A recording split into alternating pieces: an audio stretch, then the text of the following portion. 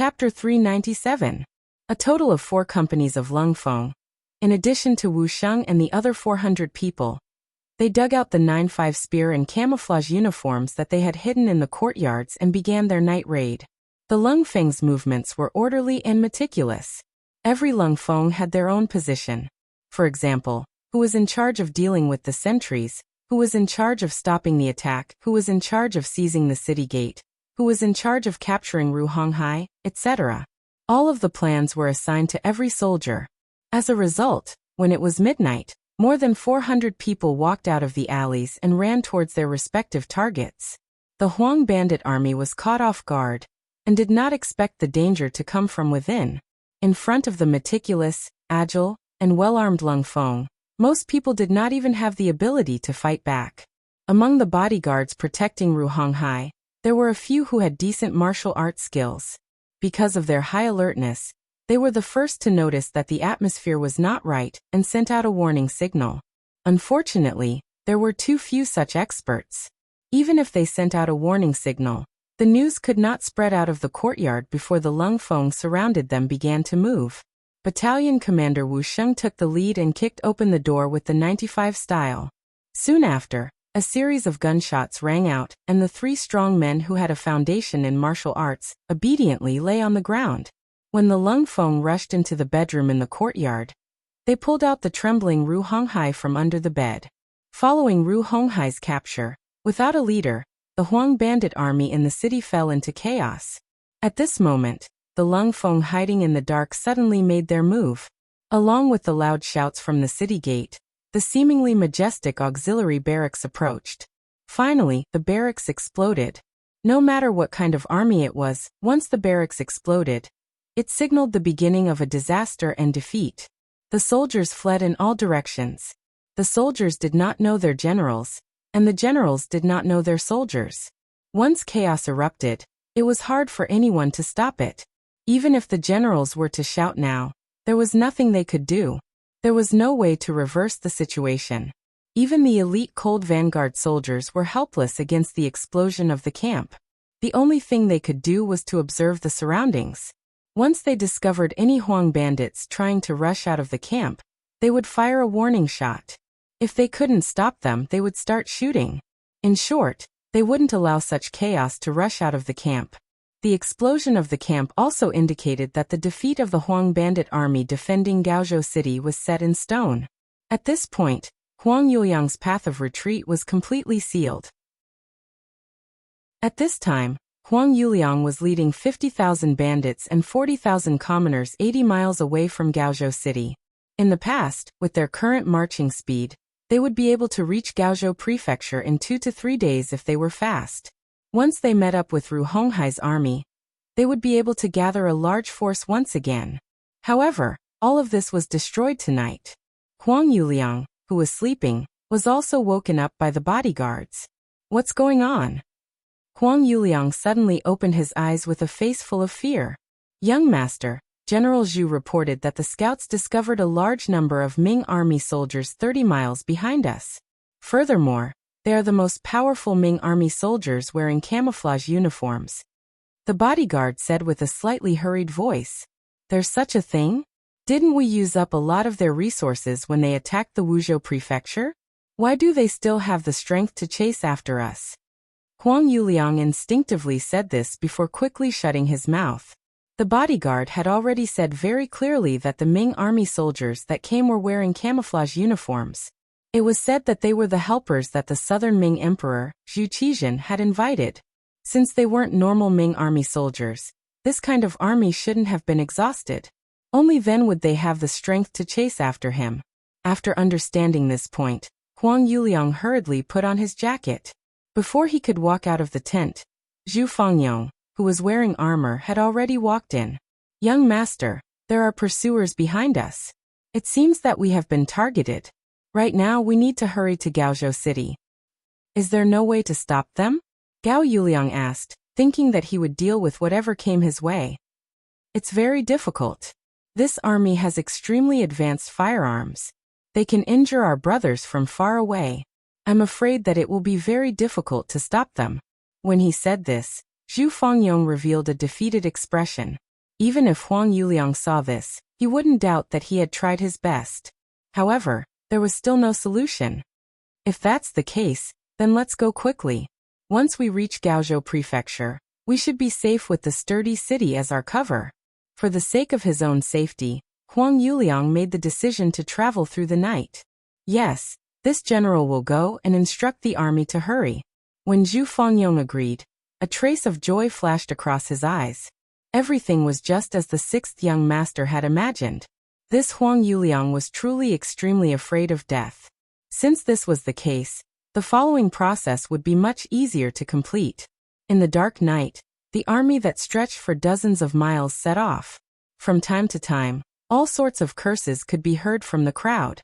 It could be seen that both the bandits and the commoners were somewhat resistant to traveling in the middle of the night. Gaozhou City. When the sun rose, the commotion in the camp was basically over. After a night of torment, the Huang bandits were also tired. In addition, they could clearly see the surroundings after the sun rose.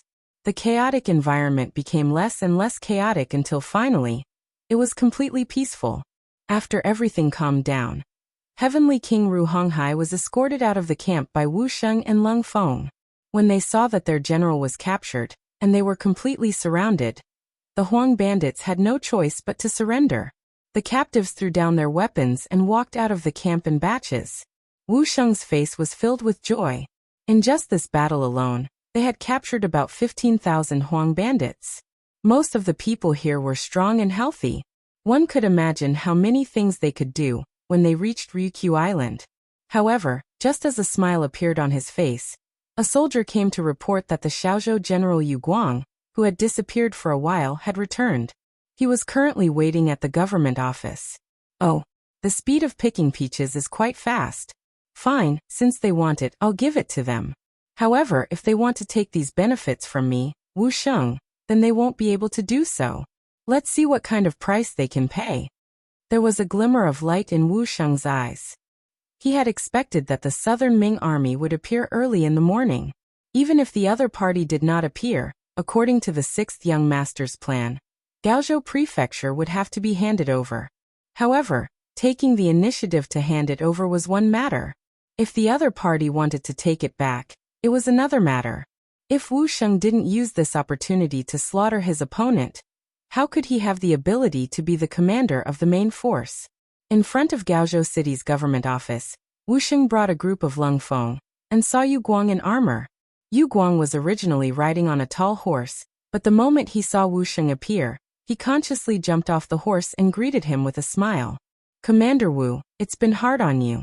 Both sides had worked together before. They had forced Sun Jianglong, one of the four heavenly kings, into the sea near Gaozhou City and Laizhou City. They could be considered old acquaintances. However, this time, Yu Guang was here to snatch the credit. His expression was naturally a bit unnatural. Oh, isn't this General Yu Guang? A while ago, I couldn't find you and thought that you had sacrificed your life for the country. Because of this, I felt really bad for a while. Now that I see that you're fine, I'm very happy. After these words were spoken, Yu Guang's face alternated between red and white. Last time, when Ru Honghai brought his army to Gaozhou City, Wu Sheng directly said that he was no match for him and led his army to leave. Yu Guang didn't listen and defended the city for a day. In the end, because he didn't have enough troops, he escaped from Gaozhou City. It was after that there was a gap between the two of them. Now that Wu Sheng said this to him, he was just venting his anger.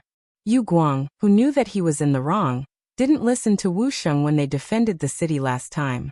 Now that he wanted to take advantage of the situation, his expression was naturally very unnatural. However, when he thought about how he could take the credit for taking down Gaozhou City, it would greatly make up for the crime of losing Gaozhou City last time. He had no choice but to bite the bullet and say, Yu Guang will remember Commander Wu's concern for me. This time, I still have to thank you for helping Nanming take down Gaozhou City. Oh, this isn't a big deal. If you're willing, I can give you the credit for taking down Gaozhou City and even capturing Ru Honghai alive. However, General, you should also know that many of our brothers have died in this battle. The compensation for their families cannot be neglected. Wu Sheng said in an overbearing manner. When he heard that Wu Sheng was willing to give him all the credit, Yu Guang had long become excited. Gugu. How about we go into the government office to talk? Good General Yu, please. Commander Wu, please. The two of them entered the Gaozhou city government office one after the other. What followed was naturally a round of bargaining. After 4 hours of negotiation, Wu Sheng took away 15,000 captives and 200,000 taels of silver from Yu Guang. The amount of silver wasn't much. Furthermore, Yu Guang used his identity as a general of Nanming to borrow it from the rich gentry in Gaozhou City. Even though Ru Honghai had already entered Gaozhou City, this place had also been visited by another heavenly king, Sun Jianglong. However, as the local tyrants, which one of them wasn't a crafty rabbit with 3 burrows? Many of them had already buried the silver before the situation turned bad. It wasn't something that the Huang bandits could find in a short period of time. However, Yu Guang used his identity as a general of Nanming to negotiate with the rich gentry, and quickly obtained 200,000 silver. Chapter 398. Wu Sheng left after getting the person and the money. At this moment, he still had more important things to do.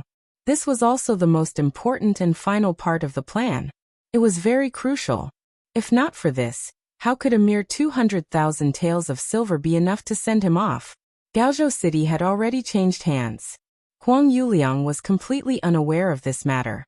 It was only when the sky turned dark on the second day that the scouts at the front reported back that Heavenly King Ru Honghai had been captured by the Southern Ming Empire's army. After running for an entire day and night, whether it was the generals, soldiers, or commoners, they were all extremely tired. According to Huang Yuliang's thoughts, he had to get a good night's sleep no matter what. However, when this news came, he completely panicked. He, who had no way out, suddenly lost all hope. At this time, Zhu Fangyong also came in front of Huang Yuliang. Young master, this matter is sudden, but we still have a way out. Oh, what other way is there? Hearing that there was still a way, Huang Yuliang, who had lost all hope for the future, regained a trace of vitality. Young master, Gaozhou City has been occupied, but we still have Laizhou City. If not, we can still take a ship to the sea. Right now, the most important thing is to immediately arrange for people to scout the way. Also, arrange for people to buy ships with gold and silver. As long as we are on the sea, the Southern Ming army will not be able to do anything to us. Zhu Fangyong said. That's right. As long as we are on the sea, the Southern Ming army will not be able to do anything to us. Good, let's do that. Huang Yuliang had completely lost his ability to judge. He really did whatever Zhu Fangyong told him to do. He immediately ordered people to take a lot of gold and silver and prepare to transport it out. Then he arranged for 2,000 trusted soldiers to scout the way to Laizhou City and the sea. These 2,000 people were extremely trusted by Huang Yuliang. Most of them had followed his father, Huang Shaoyang, into the army and were the most trustworthy existences. Even when he was in trouble, he didn't send these people out. But now, in order to find a suitable escape route, he finally sent these people out. Following the departure of these 2,000 soldiers, the only ones that Huang Yuliang could truly trust or be willing to risk their lives for him were the dozens of bodyguards around him. Because of the sudden incident, the original plan of having a good night's rest was disrupted. The army had no choice but to continue on their journey. For a moment, the curses in the army grew even louder, but this was no longer a problem that Huang Yuliang was concerned about. 30 li behind the Huang bandit army, the cold vanguard army had already stopped. They began to set up camp and cook. With the speed of the Lung Feng soldiers, it was not difficult for them to catch up with the Huang bandits. However, it would be extremely difficult for him to obtain nearly 100,000 gold coins. In order to drive them into the pocket, Yang Chendong did not ask the warriors to travel through the night. Instead, he followed them at a leisurely pace. When it was time to eat, one would eat. When it was time to sleep, one would naturally need to sleep. Not only that, in the military camp, other than the necessary troops who were responsible for keeping watch at night, the other soldiers also had a party after dinner. Third Madame Shui and Miss Sumaner also offered up songs and dances. It was truly a joyous scene. In the process of chasing an opponent, It was probably rare to see an army like Yang Chendong who could be at a leisurely pace, and even have a party in the military camp. From this, it could be seen that the result of this battle had probably been predicted by the youngest loyal and daring general of the Ming dynasty. Furthermore, everything was developing smoothly according to his plan. It was late at night. The soldiers who were having a party had all returned to their tents to rest. However, some of the tents were still lit. For example, in the tent that Su Maner was in, the lights were not extinguished. Not only that, but the master and servant were sitting there and chatting without any signs of sleepiness. Miss, this imperial envoy is truly carefree. This is war, yet he is not in a hurry to travel. He even has this party that he speaks of. What is he thinking? Servant Xiao Yun thought about how during the party, Yang Chendong was beside the bonfire and dancing with the soldiers under him. She felt that it was unbelievable. In her impression, all of the important officials were dignified and serious. They had a straight face every day as if they had the words, "Do not get close to strangers," written all over their faces. How could there be anyone like Yang Chendong, who would be so close to normal soldiers? However, thinking about it from another perspective, this imperial envoy was truly too young. It was not strange for him to have such actions. However, when she thought about how this kind of person was the target of the master and servant, someone they had to kill, she couldn't help but feel a wave of self-blame and depression in her heart. In the end, Xiao Yun was still young. Although she knew what her mission was, she was still young and could easily be influenced and changed by the surrounding environment. In the beginning, she had heard that this imperial envoy was very lustful and would not shrink from any crime. Originally, there was no burden in killing this kind of person. Not to mention, once the goal was achieved, the young miss would be freed. With all these benefits, Xiao Yun agreed without much thought. However, after these days of contact, she realized that the truth was different from what she had heard. Let's just say that Yang Chendong was lustful. It had been nearly 2 months since the young miss had taken the initiative to send herself to his door, but Yang Chendong had not done anything frivolous. He even turned a blind eye to it. This was completely different from the lustful person that was said to be. Not to mention a lustful person, with Su Maner's beauty, even an ordinary man would not be able to remain indifferent. This could be seen from the cold eyes that looked at the young miss. However, Yang Chendong was able to control himself. Not only did he never show anything, but he also had very little contact. On the contrary, he took great care of them in their daily lives. In the past 2 months, Xiao Yun had come into contact with many new things, such as toothpaste, toothbrush, soap, perfume, mirror, and all kinds of beautiful clothes. Yang Chendong had sent many people to deliver these things, but he did not show himself. Xiao Yun couldn't understand all of this. She couldn't understand. In fact, not only the maid Xiao Yun, but even the master Su Maner could not figure it out. As the head of the courtesans by the Qinhuai River, she usually came into contact with all kinds of men. Among them, there were princes and nobles with good family backgrounds, some young masters who boasted of their talents, and some Casanova young master with rich families. But no matter what, there was something in the way these people looked at her. It was a kind of possessiveness, a kind of desire for her body. However, this kind of gaze had never appeared in Yang Chendong's eyes. So much so that Su Maner suspected whether he was a normal man. However, this kind of suspicion was completely dispelled after she came into contact with the 2 madams, Hu Yan and Madame Shui. Sometimes, when she went to greet them in the morning, she could clearly see the satisfaction in the eyes of the 2 madams. Although Su Maner was still a virgin, she had been taught about the matters between men and women by her mothers. Naturally, she could see some of these things. The spring that flashed on his face was definitely not something that could be faked. Then the question was, why did such a normal man turn a blind eye to her? Could it be that he already knew her mission to get close to him? That was even more impossible. Even if he knew everything, he should have killed her earlier. Why did he still treat her like this? Why did he give her so many good things but not touch her? What did he want? The unknown always made people uneasy. It was because she could not understand Yang Chendong's thoughts that Su Maner became even more anxious. What was worse was that she realized that she did not hate Yang Chendong.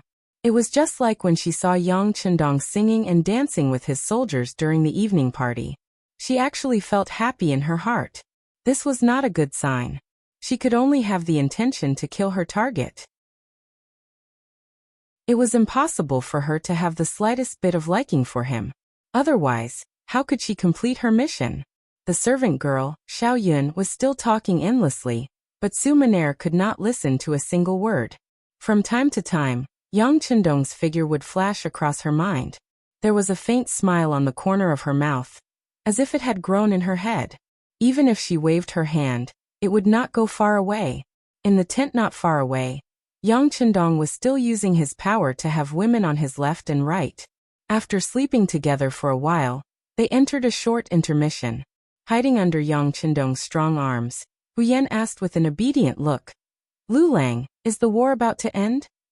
"Yes, the Huang bandit army is about to be destroyed. The war in Guangdong is about to end."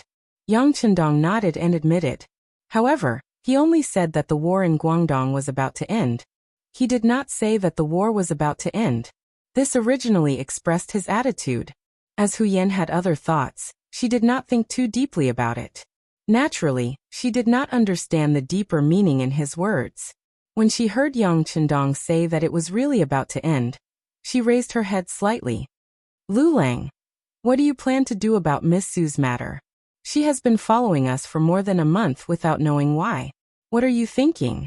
"Yan, what do you want me to think?" When Yang Chendong heard Hu Yan talk about Su Maner, he could not help but become interested and asked, I don't know." Hu Yan shook her head. She also did not know what kind of mentality she was in now. As a woman, she did not wish to share the man she liked with other women. However, Yang Chendong was so young and so capable. It was not an exaggeration to say that he was in a high position and had great power. Such a person was destined not to belong to any woman. Even ordinary people who had some ability would marry a few concubines, let alone people like Yang Chendong. Chapter 399. In Hu Yan's eyes, Lu Lang would marry a lot of concubines in the future. As the legal wife, she was also his wife. What she could do was to arrange such things. At least, she could not let outsiders say that she was a jealous woman. This was also one of the responsibilities of a legal wife. It was because of this that she asked about Su Maner. Hu Yan did not know what Yang Chendong was thinking, so she naturally said that she did not know what to do. On the other side, Madame Shui, who was being hugged on the other side, said in a low voice, "Husband, sister, I think Miss Su is very good, especially her singing and dancing skills. I can't compare with her." "Silly girl, there are many people who are good at singing and dancing in this world. Does it mean that they are all good people?" Yang Chendong could not help laughing after hearing Madame Shui's words. "No, I can feel that Miss Su is kind in nature, but I just feel that she has something on her mind. She always gives people a feeling that she is neither close nor distant." Madame Shui was afraid to leave a silly impression in Yang Chendong's eyes, so she explained in a low voice. As soon as these words were said, Yang Chendong's expression became much more serious. Even Madame Shui could feel it. It seemed that Miss Su's mind was not small. It was not good for her health if it went on like this for a long time. Should he do something? Or could it be that some things could be laid out in the open? At this moment, many plans flashed through Yang Chendong's mind. Su Maner's matter was about to be destroyed along with the Huang bandit army. It was time to solve it. On the official road from Gaozhou to Laizhou, nearly 100,000 people were walking slowly. They had not had a good rest for 2 days and 2 nights. The mental state of the whole team was depressed to a certain extent. Huang Yuliang, who was riding on the horse, looked at all this anxiously. He could not see where the bright future lay. More importantly, the 2,000 trusted subordinates he sent out had already sent back news that they had arrived at Laizhou Prefecture and discovered the presence of the Ming army. However, their numbers did not seem to be large, and they might have a chance to attack the city. However, when it came to military operations, they still needed the young master to personally give the order. After all, they originally only wanted to complete the reconnaissance mission. "Young master, the team's condition isn't good.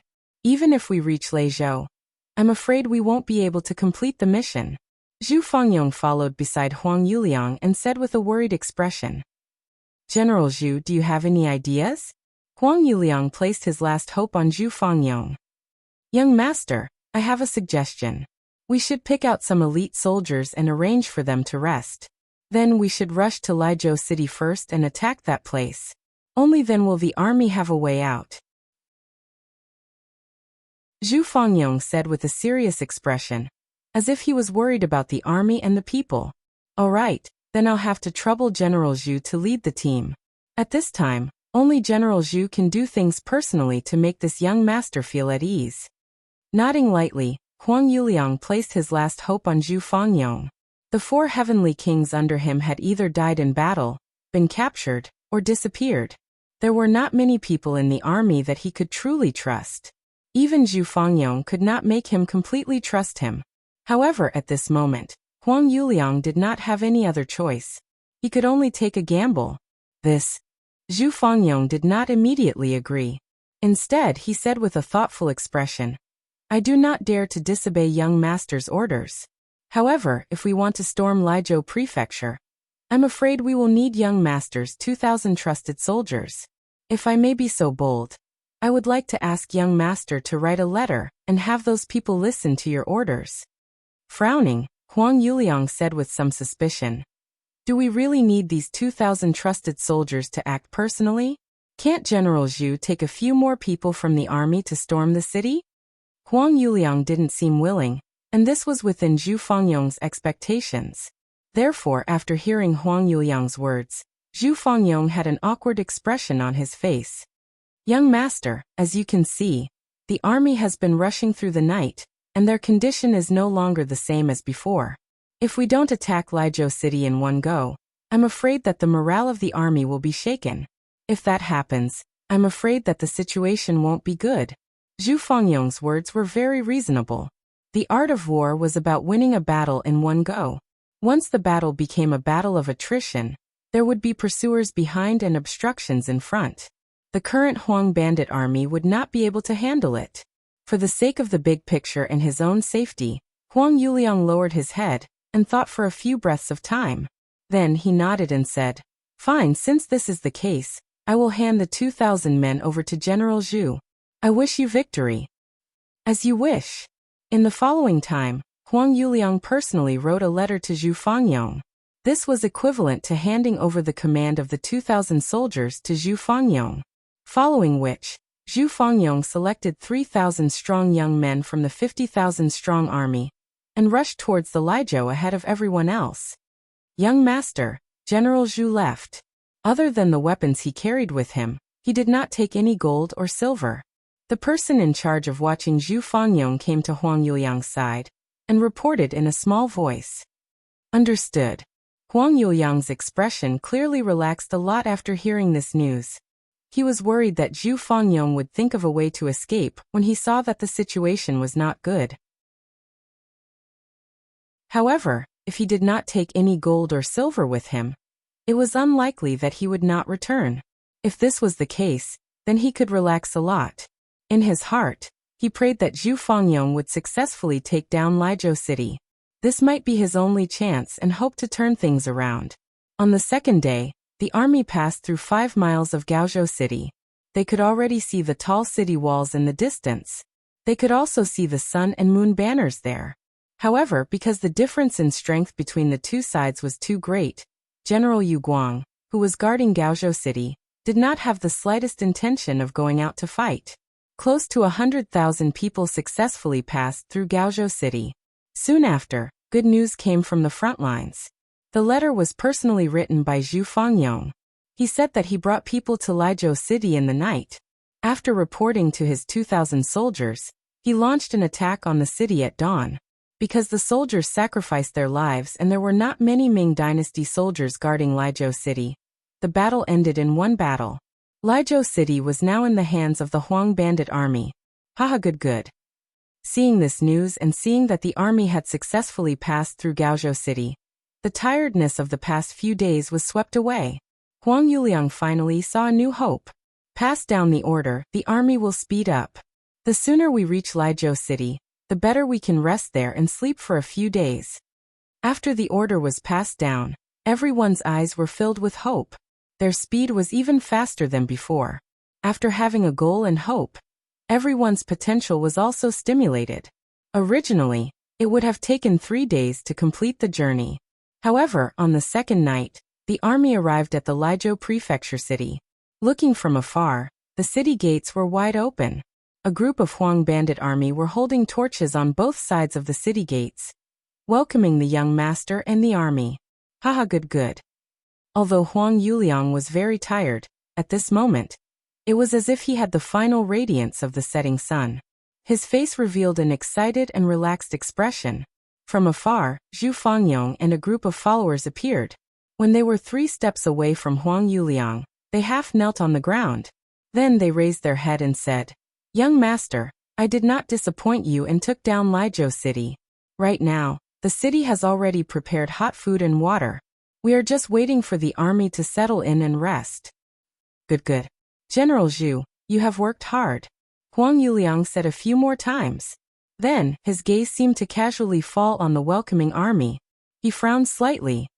He did not see the presence of his 2,000 soldiers. Huang Yuliang's suspicious gaze fell on Zhu Fangyong's eyes, and he also felt that something was amiss. However, before he could speak, the army behind suddenly became chaotic. Then, a scout on a fast horse rushed over. Young master, something bad has happened. The Ming army behind us has suddenly increased their speed. They are now less than 10 li away from us." "So fast? We need to enter the city quickly. Men, protect young master as he enters the city." Zhu Fangyong's reaction was extremely fast. He knew that the 6th young master had rushed over with his army. It was time to reel in the net. Without any explanation, he waved his arm. Behind him, people rushed past him and rushed in front of Huang Yuliang. Wait. Huang Yuliang already felt that something was wrong. However, he could not pinpoint what was wrong. Instinctively, he wanted to resist. However, he did not expect that the people who ran to his side only needed to touch his body to make him feel numb. Then he felt dizzy and fell to the ground. Fortunately, he was discovered and Zhu Fangyong's subordinates caught him in time. Using this opportunity, he shouted, "The young master has fainted from exhaustion. Everyone listen to my orders. Enter the city quickly." There were pursuers behind them. Entering the city was the safest way. There was no need for Zhu Fangyong to say anything. Everyone was already scrambling to rush into the city. At this moment, these people walked as if they were flying. How could they be tired at all? With everyone's concerted efforts, they finally entered the city when the Ming army was 2 li away from the city. The moment the heavy city gates closed, everyone heaved a sigh of relief. Immediately, many people fell to the ground and slept because they were too tired and relaxed. Some of the people who were barely holding on also entered the houses allocated to them by the city, and fell asleep on their beds. A total of 50,000 Huang bandits and 40,000 commoners fell asleep in the Lijiao prefecture. Just as they fell asleep, outside the city, Yang Chendong led 5,000 people into the city. At the same time, the bandit leader Huang Yuliang was led to a large courtyard in the Lijiao prefecture.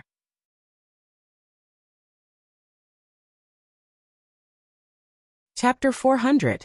When Huang Yuliang could not see the 2,000 soldiers he sent outside the city, he began to have doubts in his heart. It was only because of the battle report from behind that he put down his thoughts and hurried into the city. However, as soon as he entered the city and entered his large courtyard, which was also when he separated from the army, over 100 vigorous men rushed out from all over the courtyard. The dozens of guards around him were quickly killed, and he was also tied up with ropes. Huang Yuliang, whose mouth was gagged and could not speak, was furious. However, with his body tied up, he could only struggle with all his might to express the dissatisfaction in his heart. All of this continued until he was sent to the magistrate's office, and saw a young man sitting high above.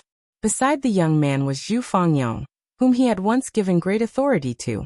Only then was the white cloth in his mouth taken off, and what followed was a torrent of curses. "Zhu Fangyong, this young master has treated you well. How can you do this to me?" After the white cloth was removed, Huang Yuliang's shouts could be heard. After being tortured for so long, How could he still have the strength to shout, "You have treated me well?" You can ask yourself, when have you truly trusted me? Bring him in. Facing Huang Yuliang's questioning, Zhu Fangyong's expression did not change, and he shouted outside. Following this shout, a man with a face full of sideburns was quickly brought in. Just like Huang Yuliang, his entire body was also tied up. Upon seeing this person, Huang Yuliang was dumbfounded. Of course, he recognized the person who was tied up. This was the assistant he had secretly arranged by Zhu Fangyong's side. He was also a spy, and his name was Lu Chang. Normally, everything about Zhu Fangyong was secretly reported to him by this person. When Lu Chang appeared, Zhu Fangyong looked at Huang Yuliang and said, "Since you trust me, why did you arrange for someone to secretly monitor me? Moreover, you even ordered him to kill me on the spot if he discovered that I had any thoughts of rebelling. Can this also be called treating people well?" These words were naturally from Lu Chang. Hearing this, Huang Yuliang knew that there was no way to salvage the situation. He didn't want to dwell on this matter anymore. Instead, he changed his tune and scolded, "Zhu Fangyong, you are a despicable person who betrays his master for glory. Today, you can betray me to curry favor with the Southern Ming Empire. Who knows if you will betray your current master to curry favor with someone else one day? You are such a two-faced person. You have no ruler, no father, no heaven, and no earth. You deserve to be punished by everyone." This was Huang Yuliang's counterattack before his death. When he knew that the matter was over and everything was irreversible, he set up another trap before his death. He could already tell that the one in control here was not Zhu Fangyong, but the young man sitting at the head of the table. Even so, his accusation before his death would definitely be like a thorn in the young man's heart. Once there was an opportunity, today's words might become the step that would lead Zhu Fangyong to the guillotine. Zhu Fangyong understood the meaning behind Huang Yuliang's words, and his face turned ugly. Although he was ordered to go undercover this time, in order to gain Huang Yuliang's trust, he had indeed put in some effort and emotions. He had even said some overboard words. However, that was only because the situation forced him to do so. However, if someone were to repeat what he had said back then, he wouldn't be able to defend himself even if he had 100 mouths. When Huang Yuliang's expression changed, he also laughed out loud. He noticed that not only did Zhu Fangtong's expression turn ugly, but the young man sitting at the head of the table also had an unhappy expression. Did this not prove that the thorn he planted had already taken effect? Ha ha ha ha. Just as Huang Yuliang's laughter sounded, another loud laugh followed, and it quickly drowned out his laughter. This voice came from Yang Chendong, who was sitting at the head of the table. Yang Chendong's sudden laughter stopped Huang Yuliang's laughter. He looked at the young man with a puzzled expression. He couldn't understand why the other party was laughing, and he couldn't tell what was going to happen next. Haha, very good, very good. As expected of someone who could become a bandit leader. This psychological attack is indeed powerful. It's just that your calculations are wrong. Battalion Commander Zhu was originally arranged by me to be by your side. Everything he did and everything he said was approved by me. Perhaps in the process of carrying out the mission, he had no choice but to use some tricks. However, that was also to better complete the plan. Now that you have been captured and kneeled in front of me, it is clear proof. Yang Chendong, who was laughing loudly, first proved Zhu Fangyong's innocence. He explained that Zhu Fangyong had become a spy completely under his orders, and everything he did was to complete the mission. With this, he placed Zhu Fangyong in an extremely high position. Next, Yang Chendong continued to speak in order to prevent any future troubles. Zhu Fangyong will be the deputy commander of the Cold Vanguard 2nd Regiment, and will be awarded the rank of lieutenant colonel in recognition of his outstanding contribution in eliminating the Huang bandit army. From now on, no one is allowed to mention that Deputy Commander Zhu was a spy in the Huang bandit army. If anyone dares to disobey this order, they will be punished according to military law. Now, I will have to trouble Deputy Commander Huang to personally kill Huang Yuliang in the lobby, and draw a perfect conclusion to this matter. First, he placed Zhu Fangyong in a righteous position so that he could be justified in his actions. Next, he praised and promoted him to show that he had done a good job. Next, He warned the others that this matter was over, and if anyone dared to bring up the old scores, they would be severely punished. Finally, he arranged for Zhu Fengyong to chop off Huang Yuliang's head. This way he would really be cut in half. Zhu Fengyong heard Yang Qindong's painstaking efforts and knelt on the ground with a thud. "Thank you, sixth young master, for your trust. Zhu Fengyong will never be able to repay your trust, even if I die 10,000 times. That's enough. From now on, you will be a high-ranking officer in the Cold Vanguard Army. Don't talk about death so casually. Beta Persei, give Deputy Commander Zhu a knife so that he won't continue to be noisy." Yang Qindong looked at Zhu Fengyong with a smile and handed over a steel knife. Holding the steel knife, Zhu Fengyong walked to Huang Yuliang, who was kneeling on the ground, with a ferocious expression. Feeling the aura of death, Huang Yuliang no longer spoke as confidently as before. Instead, he peed and pooped all over the ground. "General Zhu, on account of the fact that I have treated you well in the past, please plead for mercy for me. As long as you don't kill me, I will do whatever you want me to do in the future." "Hey, despicable person, die." After Zhu Fengyong's loud shout, a silver light flashed and a large head was separated from his body. Fresh blood spurted out from the neck and covered Zhu Fengyong's face and body. Huang Yuliang was dead. His death represented the official end of the so-called Guangdong uprising that had caused chaos in Guangdong for nearly 2 years. It also meant that the Huang father and son had completely retired from the stage of history. Now that Huang Yuliang was dead, the next step was to deal with the entire Huang bandit army. Under the prearranged arrangements, the first thing to do was to bring out the 40,000 people from Wu State Prefecture and leave the city. They didn't even know where they were going. When they woke up from their dreams, they were led out of their homes and brought to the nearby docks. There, a large ship was already waiting for them.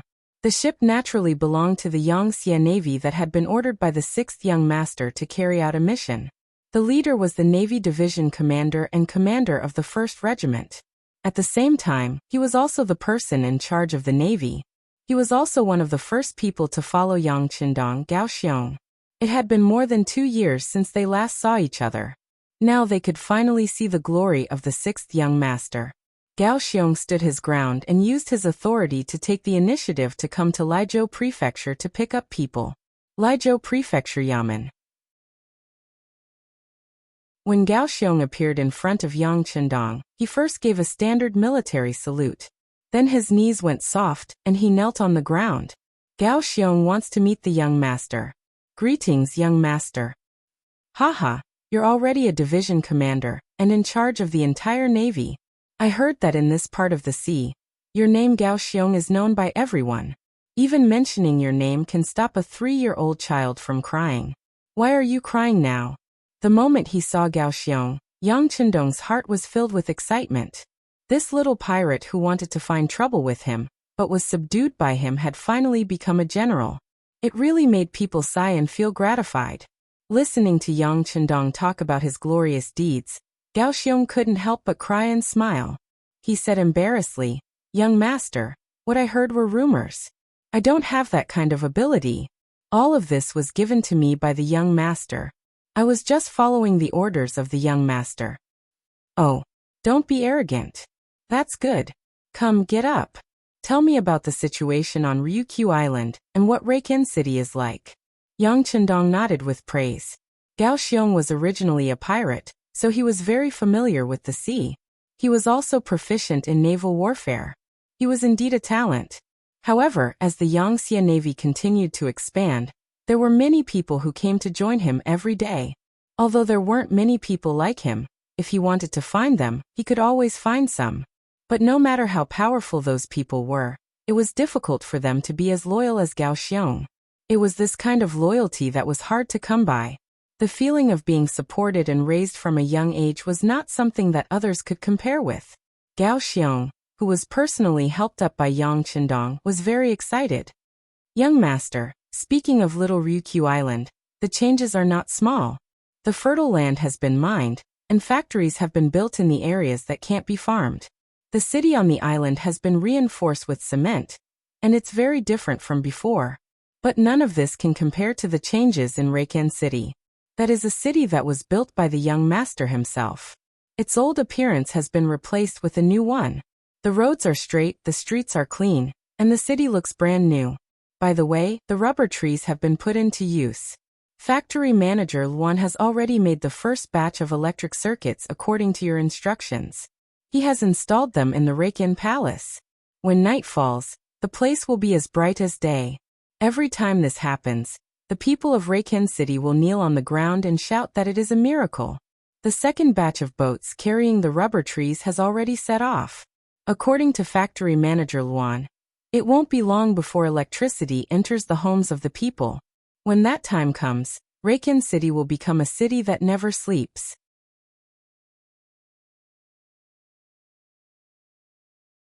Chapter 401.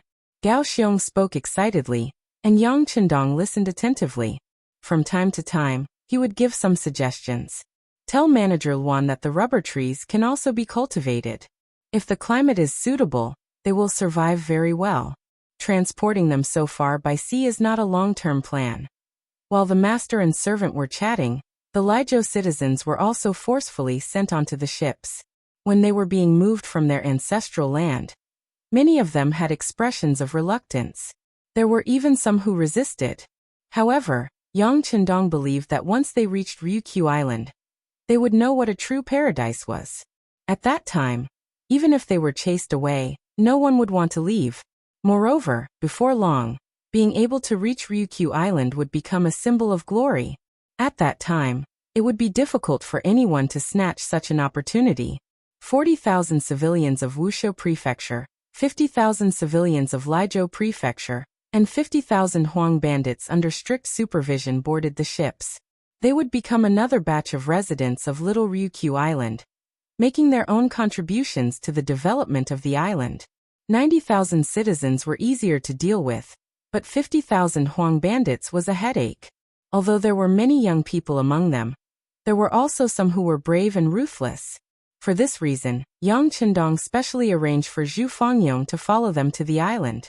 After all, he had led them before and was familiar with their situation. However, before they boarded the ship, Yang Chendong still instructed Zhu Fangyong, if they have a kind nature or can be changed, we can spend some effort to help them. However, if they have an impure heart, we can sentence them based on their past actions. If they have committed heinous crimes, we can kill some of them. If they haven't committed heinous crimes, we can arrange for them to serve their sentences.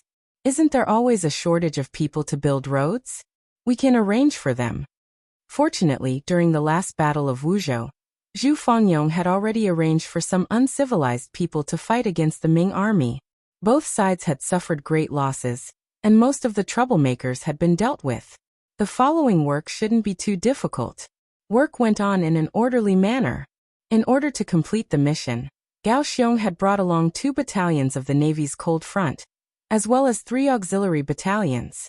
With them and the fact that most of the people being transported were civilians, there was no need to worry about their safety. It's time to solve her problem. With a sigh, Yang Chendong led Tiger's Mane, Beta Persei, and the others to the backyard of the Lijiao government office. Su Maner had just entered the city with Hu Yan and Madame Shui. She was still settling down and tidying up. Little Yun, bring a basin of clean water over. The windowsill is really too dirty. Hearing the sound of footsteps behind her, Su Maner said without turning her head. However, since she had already said that, she quickly stood there and did not move. After about 2 or 3 breaths of time, she slowly turned around with a nervous expression. You've come. Naturally, the person who came was Yang Chendong. Gao Xiong and the others were about to leave, and it was very likely that they would be busy with the matters in Yunnan. Naturally, it would not be good for Su Maner to stay in the military camp. Besides, he already had a rough idea of the other party's intentions. There were some things that should be resolved, and it would not be good to drag things on. Yang Chendong saw the graceful Su Maner turn her head. She was still as stunning as ever. He couldn't help but take a few more glances and make a soft sound of agreement. Su Maner was naturally not prepared for Yang Chendong's arrival. Previously, she had heard that he had gone to busy himself with military matters. Now he had suddenly appeared in her boudoir.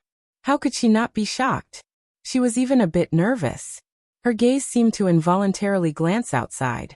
When she saw that it was still afternoon, and not dark time for bedtime, she couldn't help but let out a long sigh of relief. She thought to herself, no matter how anxious she is, she can't possibly do anything to me right now. As a gentleman, he had to have his own demeanor. As she had not expected this, Sumaner was first nervous. However, her experience quickly took effect. Her expression started to return to normal. Her hands and feet were also very nimble as she prepared a cup of tea and brought it to Yang Qindong. Lord Imperial Envoy, please have some tea. How many times have I told you? You can call me the young master of the Yang family, or you can call me the East Marshal.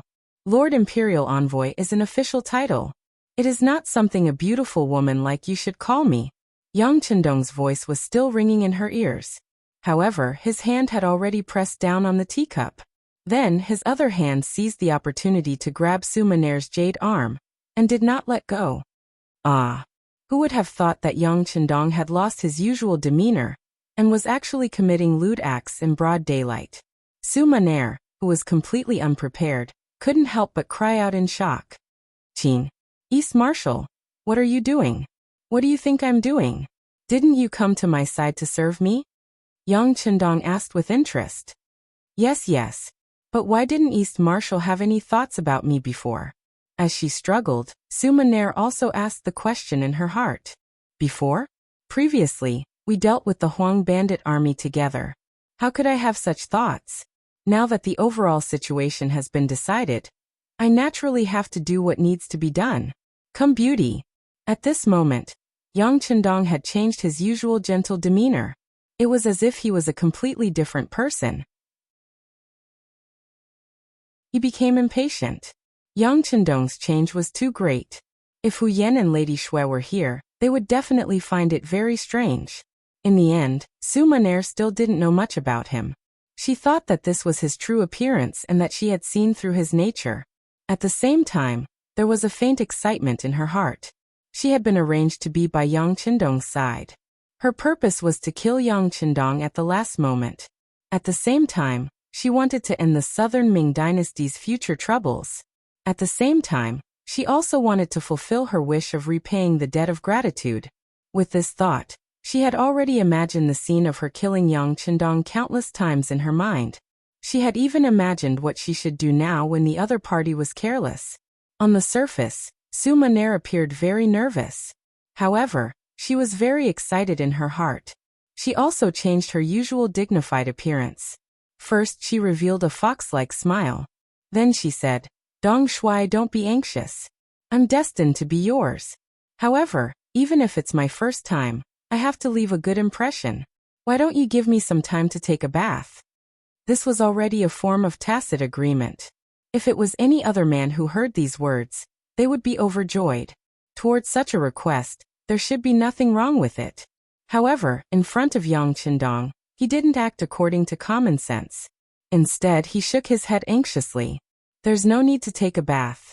You already smell very good. I can even smell the scent coming from your body. Why don't we go directly to the bed? As he spoke, Yang Qindong actually used a little strength and hugged Sumaner by the waist. Then, he laughed loudly and walked towards the wooden bed not far away. You are really impatient. A hint of anger flashed across Sumaner's eyes. Then, she regained her composure. Not only that, she even cooperated and stretched her arm backwards. Then she touched Yang Qindong's waist. She looked as if she was trying to cater to him.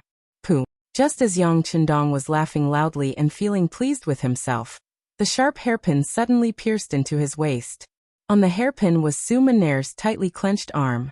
At this moment, she no longer had the expression of cater to him. Instead, she was glaring angrily. Then, a look of relief appeared on her face. Plop! After being pierced by the hairpin, Yang Qindong seemed to be seriously injured. His hands suddenly became weak. Then he threw Sumaner from his arms to the ground.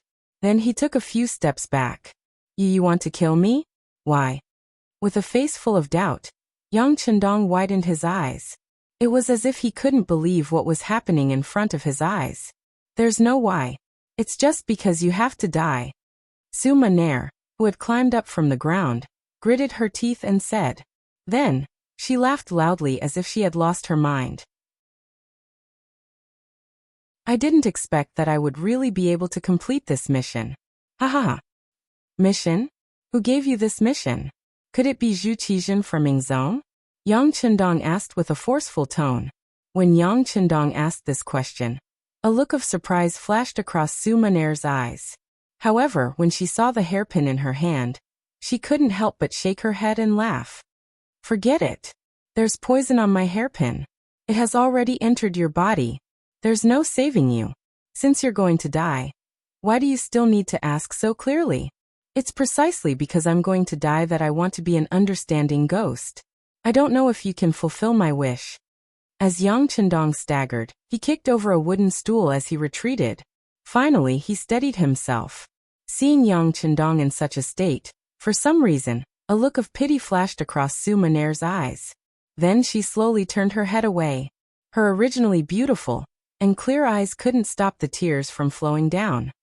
You're crying. You still can't bear to kill me, right? You must have your reasons, right? Yang Chendong, who had noticed this scene, continued to ask questions. Don't ask anymore. You're going to die, and I'm going to die too. Why do you still need to be so clear? What's the point? With tears in her eyes, Su Maner, whose voice was choked with sobs, kept shaking her head. Obviously, this was a scene that she really didn't want to face. Of course there's a point. If you have no choice but to kill me, even if I die here, I can give the order not to let others make things difficult for you. In this way, although I'm going to die, you can live. Yang Hodong's tone was weak, but he still had to get to the bottom of this. No. Su Maner, who was crying, shook her head. I have to die. From the moment I got close to you, I was already a dead person. Even if you spare me, others won't let me off either. Why? Yang Chendong was close to roaring. It was as if he had used all the strength in his body to shout this question.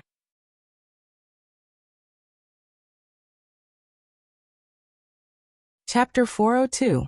Perhaps it was because this shout was too soul-stirring, or perhaps it was because Su Maner had too many things in her heart, and wanted to find someone to confide in before she died. She said with tears in her eyes, Do you know? Just before today, I thought that I could live for a while longer because it was too difficult to kill you. You weren't like other men who were greedy for my beauty. I couldn't even get close to you, so how could I kill you? So I thought that I could continue living. I even thought that there would be a day when I would have feelings for you and give up the idea of killing you. But today, you finally revealed your true colors. So you must die.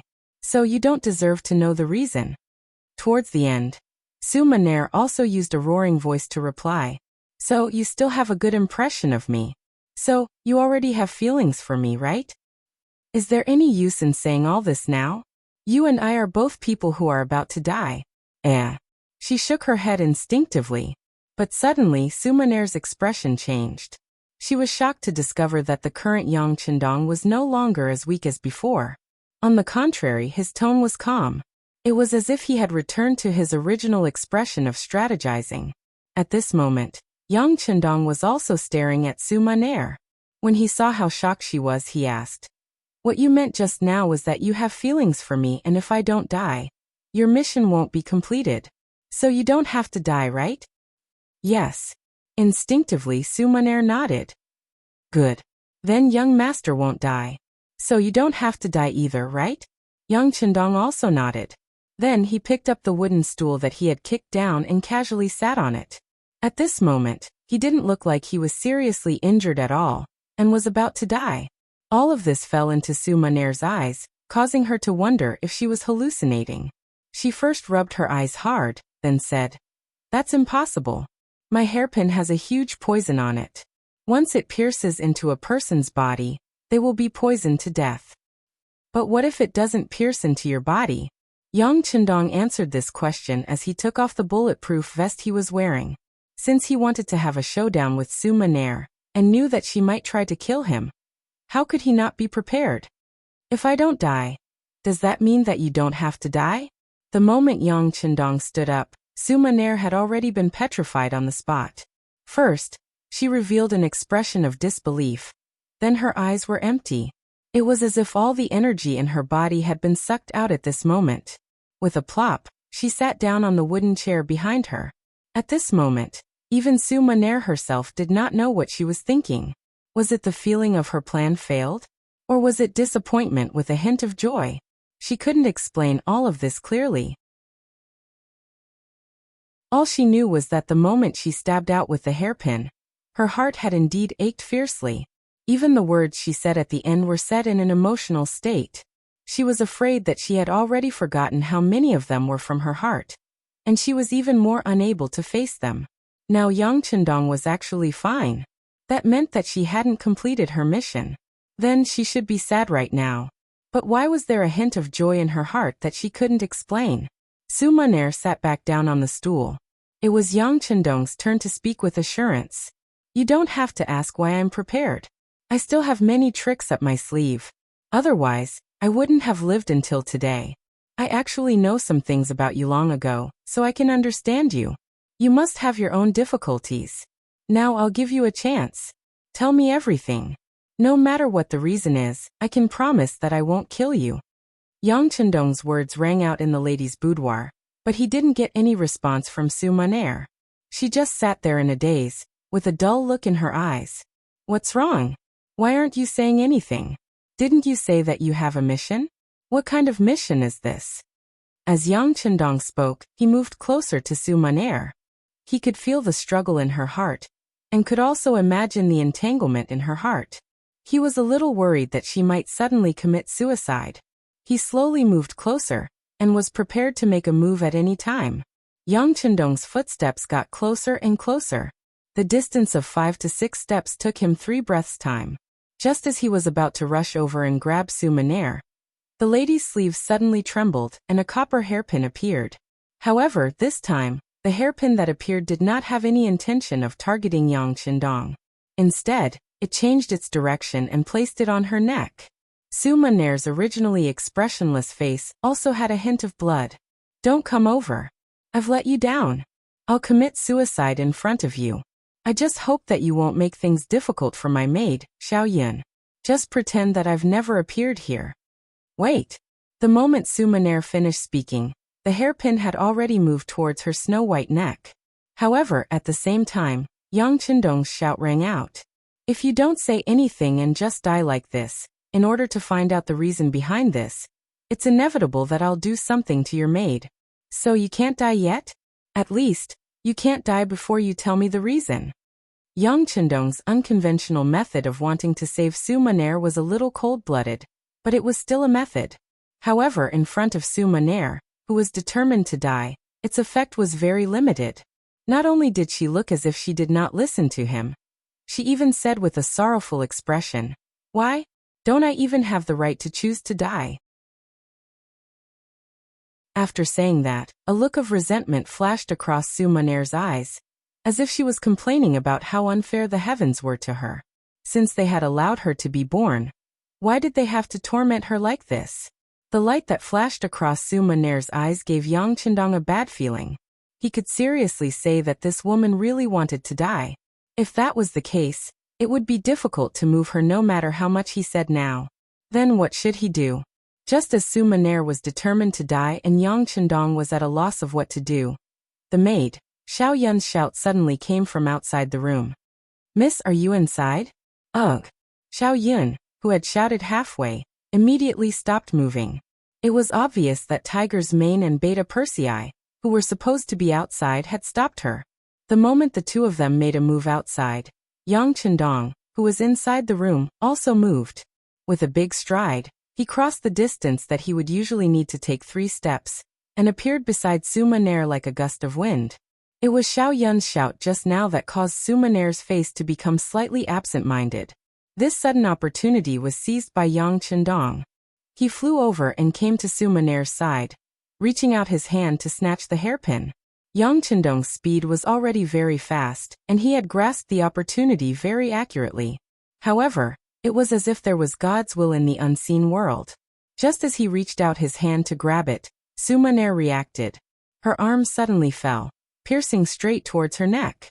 Then, as her arm fell, A large hand pushed up and grabbed the delicate hand that was holding the hairpin. Even so, her movements were still slower by half a beat. The hairpin still left a small scratch on Su Maner's fair and flawless neck. Once the scratch was made, fresh blood flowed out of her body. The moment she felt that her neck was a little cold, Su Maner stopped struggling and allowed Yang Chendong to restrain her arm. She also allowed herself to be held in his arms. It's useless. This hairpin is also coated with a strong poison. If it comes into contact with my body, I'll definitely die. Haha, I'm going to die. With an unknown emotion, Su Maner slowly said this. Then, she raised her gaze slightly and looked at Yang Chendong's face and eyes. I'm going to die. In the future, I won't be a threat to you. I won't be in so much pain. To me, this is already a kind of release. Release my ass. Yang Chendong, who had always given off an elegant feeling, suddenly spat out vulgarities at this moment. Then he roared loudly like a male lion. Since you've come to my side, you're my woman. Without my consent, no one can decide whether you live or die. This includes you. But I'm still going to die, aren't I? Seeing that Yang Chendong was angry, a smile actually bloomed on Su Maner's face. It seemed to be a satisfied smile, but more like a happy smile. I thought that you didn't care about me at all. I thought that I couldn't enter your eyes. But now, lying in your arms, I can clearly feel your heartbeat and breathing. I can also feel that you like me, right? As a person who was about to die, Su Maner seemed to be able to finally free her heart. Her words were much more direct than before. Yes, I like you. From the first time I saw you, I was mesmerized by you. Yang Chendong kept nodding and admitting his feelings. And you also like me, right? Otherwise, you wouldn't have cried just now, right? Faced with Yang Chendong's question, Su Maner really wanted to say yes. Through these days of observation and contact, she saw all the good points of this man. He was elegant, polite, and talented. Especially his strategic attitude on the battlefield and his confidence in life with a smile. It was as if as long as he smiled, there was nothing in the world that could be difficult for him. Which young girl wouldn't like a man with such an imposing aura?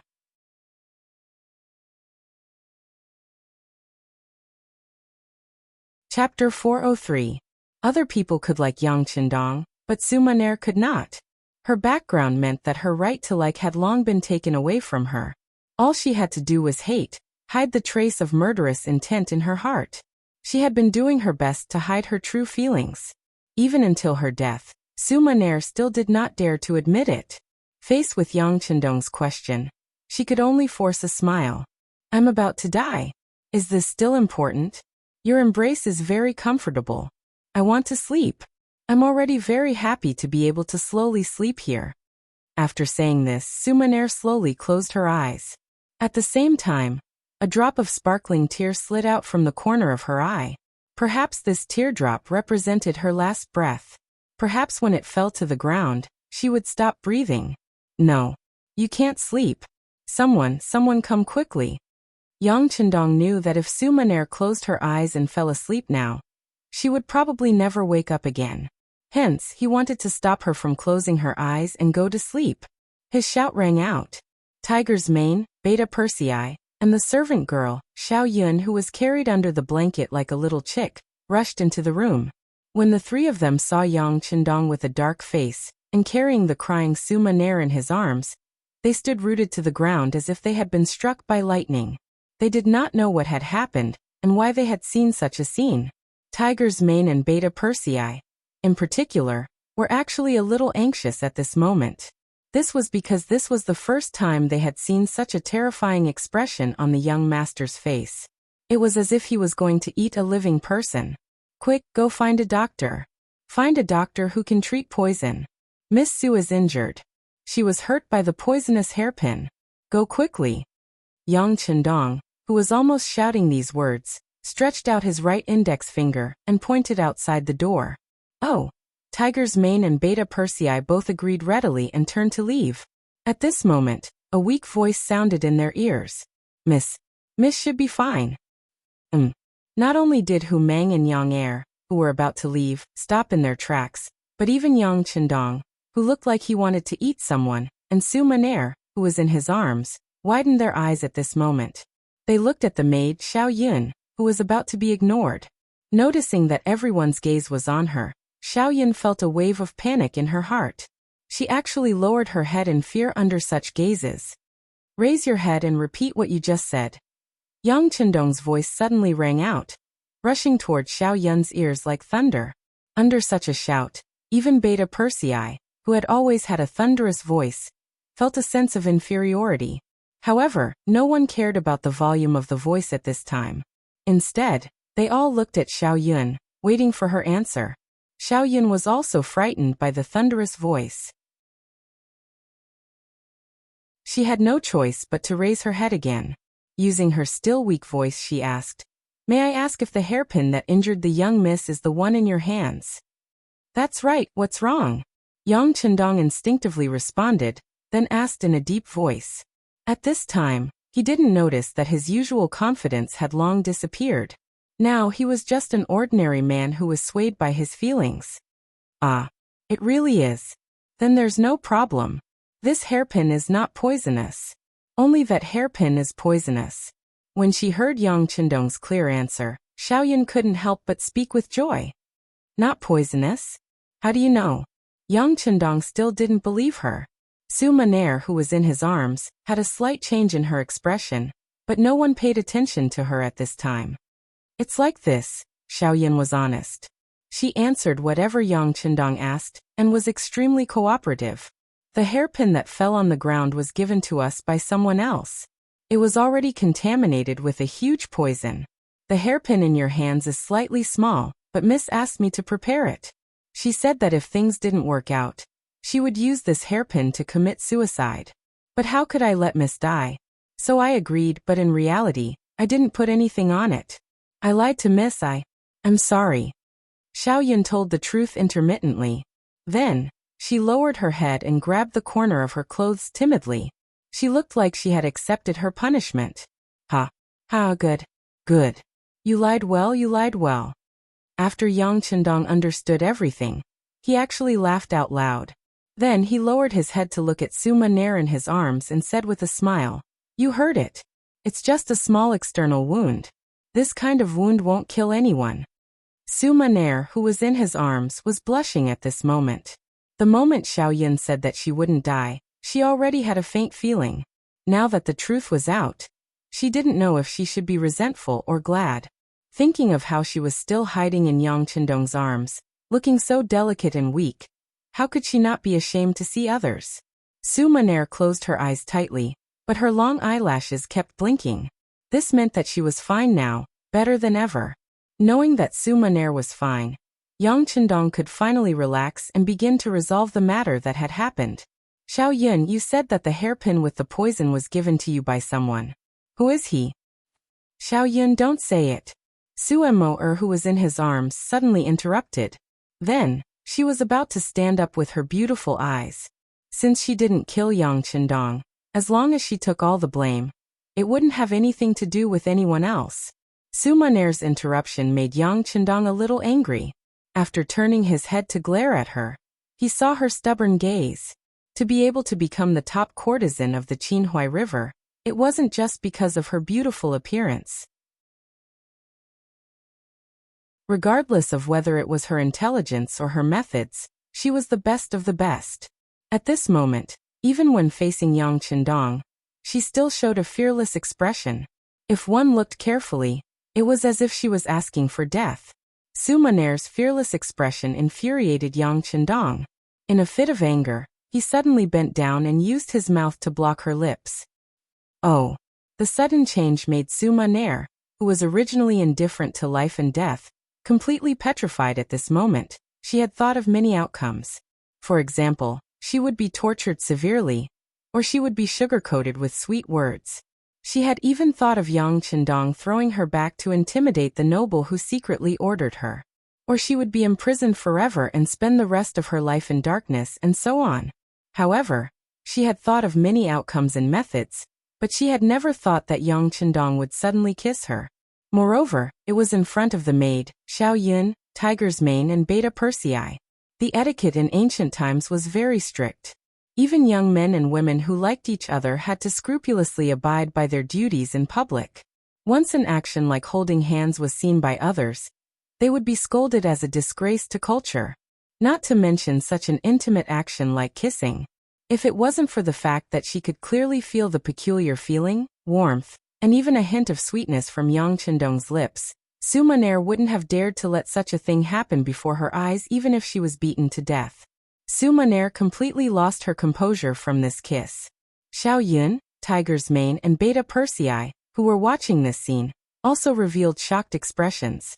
Then Tiger's Mane, who was the first to react, turned his head around. The moment Beta Persei turned around, he did not forget to carry Xiao Yun, who was also staring at this scene over. As a result, there was another round of struggle. Oh, she did not know how long this kiss lasted.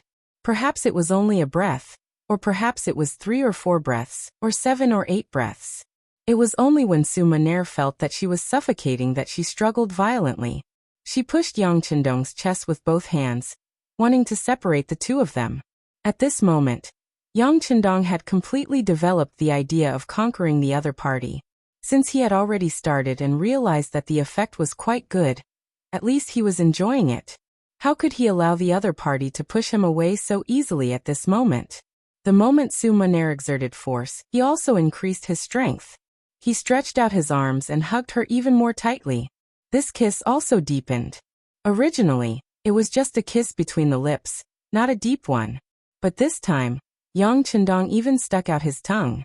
After a series of flipping, Su Maner, who had no experience in this, was completely subdued.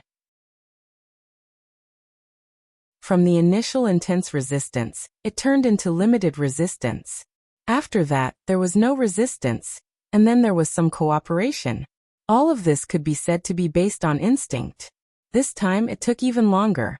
Tiger's Mane and the other two had already left at some point in time. The sky outside seemed to have darkened. A wave of pain came from her body. The two of them had completely become one. Yang Chendong had been at Miss Su's place for an entire afternoon. He did not even appear during dinner. In the backyard, after tidying up, Hu Yan and Madame Shui guessed what had happened while waiting. The two of them looked at each other, and it was hard to tell what had happened. Yang Chendong's excellence could be seen by almost everyone, and he was so young. It was a blessing to marry such a man. It was the beginning of happiness, the source of joy. However, at the same time, there were pros and cons. Marrying such a man was destined to not share alone. Hu Yan and Madame Shui were already prepared for this. When Su Maner first appeared, they already had this feeling. They just did not expect things to drag on for so long.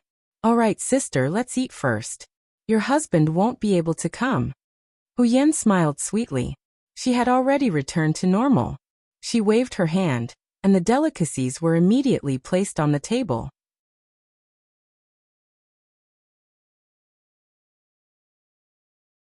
Chapter 404. In Su Maner's boudoir, the food was also served. The only difference was that the woman in the room no longer had the strength to eat. At this moment, she was lying in Yang Chendong's arms and being fed mouthful by mouthful. Under Yang Chendong's countless corrections and even punishments, Su Maner finally changed her way of addressing him as husband. At this moment, she was using the new way of addressing him. "Husband, I still have some strength. Don't I need you to feed me? You still have strength? All right then, let's eat in a while and then go through the actions just now." Yang Chendong nodded as if he was serious and put down the bowl and chopsticks in his hands. "No. I don't have any strength left." Su Maner naturally knew what Yang Chendong was preparing to do. She was really frightened and kept shaking her head. From the afternoon until now, more than 6 hours had passed. This man was like an ox that did not know fatigue. He did not allow her to rest for even a moment. She finally understood why Sister Hu Yan and Sister Xuan Yangzi usually served him together. This man really seemed to have endless strength and energy. No one would ever know what his background was. Seeing that Su Maner was begging for mercy, Yang Chendong then said with an uncomplaining expression, "Since you don't have any strength, then let your husband feed you." But you will spoil Maner like this," Su Maner said shyly, but her face was brimming with a happy smile. "I want to spoil you. You have indeed suffered too much in the years that I didn't know you. From now on, You will live the rest of your life without worrying about food and clothing. The happiness that you didn't have in the past will be given to you in double. You only need to accept it and don't reject it anymore, okay? Yang Chendong looked into Su Maner's eyes seriously and said affectionately. There were tears in Su Maner's eyes again. She thought about her previous life. When she was young, she took refuge and had no one to rely on. When she grew up, she had to learn some skills in order to survive. In order to do better, she studied day and night. Later on, when she had a certain reputation, she had to deal with all kinds of men. Sometimes, when she met difficult customers, she would be mentally and physically exhausted. Many sleepless nights because of this. She did not even know what her future life would be like. Would she be like the other older sisters and find a rich man to marry? And then be trapped in a courtyard for the rest of his life? At that time, he was like a small boat floating on the sea, not knowing where his next destination was. Where is the hope of life? What would happen in the future? However, things were different now. She had a husband who loved her dearly. Most importantly, this man was very outstanding. He seemed to be more outstanding than all the men she had met before. Now that he was treating her so well, she really felt like she couldn't find her bearings. Husband, can you really always treat me well like this? Su Maner couldn't believe everything in front of her eyes. She was a little worried about her gains and losses. Of course, I will always treat Maner well. You can rest assured. Yang Chendong chuckled.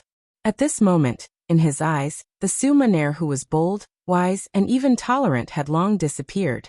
Instead, it was replaced by a petite and lovable woman. But no matter which one it was, he liked her very much. Under Yang Chendong's service, Su Maner ate some food. When the sky was completely dark, the two of them lay on the bed again.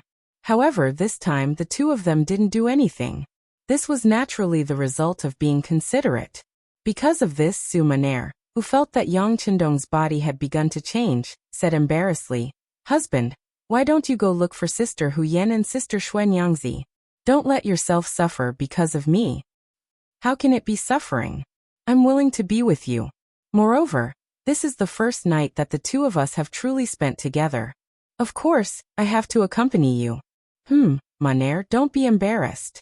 Why don't we talk? Yang Chendong hugged Su Maner in his arms and said softly. Su Maner nodded lightly and moved her head closer to Yang Chendong's arms. She twisted her body slightly and felt that she was in a comfortable position. Then she opened her mouth and said, "Husband, you said that you know everything about Maner. Is that true?" "You can say that." Yang Chendong nodded. "I know that you were originally born in a big family. You have a very powerful grandfather called Su Cheng. He was once the left assistant minister of the Ministry of Rights in the capital of Nanjing." After Yang Chendong told her everything that he knew, it was Su Maner's turn to talk. Perhaps she was unable to mention these things to others. Now that she could finally open her heart and continue talking, she might as well tell him everything. In the end, without waiting for Yang Chendong to ask, she told him the reason for staying here and the mission clearly. Su Maner's grandfather was Su Cheng. When Su Cheng was sentenced to death, the Su family became a thing of the past. As the only living bloodline member of the Su family, Su Maner had a wish since she was young, and that was to redress the Su family's reputation. For this goal, she was even willing to give up everything, including her body and her only life. Becoming the #1 courtesan was a method that Su Maner wanted to use to achieve her goal. She wanted to use her beauty to build a network of connections, and then use those men who had taken a fancy to her to help her achieve her goal. However, as she came into contact with more and more people, her mind became more and more mature. She realized how naive her thoughts were. Those men might want to curry favor with her, and even say some unrealistic sweet nothings in order to become her son-in-law. However, all of these were just words for the sake of words.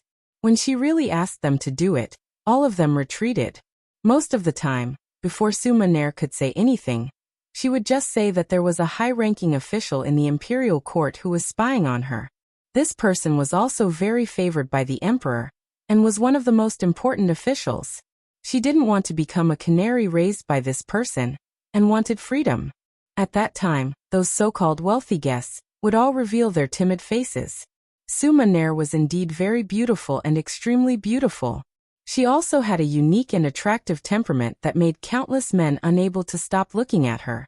However, this did not mean that they could really sacrifice everything, including their lives, for this woman.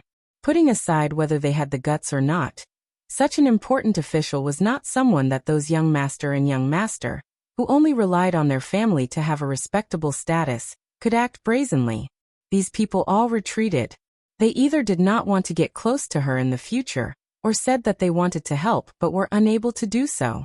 In short, under all kinds of excuses, Su Maner was disappointed again and again, until one day she finally saw through it.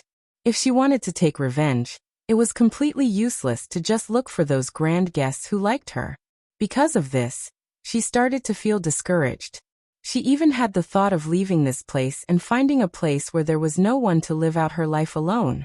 Suddenly, a group of mysterious people appeared and brought her to a completely unfamiliar place. Su Maner, who thought that she had been kidnapped, once thought of committing suicide to keep her chastity. The other party's leader suddenly said, "Do you want to die? Don't you want to take revenge for Su Cheng?" With just one sentence, Su Maner's will to die disappeared. Then, there was a deal to complete the mission and redress the Su family's name. Who is this person? Is it Ingzong? When Yang Chendong heard this, a cold glint flashed across his eyes. Anyone who wanted to take his life would have to be prepared to be killed by him instead. No. Out of Yang Chendong's expectations, Su Maner shook her head and denied his idea. With their current relationship, Su Maner naturally would not lie to Yang Chendong. Therefore, when she said no, the sixth young master, who believed that he could see through everything, was a little surprised. Then who could it be? Could it be that it has nothing to do with Ingzong? Yang Chendong still said with some disbelief. It was not that he did not believe Su Maner, but because he believed in his own judgment. There is some connection. At least Ingzong sent someone here before. I can see that he has taken a fancy to me and wants to take me in. But ever since that person came to talk to me, the emperor did not send anyone here. I don't know if this counts as a connection. Su Maner was very smart. From this action, she managed to deduce a clue related to Ingzong Zhuqizhen. And in that case there is indeed some connection. At least it proves that he should know about this matter. That's right, you haven't found him yet. Who is that person? I don't think his position is too low. Otherwise you wouldn't believe that he can redress your Su family's name. Yang Chendong nodded. He agreed with Su Maner's deduction, but he was very curious about the identity of the person who took the initiative to speak up. Without making Yang Chendong wait for long, Su Maner opened her cherry lips and said, "He is Menda." Menda? Commander of the Embroidered Uniform Guards. After Yang Chendong heard the name, he immediately said this person's official position. That's right. Su Maner was not surprised at all. Yang Chendong could be so highly regarded. If he even knew about Menda, she would feel that it was strange. Menda, commander of the Southern Ming Embroidered Uniform Guards. It was just a third-rank official position. And when this Embroidered Uniform Guards was mentioned, everyone's first reaction would probably be that they were arrogant and domineering. In reality, the Embroidered Uniform Guards did indeed have a lot of power. The Embroidered Uniform Guards wore tuxedos and had embroidered spring swords at their waists. A sentence like "Embroidered Uniform Guards are handling a case, pedestrians should give way," would probably scare many people. But how powerful was this arrogant commander of the Embroidered Uniform Guards? First of all, in terms of official position, the commander of the Embroidered Uniform Guards was only a third-rank official. His official position was not that high. However, the power of the commander of the Embroidered Uniform Guards was through the roof. It was said that Zhu Yuanzong was a pure peasant. Because his background was too lowly, he was always afraid that others would not accept him and want to rebel against him. Hence, he established the Embroidered Uniform Guards. The Embroidered Uniform Guards also became an extremely sharp sword in the hands of the emperor. The Embroidered Uniform Guards directly received orders from the emperor. Other than the emperor, they could disobey anyone else's orders.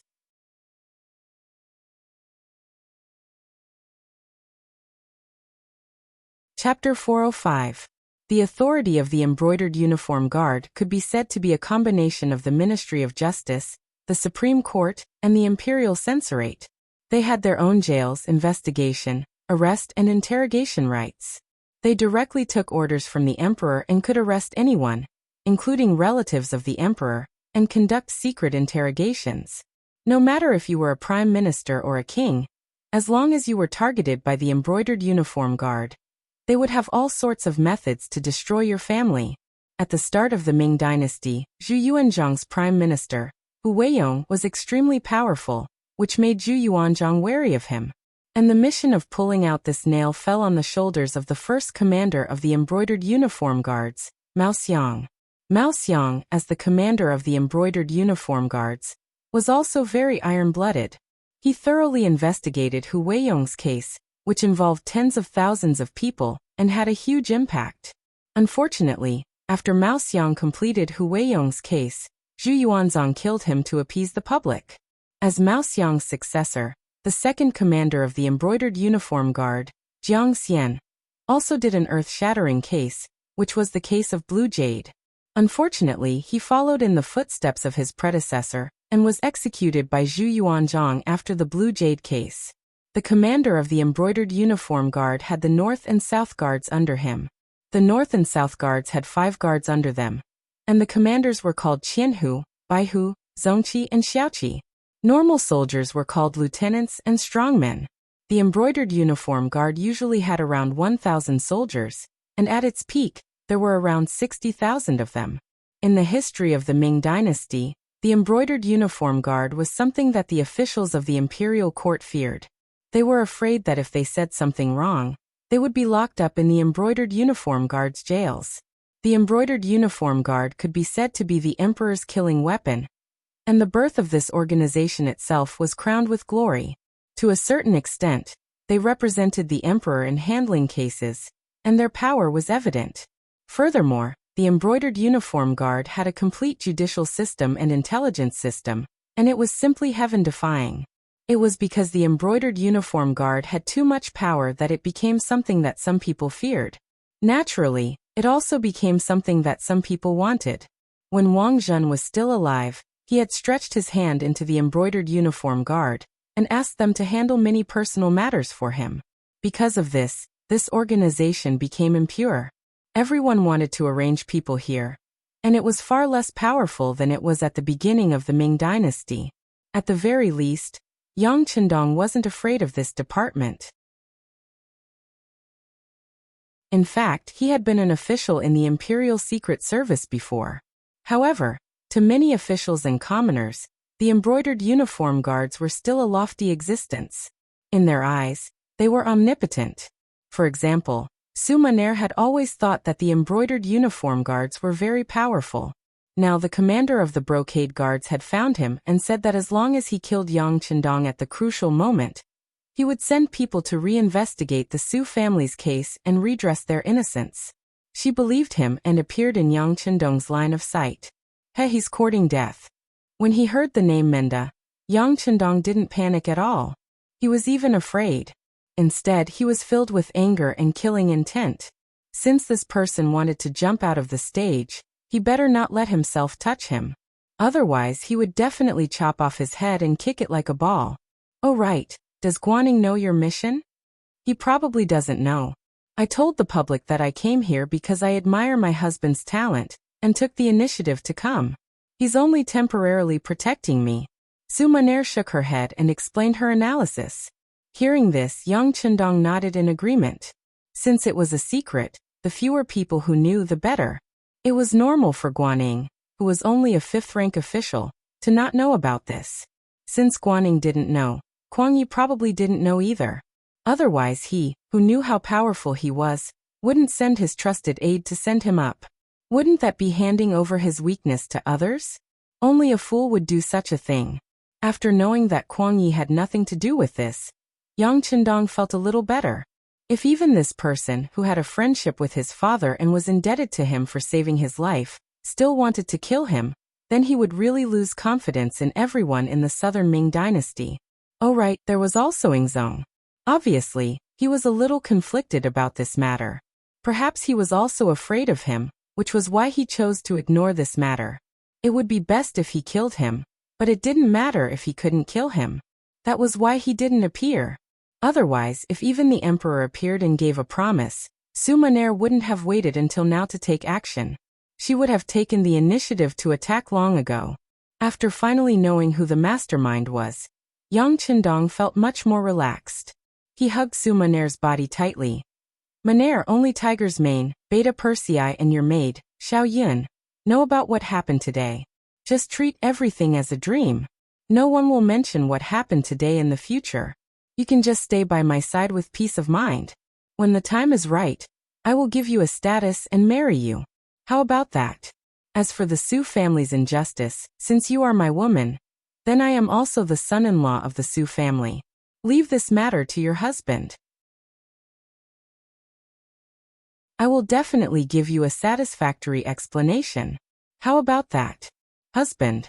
Sumaner started crying again. She was still moved to tears. This kind of thinking of her in all aspects melted Sumaner's heart.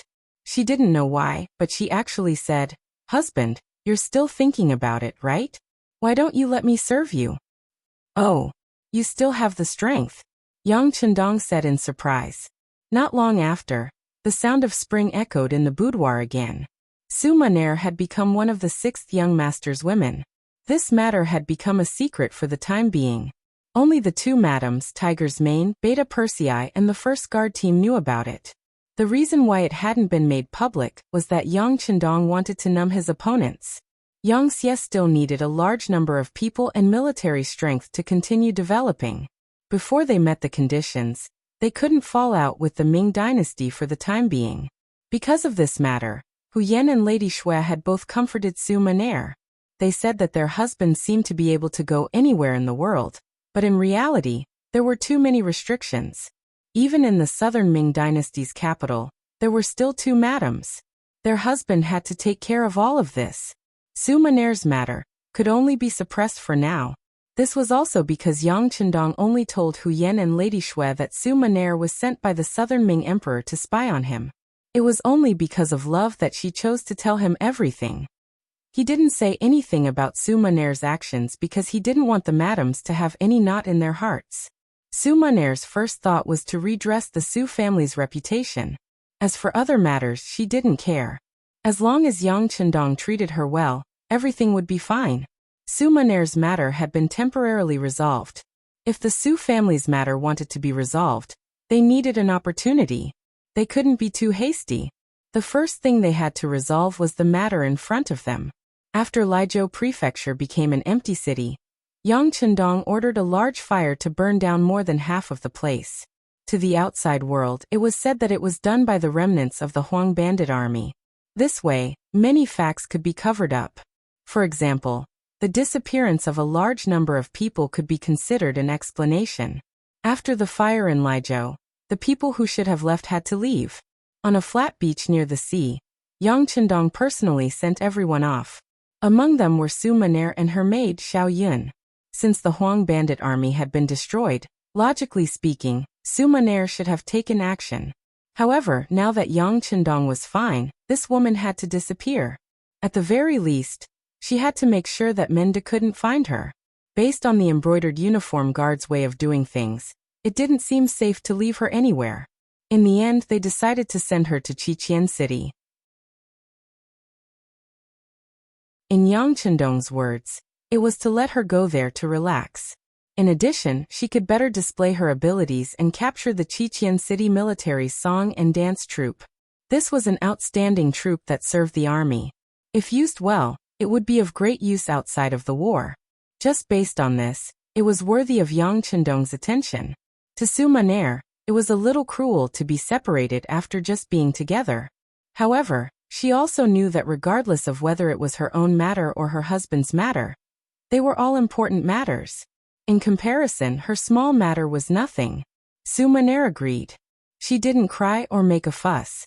She only gave Yang Qindong a long kiss in front of Hu Yan and Lady Shui.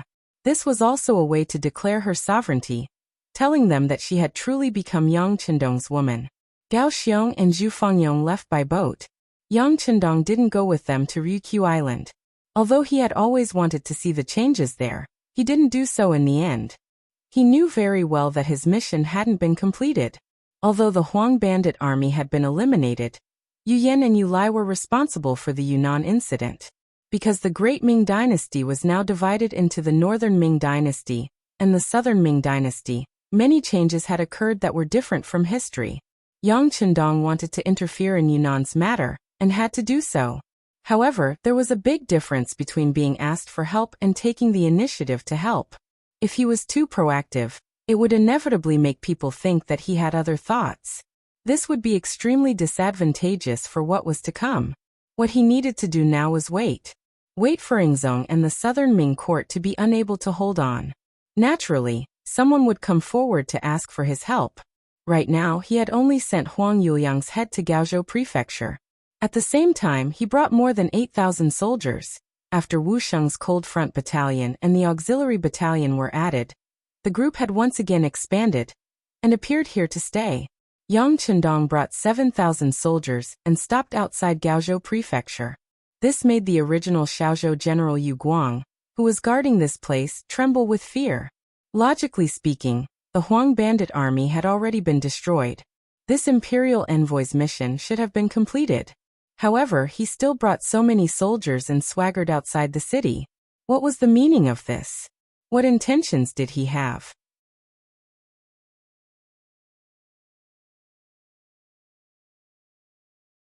Chapter 406.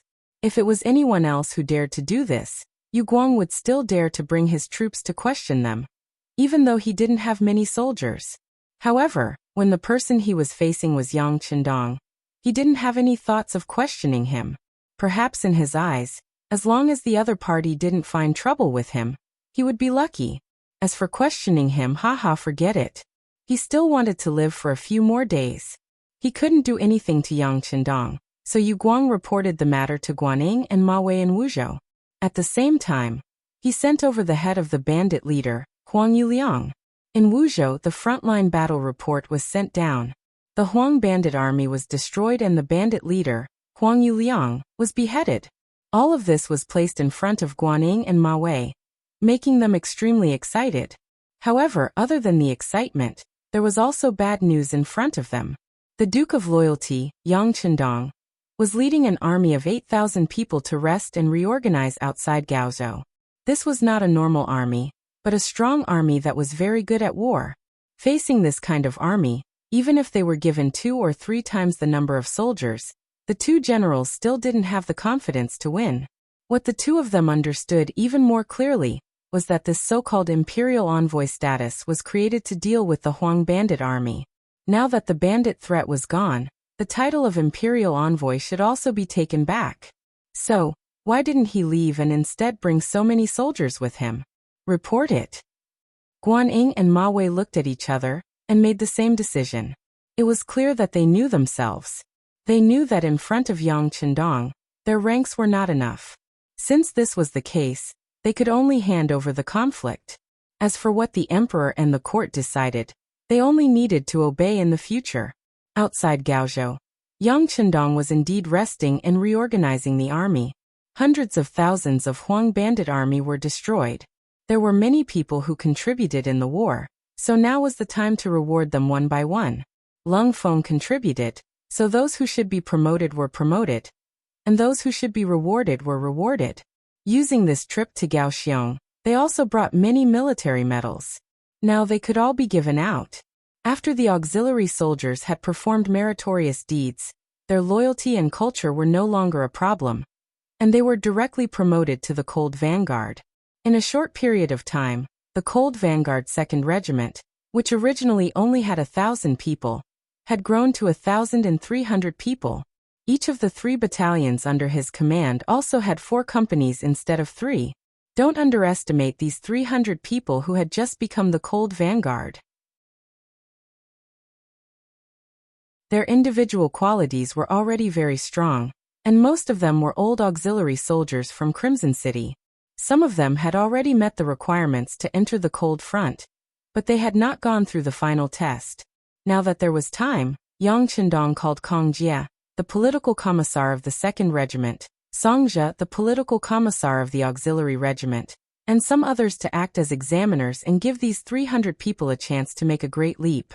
Temporary auxiliary soldiers, those who had made military contributions and had good personal military qualities, would naturally become official auxiliary soldiers. The auxiliary army also rose from the original 2,000 to 3,000. Lungfeng had 1,300 men and 3,000 auxiliary soldiers. The rest were the temporary auxiliary soldiers that had just joined the Yellow Bandits' army. They also had the largest number of people, reaching close to 4,000. More specifically, the 2nd Regiment of the Cold Vanguard had 3 battalions, each with 4 companies. Each company had 100 people, which was a total of 1,200 people. Adding on the 100 people directly under the regiment, there were a total of 1,200 people. The auxiliary army had 9 normal battalions, each with 3 companies and a company of 100 people, which was a total of 2,200 people. Adding on the 300 people directly under the regiment, there were a total of 3,000 people. The temporary auxiliary army had 10 battalions, each with 4 companies and a company of 100 people. There were a total of 40 companies, which was a total of 4,000 people. The initial 3,200 people had grown to over 8,000 people. Their overall strength had more than doubled. This was the growth rate of an army in a state of war. War was the best way for soldiers to advance, and at the same time, it was the best whetstone for an army that had been through hundreds of battles.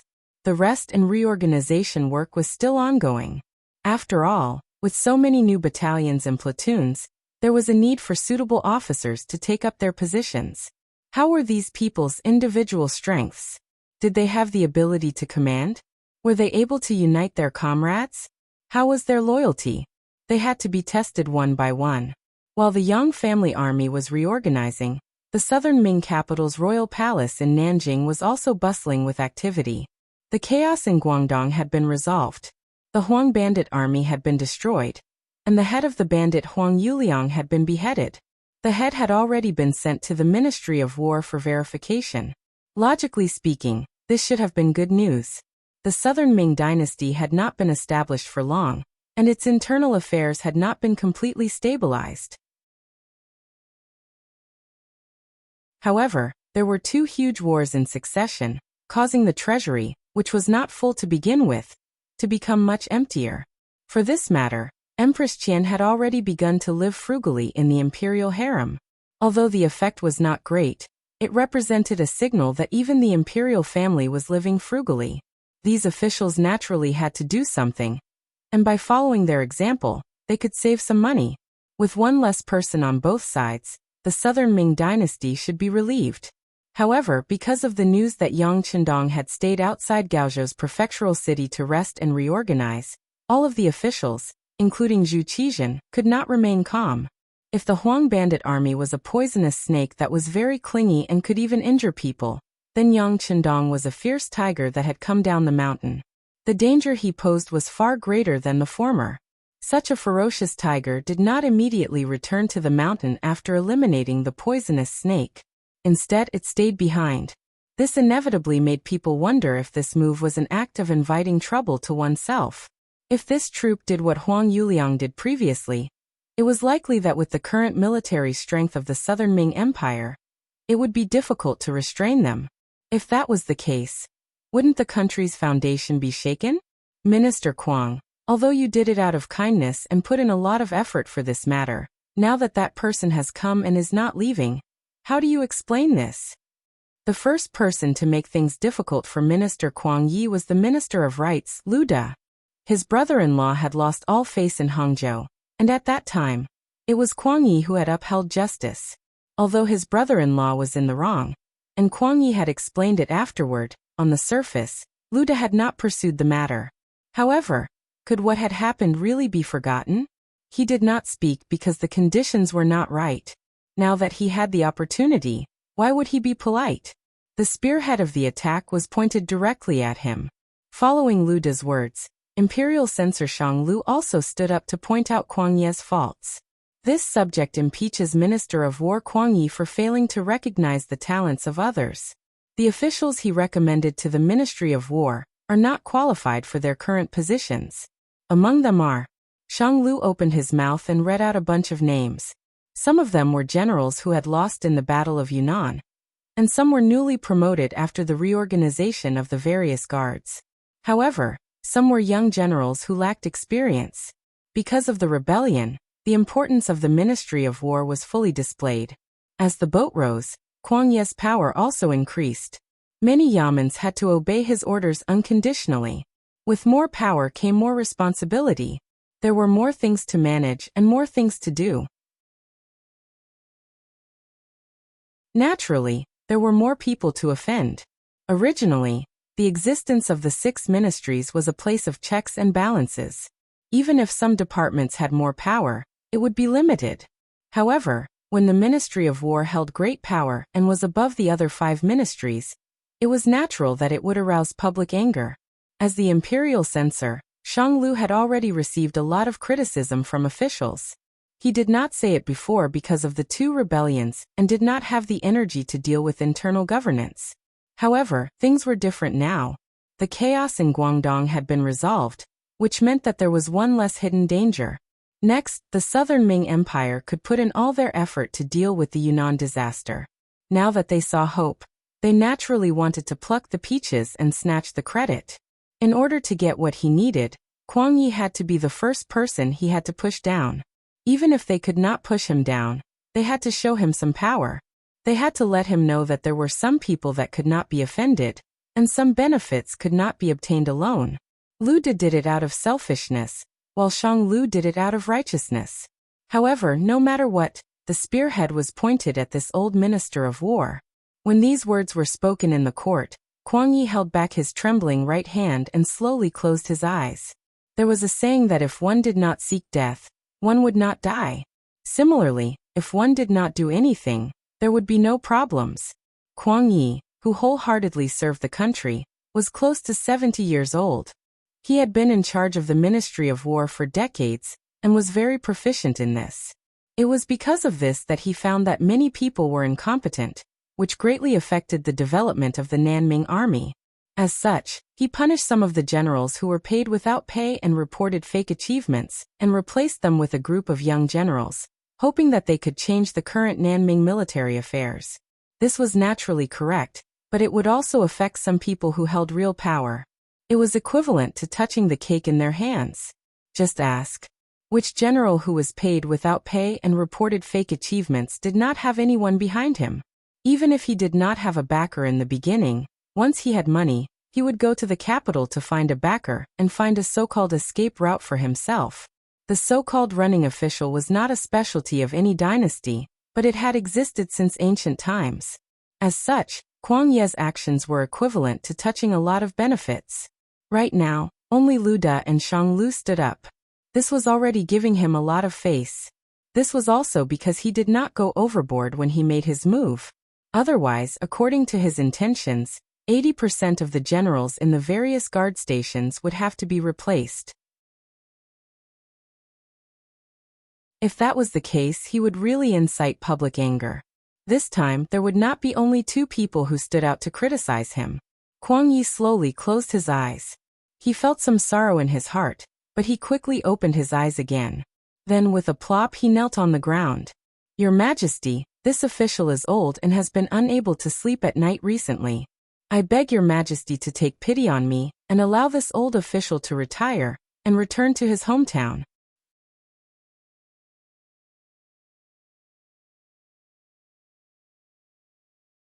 Chapter 407.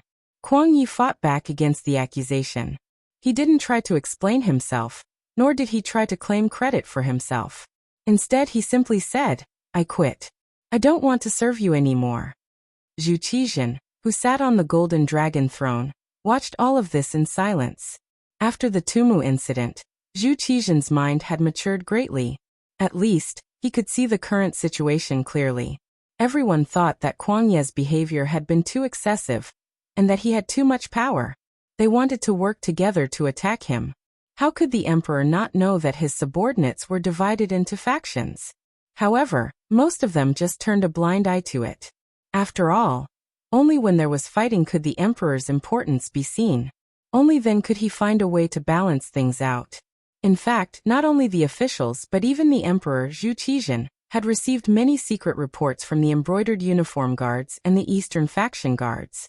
Most of the reports were about who the Minister of War had met, who he had taken down, and who he had recommended. Because war was imminent, there were times when things were urgent. Usually, Kuang Yi would do things first before submitting a memorial to the emperor to explain the whole story.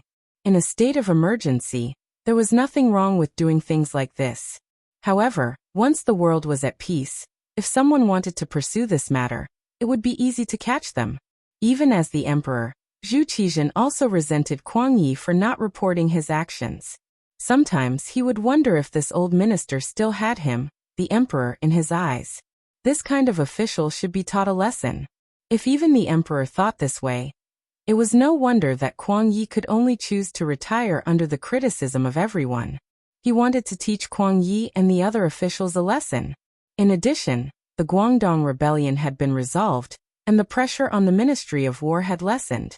Zhu Qizhan weighed the pros and cons in his mind and said, "Since Minister Kuang's health is not good, you should rest in the capital for a while. I will arrange for an imperial physician to treat you. As for the Ministry of War, I will leave it to the left assistant minister, Wang Ji, to handle." Unexpectedly, Zhu Qizhan agreed. He didn't make any excuses. When the other ministers saw this, some were happy, some were excited, and some were disappointed.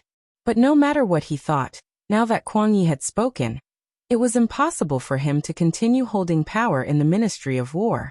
The only thing he could do was to kneel down and thank the emperor. Wang Ji, one of Kuang Yi's deputies, had also stepped forward to kneel and express his thanks. But in reality, the two of them had never shared the same thoughts and ideals. Even during the chaos in the south, this left assistant minister had always been a spectator, sometimes even playing some small tricks to make things difficult for this old minister, secretly stirring up trouble. This kind of person who failed to accomplish anything but was good at spoiling things often had a special characteristic, which was that he was especially good at uniting people. He was also very good at grasping the weaknesses of human nature. It was also because of this skill that he was often the roly-poly in the officialdom. He often took care of the interests and feelings of others when doing things, which also made him very popular. That was why he was able to secure the position of left assistant minister under Kuang Yi. Now that he had the chance, he really soared into the sky. With Kuang Yi recuperating and Wang Ji stepping out, the disputes in the court finally came to an end. Kuang Yi, with a lonely expression, left court early, leaving behind the other ministers to discuss the next step. Wang Ji had just taken office, so he naturally had to perform. He knelt on the ground, and in a few words, he found a solution to the matter ahead. "Emperor, in my humble opinion, the Yunnan matter can be solved through the art of travel." Wang Ji, who had already stood up, said confidently. "What is the art of traversing?" Zhu Qizhan asked with great interest as he sat high up in his seat. "In my opinion, we can first appease and reward them. Appease a land called Jiaoji. We can send envoys to contact them and recognize their position as the country's sovereign. We can use marriage to stabilize their hearts. When the time comes, as long as the Jiaoji forces retreat, the king of Minzhuang and the others will naturally be weakened, and we can defeat them in one battle. Reward them equally. We can send people to the manor of Marquis Shiping, and make him the king of Mu to pacify the chaos in Yunnan, and guard Yunnan for the southern Ming. With such a great favor, we don't have to worry about them not doing their best. As for the leader of the Miao tribe, Yang Wenba, we can make him the king of Miao, a hereditary title, and make them forever loyal to the southern Ming and the emperor. As for the Count of Loyalty, we can send people to order them to disband their army. Otherwise, we can order the nearby cities to not provide them with food. At the same time, we can invite the Count of Loyalty to come to the capital to receive his reward. Without a leader, without food, the army's morale will naturally slacken." He didn't say much, but once Wang Ji's words came out, everyone in the court was shocked and their expressions changed. Since the Great Ming was established, it had always followed the policy of not marrying, not paying tribute to the emperor, and guarding the country with the death of the emperor. Other than at the beginning of the Ming dynasty, there had never been a case of a different surname being made a king. However, Wang Ji's words completely overturned everything. Being made a king and marrying for peace were things that they didn't even dare to think about in the past. Now that it was announced by this person, how could the minister's expressions not change? Not only the officials, even Zhu Qizhen, who was seated high above, had a drastic change in expression. This was equivalent to changing the family rules of the ancestors. He naturally understood the importance of this. Wang Ji, who gave you the guts to say such words? Do you know your crime? Zhu Qizhen questioned loudly with a cold expression and a hint of anger in his voice. This official is terrified. Wang Ji could see that Zhu Qizhen was truly angry. He knelt on the ground with a plop, but his expression didn't change much. Instead he continued, Your Majesty, to achieve great things, one doesn't bother with trifles. Think about it, the king of Yu Gojian endured hardships to defeat the king of Wu, Fuchai, and become a powerful country in the late spring and autumn period. Since ancient times, people have only looked at the results of things. Not many people pay attention to the process. Your Majesty, the matter of Yunnan is becoming more and more serious. If we don't stop it, I'm afraid it will harm the foundation of our southern Ming. Wang Ji's words were harsh to the ear. It was as if everything he did was for the sake of justice. If the emperor didn't allow it, it would be as if the emperor was muddle-headed and incompetent. Wang Ji didn't fear the emperor's might. He continued to do things his own way. On the contrary, it made the ministers sigh with admiration at his loyalty. The Great Ming and the Song dynasty also had a rule of not killing scholar officials, or those who spoke out. This was the meaning of the saying, doctors can't be punished. Wang Ji's honest advice had happened in front of everyone's eyes. Even if Zhu Qizhen was furious, he couldn't punish Wang Ji in public. In his anger he could only loudly say, We are tired. After speaking, Zhu Qizhen turned and left. Chao Jixiang, who was waiting at the side, loudly shouted, Court dismissed, and announced the end of today's court session. The court session was dismissed, but the ministers still gathered in twos and threes as they left the palace. It could be seen that Wang Ji's words today had quite a big impact on these people. Not marrying for peace and not paying tribute were very impressive. However, as an official, they didn't get any practical benefits. This was only the emperor's glory.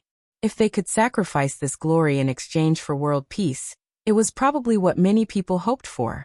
After all, there were very few people who could put the country before their country. Otherwise, there wouldn't be so many traitors in history. There were no secrets in the court session.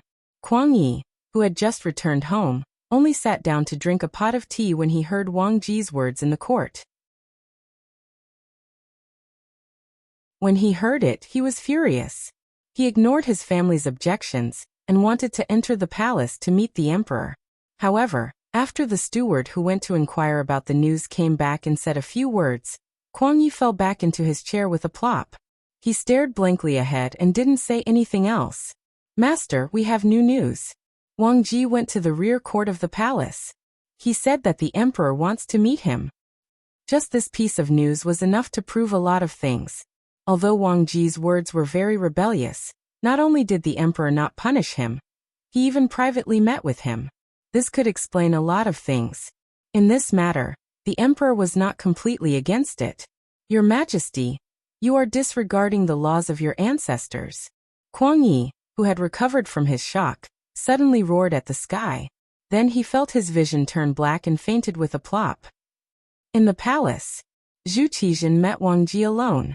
When only Zhu Qizhen, Wang Ji, and Chao Jixiang were in the side hall, Ying Zong suddenly roared with a furious expression. Are you trying to checkmate me? How many benefits did they give you?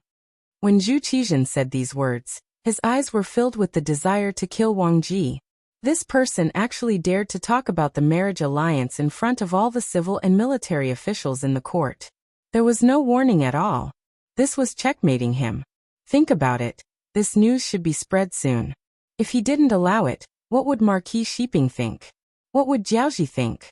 What would Yang Wenba think? He could only push them into the arms of King Minzhuang's faction without hesitation. If that was the case, with the current strength of the Southern Ming Empire, They had no chance of winning against these three factions. Even if they won this battle with the power of the entire nation, they would still suffer losses of 800 of their own to kill 1,000 of their enemies. At that time, if Baiming suddenly attacked them, what would they use to resist? In the end, it was all because of Yang Qindong. He changed the outcome of the Tumu Rebellion and divided the originally powerful Great Ming Empire into the north and south. Compared to pacifying the chaos in Yunnan, or even defeating Jiaoji and quelling the rebellion, Zhu Qizhen wanted to kill his way back to the capital in the north and reunite the Great Ming Empire. This was the great achievement he needed. It was because of this that he wouldn't do his best to pacify the chaos in Yunnan. Wang Ji, who saw this point, stood out and proposed such an idea.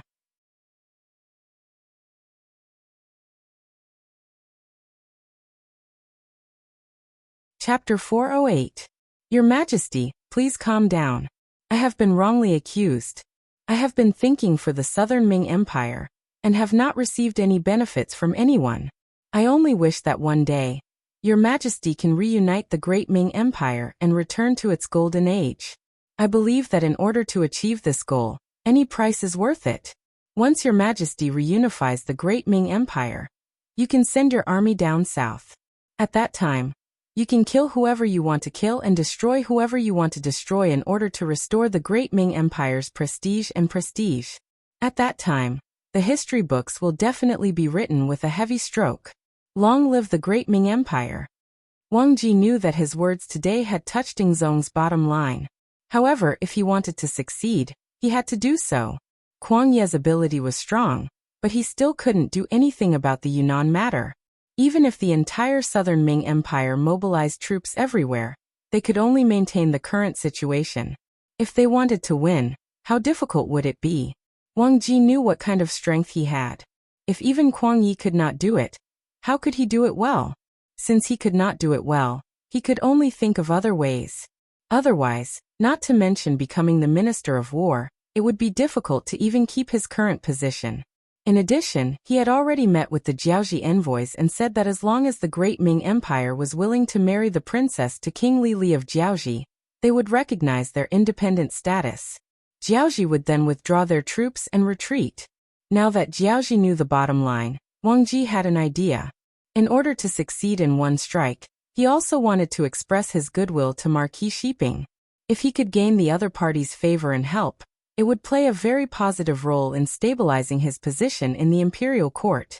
It was precisely because of his previous interactions and thoughts that he dared to say those seemingly rebellious words in the imperial court today.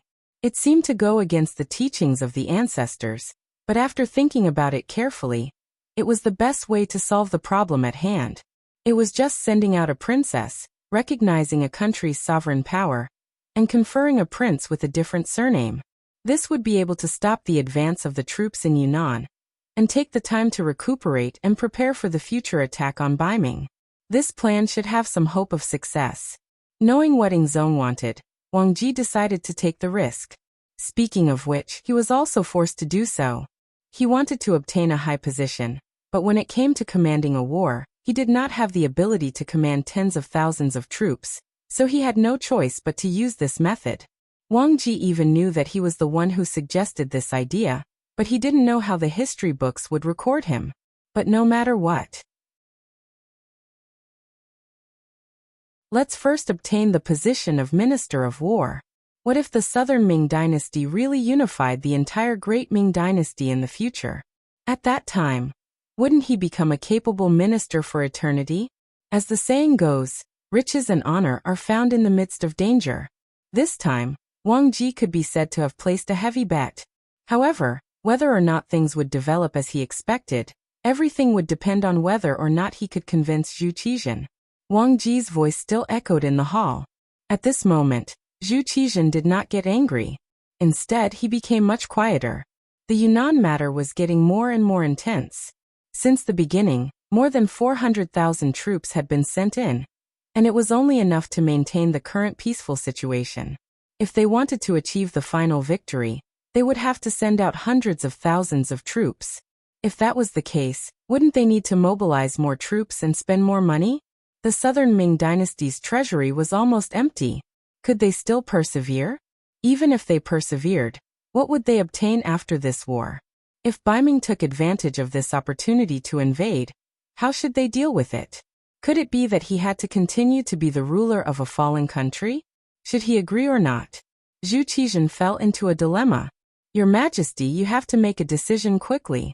The current southern Ming dynasty cannot endure. Seeing that Zhu Qizhen seemed to have fallen into a dilemma, Wang Ji, who saw hope, shouted bluntly. He had the appearance of a loyal official. Zai. Forget it. Since this is the case, I will leave this matter to Minister Wang and Minister Chao to handle together. I can agree to their conditions, but they must also guarantee that they will help us deal with King Minzhuang. I want to quickly pacify the chaos in Yunnan. Zhu Qizhen knew that if this continued, it would not be a good thing for the southern Ming dynasty. Thinking that there was no better way, he could only agree first. As for what would be recorded in the history books, as long as he recuperated and could truly unify the great Ming dynasty, what he did today would naturally become a wise move of enduring humiliation. Your Majesty is wise. Seeing that Zhu Qizhen really agreed, Wang Ji kowtowed 3 times to the ground. He knew that from this moment on his position should be stable. As long as the matter of Yunnan was resolved, his position as Minister of War would be set in stone. Zhu Qizhen actually agreed to the request of being bestowed the title of king and a marriage alliance. He threw the ancestral teachings to the side. Once the news came out, many officials were in an uproar. Many people had tears streaming down their faces, and their faces were filled with sorrow. They finally recognized the fact that the once powerful Great Ming dynasty no longer existed. The sudden appearance of being bestowed the title of king and the marriage alliance, as well as the matter of Wang Ji going to Yunnan from Jingdou, caused everyone to overlook Yang Qindong, who was still outside Gaozhou Prefecture. Zhu Qizhen only took back his authority as an imperial envoy, and then had Guaning and Ma Wei in Wuzhou Prefecture take care of this matter. Guaning and Ma Wei in Wuzhou Prefecture received the imperial edict. They also learned about some of the things that had happened in Nanjing and Jingdou through some channels. How is that possible? Although Minister Cheng is old, his body is still good. Now that the chaos in Guangdong has been resolved, it is time to focus on resolving the Yunnan matter. How can he be allowed to rest? Guaning, who received the news, had a face of disbelief, and his voice was filled with anger. Ma Wei stood to the side and watched all of this happen. However, he did not say anything. In terms of rank, Ma Wei was a level 3 official, far higher than Guaning, who was only a level 5 official. Previously, he respected Guaning because he was the trusted aide of Kuang Yi, the Minister of War. In addition, Guaning controlled the evaluation of low-level officials and could have a say in his career. However, now that Kuang Yi was forced to stay at home, this person's right to speak was obviously gone, and he could not be respected. This could be seen from the fact that the imperial edict did not reward Guaning after the chaos in Guangdong had been resolved. As Kuang Yi lost power, this person was probably going to be ignored. In the officialdom, there were many people who added flowers to brocade, but few people who helped in the snow. Even if it was for his own career, Ma Wei did not dare to get too close to Guaning. Otherwise, if Assistant Minister Wang Ji found out, who knew if he would make things difficult for him? Guaning stood there and talked to himself for a while until Ma Wei was getting impatient. He could not help but walk up and say, General Guan, the imperial edict says that we have to go outside Gaozhou Prefecture to resolve the problem of Count Zhongdan. I think we should do it sooner rather than later. Yes, the matter needs to be resolved as soon as possible. How about this? We will leave tomorrow. Guaning felt Ma Wei's attitude towards him. If it was not for the matter of Yang Qindong that had not been resolved, he would have already distanced himself from him. However, he himself also wanted to resolve this matter quickly, and then go to the capital to see his teacher Kuang Yi. On this point, the two had the same request. Very well, then I will go back and prepare. He was afraid that Guaning would not go with him. If that was the case, he would not have the confidence to face Yang Qindong alone. With Guaning, it would be fine. If the matter was successful, he would naturally have to take credit for it. If the matter was not successful, then he could just push all the blame onto him. This was the result that Wang Ji wanted to see. How could Guanning not see Ma Wei's change of heart and thoughts? To be able to become the person that Kuang Yi valued and nurtured, how could he not have some ability? He was also scheming against Ma Wei. These two people who were not of the same mind worked together to complete a task, causing the matter itself to be filled with complexity and uncertainty. Not to mention, the person they were facing this time was Yang Chendong. This person was extremely outstanding in all aspects. Before the matter even started, it was already destined that they would not be able to gain any benefits. The matter that happened in the capital was quickly transmitted to Yang Chendong through the Security Bureau. In the largest military tent outside of Gaozhou Prefecture, the first thing Yang Chendong did after receiving the news was to arrange for his subordinates to buy food. In the process of eliminating the Huang bandits, almost all the spoils of war were obtained by Lung Feng. The total amount was close to 10 million taels of silver. With this amount of money, it was more than enough to buy some vegetables and meat from the surrounding big families. Furthermore, the Chang clan and a few other merchants from the south who were cooperating with the Heavens Beyond Trading Company would also send food over. With these, it would not be a problem to feed the 8,000 people.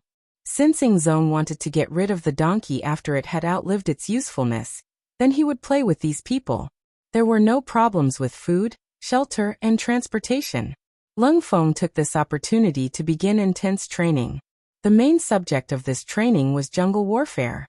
Because of this, the few barren mountains below Gaozhou Prefecture became a restricted area.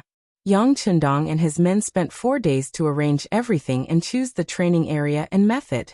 At this time, Guanning and Ma Wei had already arrived at Gaozhou Prefecture. The two of them brought about 100 personal guards. When they appeared, they did not immediately visit Yang Chendong. Instead, they first went to Gaozhou Prefecture and found the Shao Prefecture General Yu Guang, who was temporarily in charge of the matters here. When the two of them arrived, they did not immediately visit him. This already showed their attitude. Perhaps they wanted to use this method to tell Yang Chendong that he was no longer an imperial envoy. When he did things, he had to have some sense of propriety. Don't fall out with them, it wouldn't look good for anyone.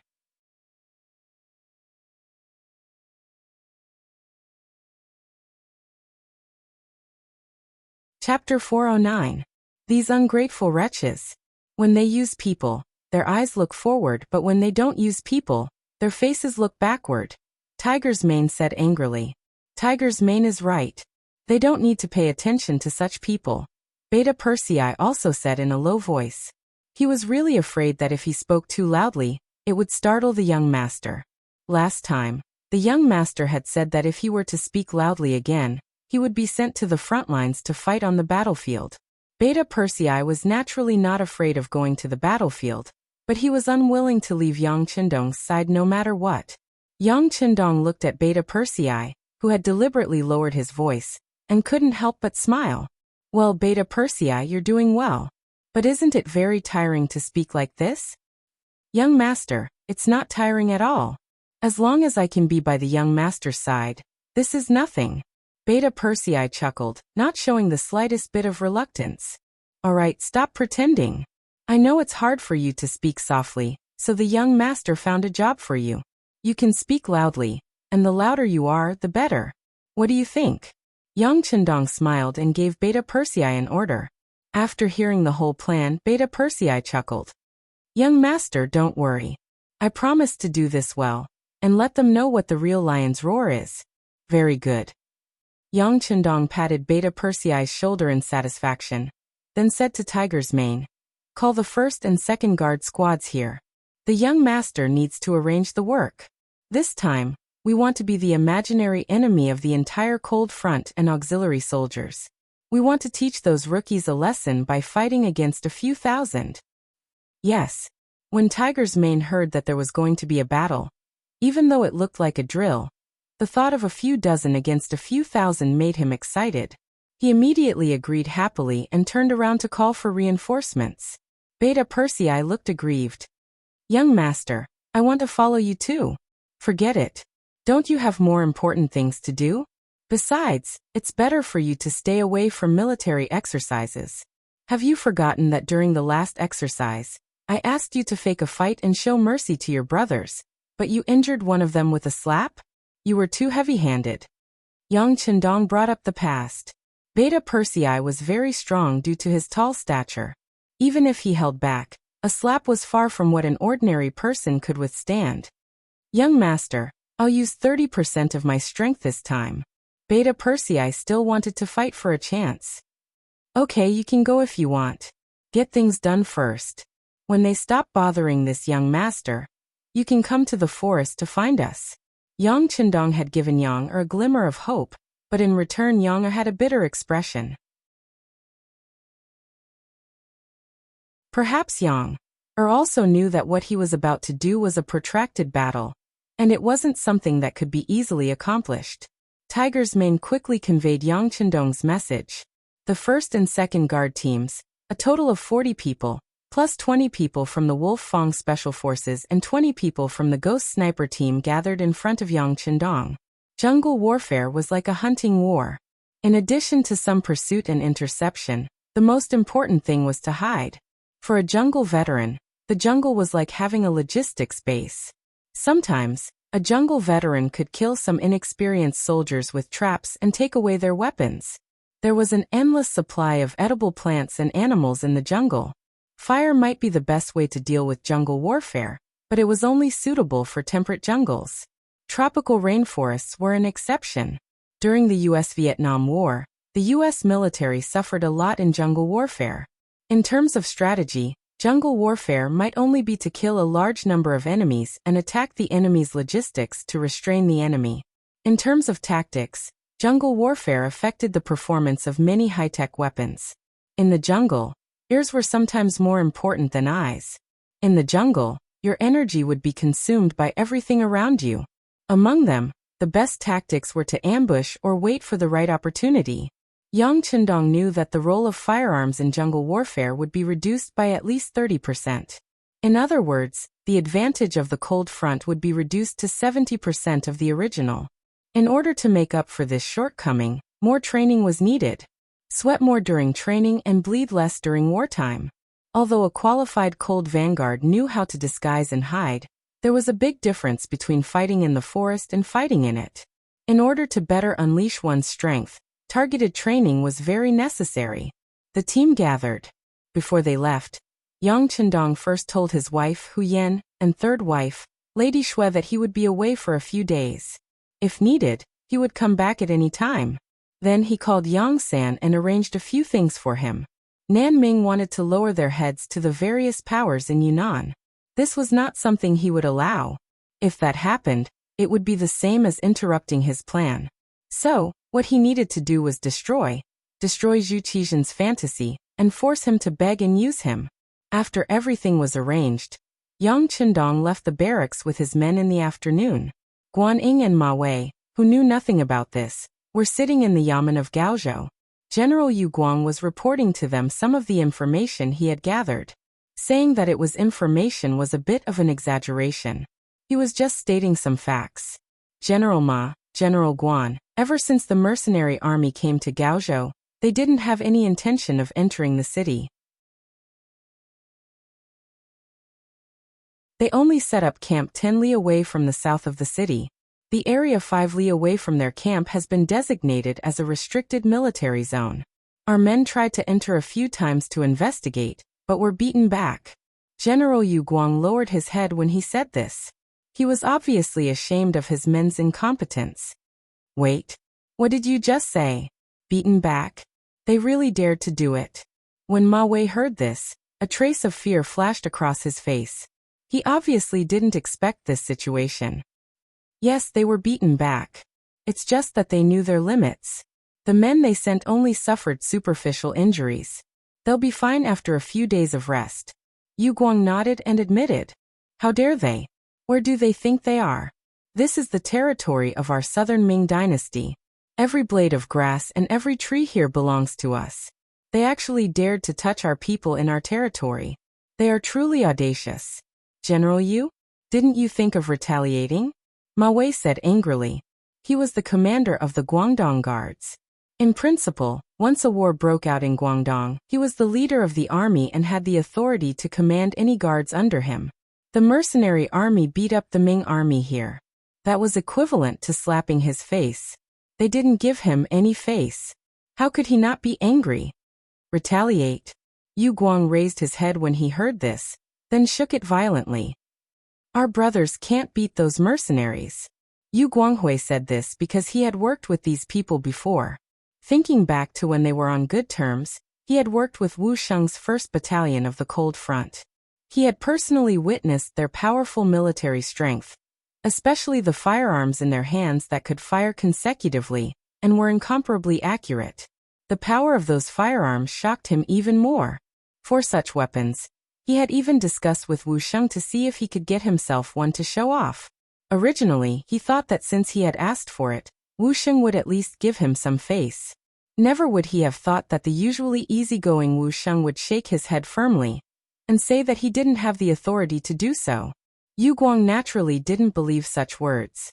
How could a general not have the authority to give a weapon to a friend? He thought that this must be a lie and was very unhappy about it for a while. It was because he had enough understanding of those firearms that Yu Guang was very clear that with his strength, he was definitely not a match for the mercenaries. It was better to not fight this battle to avoid humiliating himself. Yu Guang bluntly said that they couldn't beat the mercenaries. When Ma Wei heard these words, his face alternated between red and white, but he really didn't know what to say because he also thought the same in his heart. After holding it in for a long time, he finally spat out a sentence. But we can't let them hurt our people for nothing. They have to give us an explanation. They did. They said that the area within a 5-mile radius of the military camp is a restricted military zone. As long as we're outside this zone, they won't care what we do. Yu Guang told the mercenaries the answer they gave him.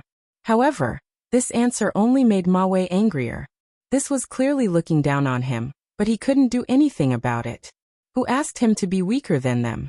If they really fought, then the one who would lose face and suffer losses would only be him. Ma Wei was so depressed that he didn't know what to do. His expression was extremely ugly. His gaze involuntarily fell on Guaning, who was beside him. In his heart, this person still had some ideas when faced with trouble. However, when facing the mercenaries, how many people could come up with a better idea? Unless the Southern Ming Empire was willing to put in a lot of effort, it was only an army of 8,000 people. If they could gather tens or even hundreds of thousands of people, they could use up all of these 8,000 people. However, right now they didn't even have enough military strength to deal with the Yunnan matter. Where would they find the strength to deal with Yang Chendong? Noticing that Ma Wei and Yu Guang were both looking at him, Guaning shook his head and said, "Let's wait until tomorrow. When we see that Yang Chendong, we'll tell him about these things and see how he responds. His 2 wives are still by Ming. I don't believe he would dare to risk universal condemnation and start a rebellion." "That's right. Tomorrow we'll go ask this Count of Loyalty and see how he answers us." Guaning nodded. At this time, he didn't notice that there was already a problem with his attitude. It was fine if he didn't call him Imperial Envoy, but he didn't even call him Duke of Loyalty. Instead, he still called him Count of Loyalty that Ingzong had given him. Could it be that he forgot that he had asked him to help him deal with the Huang bandit army?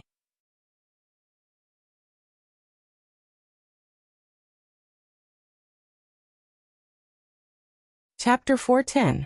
This was the weakness of human nature. Oftentimes, people would only remember how good they were to others. Oftentimes, the good that others had done to them would be thrown out of their minds. The night passed quickly, and some things happened that outsiders didn't know about. For example, Yang Chendong led less than 100 of the best, and made preparations in the nearby forest. At dawn, Commander Wu Sheng of the Cold Front Battalion led 400 men, 1 auxiliary battalion, and 2 temporary auxiliary battalions towards the mountains. Their goal was to find the 6th young master there, and surround him to complete the assessment. Guaning, Ma Wei, and General Yu Guang, who were oblivious to all of this, took their 200 personal guards and headed towards the mercenary camp after eating breakfast early in the morning. As if they were already aware of their arrival, no one stopped them on the way. When they arrived at the camp, the tall Beta Persei appeared. "What are you doing here? Are you here to see our young master's ugliness?" Beta Persei stood in front of Guanyin and the others, and then spoke in a voice that was close to a roar. This sudden shout caused the three generals who were still riding on their horses to tremble violently. At this moment, not only did they feel their eardrums ringing, even the horses they were riding on were completely shocked at this moment. They kept kicking their hind legs, causing the three generals to almost fall off their horses. With great difficulty, Ma Wei forcefully restrained the horse. With a stern face he said to young heir, "What are you doing? Why are you speaking so loudly?" "How am I speaking loudly? This is how I speak. If you don't want to listen, then please leave. I don't think anyone invited you here." His voice was raised by an octave. After another round of provocation, the warhorse finally couldn't hold back and began to jump. Because of a moment of carelessness, General Yu Guang was thrown off the horse. Guanyin and Ma Wei saw that the situation wasn't good. They hurriedly jumped off their horses and didn't follow behind. Ma Wei reached out and helped General Yu Guang up from the ground. He angrily pointed at Beta Persei and wanted to say something. However, Guanyin stopped his actions and said in a respectful tone, "You're the young brothers, right? You just said that we're here to see your young master make a fool of himself. What's going on? What happened to Count Zhongdan?" "My family's young master has been sick for several days. His body is very weak and his face is very pale. Didn't you come to see the young master now, because you want to see the young master's ugly state? Let me tell you, that's impossible. My young master is wise and mighty. He won't let you see his bad side. Also, my family's young master is the Duke of Zhongdan, not the Count of Zhongdan as you said. If you still call him that, it's disrespectful to the young master. If that's the case, don't blame me for being rude to you." As soon as young heir finished his roar, a row of cold front soldiers began to move towards them. Further away, there were more cold warriors glaring at them. It seemed that as long as Beta Persei casually shouted, these people would immediately attack and teach them how to behave. The shouting was soul-stirring, and the situation was so unforgiving. Guanyin, Ma Wei and the others, who were completely suppressed, knew that it was impossible to see Yang Chendong today and denounce him. They were not prepared. They thought that with their status, Yang Chendong would not dare to do anything openly. But now they couldn't even see the person in question. Even if they had reason, it was useless. A wise man knows better than to fight when the odds are against him. Guanyin asked, "Brother Beta Persei, when will your family's young master recover?" "Don't ask me about this. I'm not a doctor. Why don't you come back in a few days? Maybe when the young master recovers, he can see you." Beta Persei saw that Guanyin was being polite, so he also said politely, but his voice was still as loud as before. When Guanyin and the others heard it, they couldn't help but frown. They couldn't force their way in, and they couldn't see the person, so there was no use in staying here. With no other choice, Guanyin and Ma Wei looked at each other and decided to leave first. After a few days, when Yang Chendong's body was better, they would come back to visit. Guanyin, Ma Wei and the others were about to leave. Lung Feng didn't make things difficult for them, but only watched them leave. Not long after, as soon as the three of them entered the city gates of Gaozhou, a trusted soldier came to report that the embroidered uniform guard had arrived. The embroidered uniform guard had arrived. The one who came was Commander Wei Guang, a fourth-rank official. This fourth-rank official was extremely high. Even in front of Ma Wei, who was a third-rank official, it was still slightly higher. The four of them met in a secret room in the back courtyard of the magistrate's office. It could be seen that the matter they were talking about was extremely confidential, and not to be known to outsiders. As soon as the four of them met, Wei Guang found the main seat and sat down. Guanyin was a little unhappy about this, but even Ma Wei, who was of a higher rank than him, didn't say anything, so he simply kept his mouth shut. He wanted to hear what this high-ranking official of the embroidered uniform guard had to say. "Have you seen Yang Chendong?" After the four of them sat down, Wei Guang asked first. "No." The one who answered him was General Yu Guang. He probably knew that his position wasn't very high, and was only a general of a magistrate. At this time, it was most appropriate for him to answer Wei Guang's question. His servant said that he was sick. Sick? After hearing this, Wei Guang's eyes couldn't help but light up, as if he had thought of something. He said that he was sick, and said that he was very miserable, as if he couldn't even get out of bed. But from this general's point of view, this seems to be half-hearted. At this time Ma Wei opened his mouth, his face full of displeasure. Obviously, he felt that today's trip was somewhat embarrassing. Unexpectedly, after he finished speaking, Wei Guang, who was sitting there, actually nodded his head lightly. Perhaps his illness is true. But it shouldn't be illness, and it could be poison. Poison. Suddenly hearing this, Ma Wei, Guaning, and Yu Guang's eyes couldn't help but light up, then darken. Obviously, they thought of a certain possibility.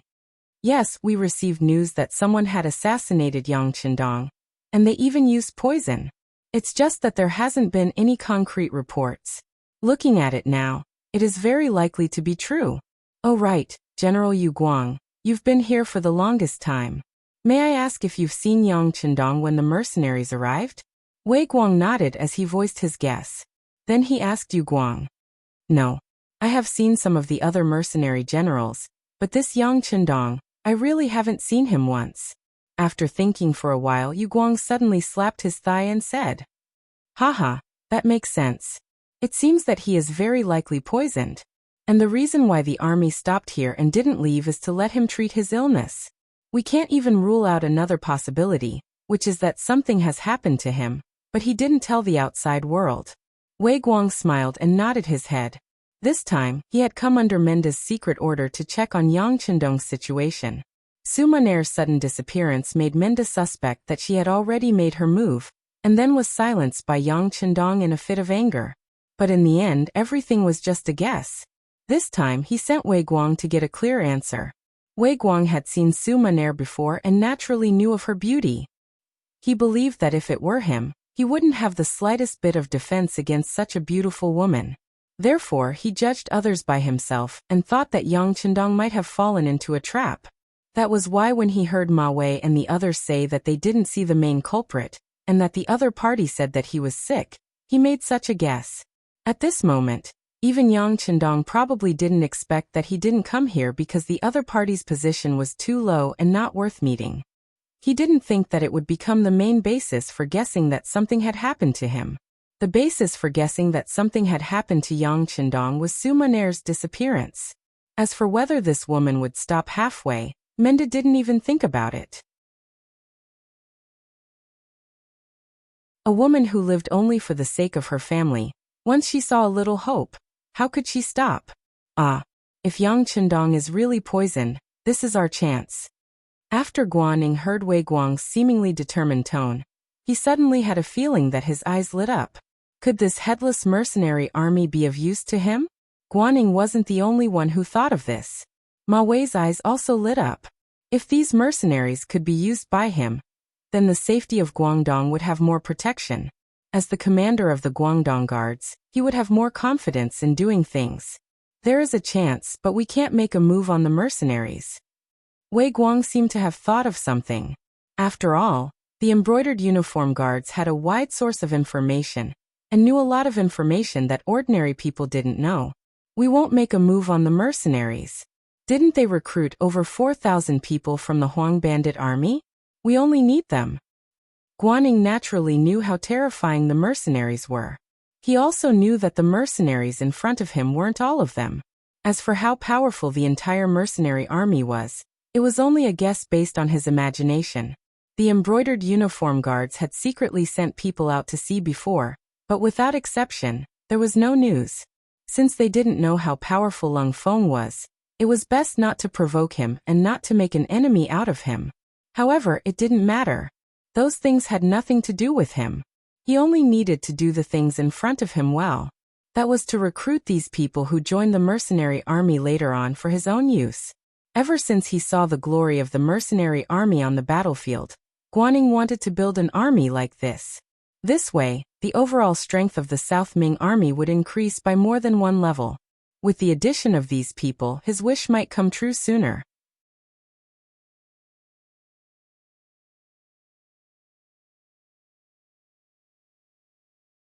Chapter 411. That's right, we are only after those 4,000 people. Ma Wei said in the same tone. Then he and Guanning looked at each other.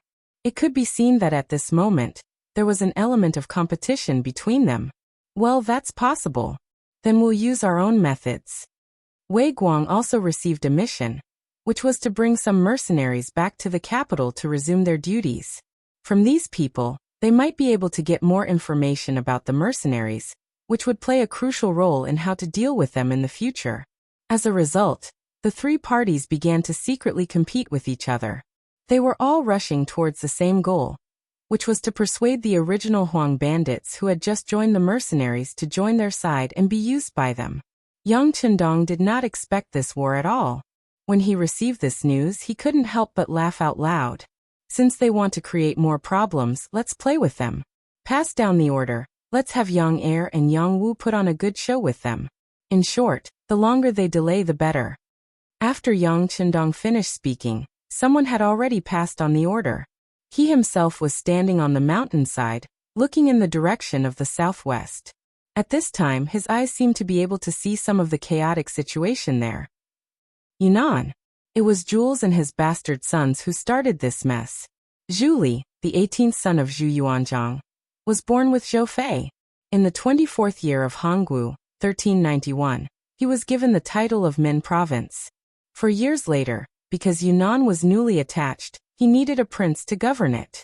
In the first year of Jiangwen, the Marquis of Shiping Mucheng accused the Min king of misconduct, and the Jiangwen emperor demoted him to a commoner. After Zhu Di's death, Zhu Li's title was restored. This Min king Zhu Li was not a good person. Since he was restored to the throne, he acted recklessly, indulged in the old customs, took the seals of various departments, and killed officials. After Zhu Di found out, he took away his vassal king's seal, and then cut off his guards. Later, perhaps because Zhu Di cared for his younger brother, he returned the seal to him. After Ming Renzong ascended the throne, he moved Zhu Yi to Huguang Wugong and lived there. A long time later, a mansion was built for him. At that time, he was almost 50 years old. Zhu Yi was very bad, and so were his sons. Especially the son of a concubine, Prince of Guangdong Zhu Huili and Prince of Yangzhong Zhu Huili. In order to compete for the property of the Prince of Min's mansion, they had already quarreled with their elder brother, Prince of Jinan Zhu Huili. The reason was that Zhu Huiliang and Zhu Huiliang's mother, Su, didn't have a high status.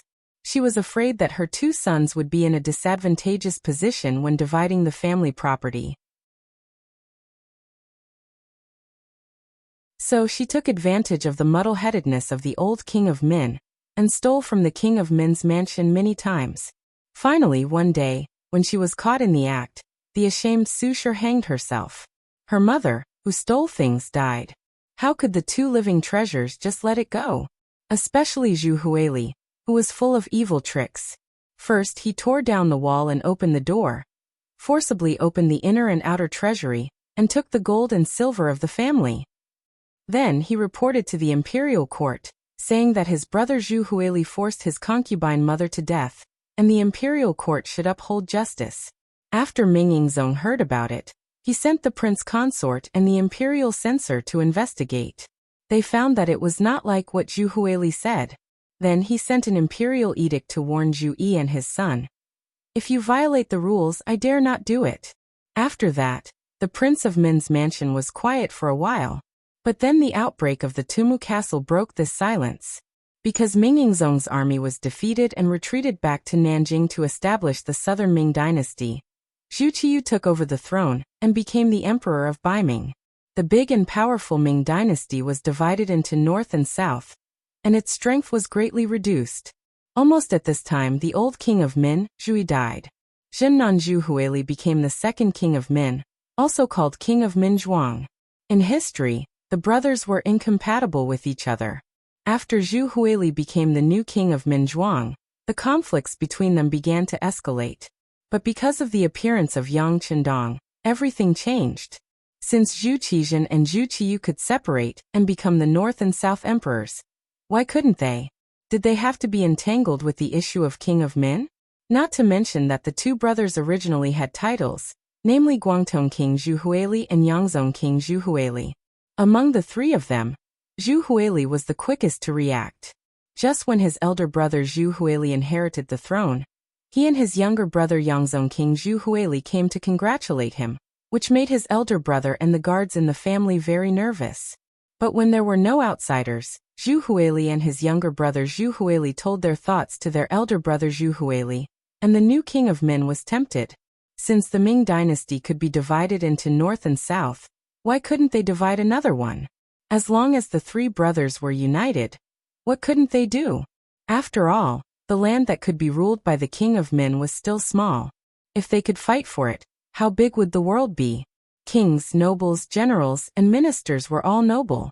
Not to mention that the blood of the Zhu family originally flowed in their bodies, which was the bloodline of the royal family.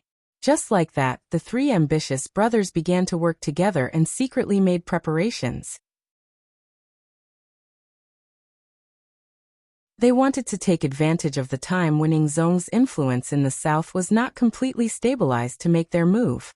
When the ancient people started a rebellion, they needed a reason. For example, Liu Bang, the ancestor of the Han dynasty, killed the White Snake and Emperor Xian. There was a servant in Guangdong King Zhu Huili's house called Duan Yuhong. His father, Duan Hongshan, was a person who knew magic. He was recommended to come here and introduced to Yu Li Bin, who was good at physiognomy. After planning, Yu Li Bin appeared as a guest at a large banquet held by King of Min. When he saw the new king of Min Zhuang, Zhu Huili, he said with a shocked look, "The king's physiognomy is really rare in the world. As long as you have the heart to fight for it, you can succeed. The time should be last year. It can't be later than May or June this year. You can directly send troops to the east to Nanjing, and you can ascend the throne." When Yu Li Bin was talking, outside the hall, some guards holding swords walked in and stood on both sides. They looked like they were ready to fight, forcing the guests to make a statement. Two brothers, Guangdong King Zhu Huili and Yangzhong King Zhu Huili, took the lead and bowed, saying that they would support their elder brother. This made the other guests have no choice but to make a statement. One by one, they knelt down and shouted. Since the Ming dynasty's Yongle and Xuande feudal lords removed the feudal lords only had a few guards. How could they have a large army? However, this was not a problem for the three brothers. They asked people to use gold to make a treasure of the king, silver ornament Lingwu marquee, Qingwu marquee seal 2, changed to Yuan Xuanwu. They also imitated the emperor's method and made many imperial edicts. Then they asked their subordinates, Duan Yuhong, Ming Neng, Chen Tianzai, and the others, to use the seal coins and other things. Confer the title of Lingwu Marquis to Yang Wenba, the title of Lingwu Marquis to Tianzhai Miao Jinlong, and the title of Qingwu Marquis to Qingwu Marquis. At the same time, they sent people to contact the old king of Jiaoji, Li Li, and promised them great benefits. In history, Yang Wenba and the others were very clear-headed. When they saw the so-called imperial edicts from the Guangdong brothers, they did not take it seriously, let alone send troops for them. However, in this life, the Ming dynasty was divided into north and south. The power and strength of the imperial court were greatly reduced. In addition, this time the three brothers worked together. Yang Wenba also had the idea to collude with them. The three brothers of the Min king had the support of several Miao leaders internally, and the support of Jiaoji externally. When the general situation was formed, Yunnan was in chaos. When Yunnan was in chaos, the Mu family, as the biggest warlord, and also the one who had lived here for generations, became the only obstacle to the success of the Min king. It was still the same sentence. When the north and south were clearly separated, the Mu family was not even clear about who they should be loyal to. How could they rashly send troops to quell the chaos? Because of this delay, the Min king's forces grew stronger and stronger. In the end, even the Mu family could not eliminate them in a short period of time. At this time, the news spread to the southern Ming capital, Nanjing. Then, there was the matter of Yingzong sending troops to quell the chaos.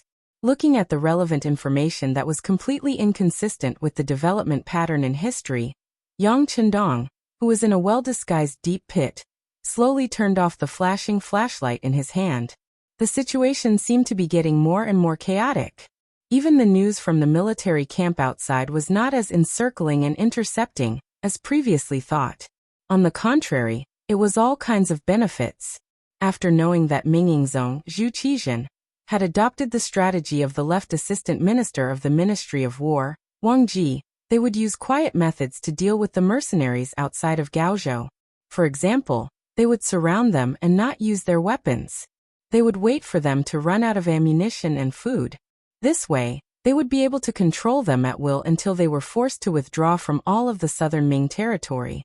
In order to deal with such a situation, Yang Chendong had made preparations in advance. Not only did he send people out to purchase provisions, he also mobilized the Chong family and a few other large merchants in the south. The merchant families were all here to provide support when one side was in trouble.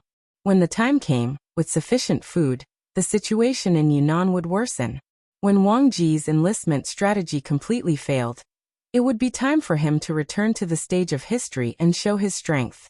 But who would have thought that the other party would actually believe him when he casually found an excuse of being sick? They even began to openly incite the excitement of defecting.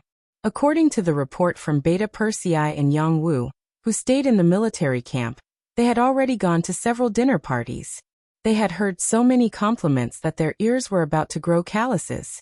Just enjoy the food and drink. Don't forget your true identity.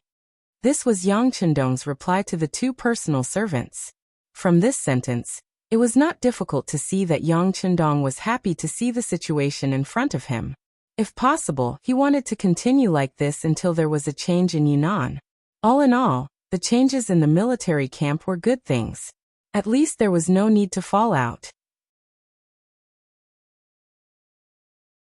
As for whether the other party could really tempt Beta Persei and Yang Wu to defect, Yang Chendong was not worried at all.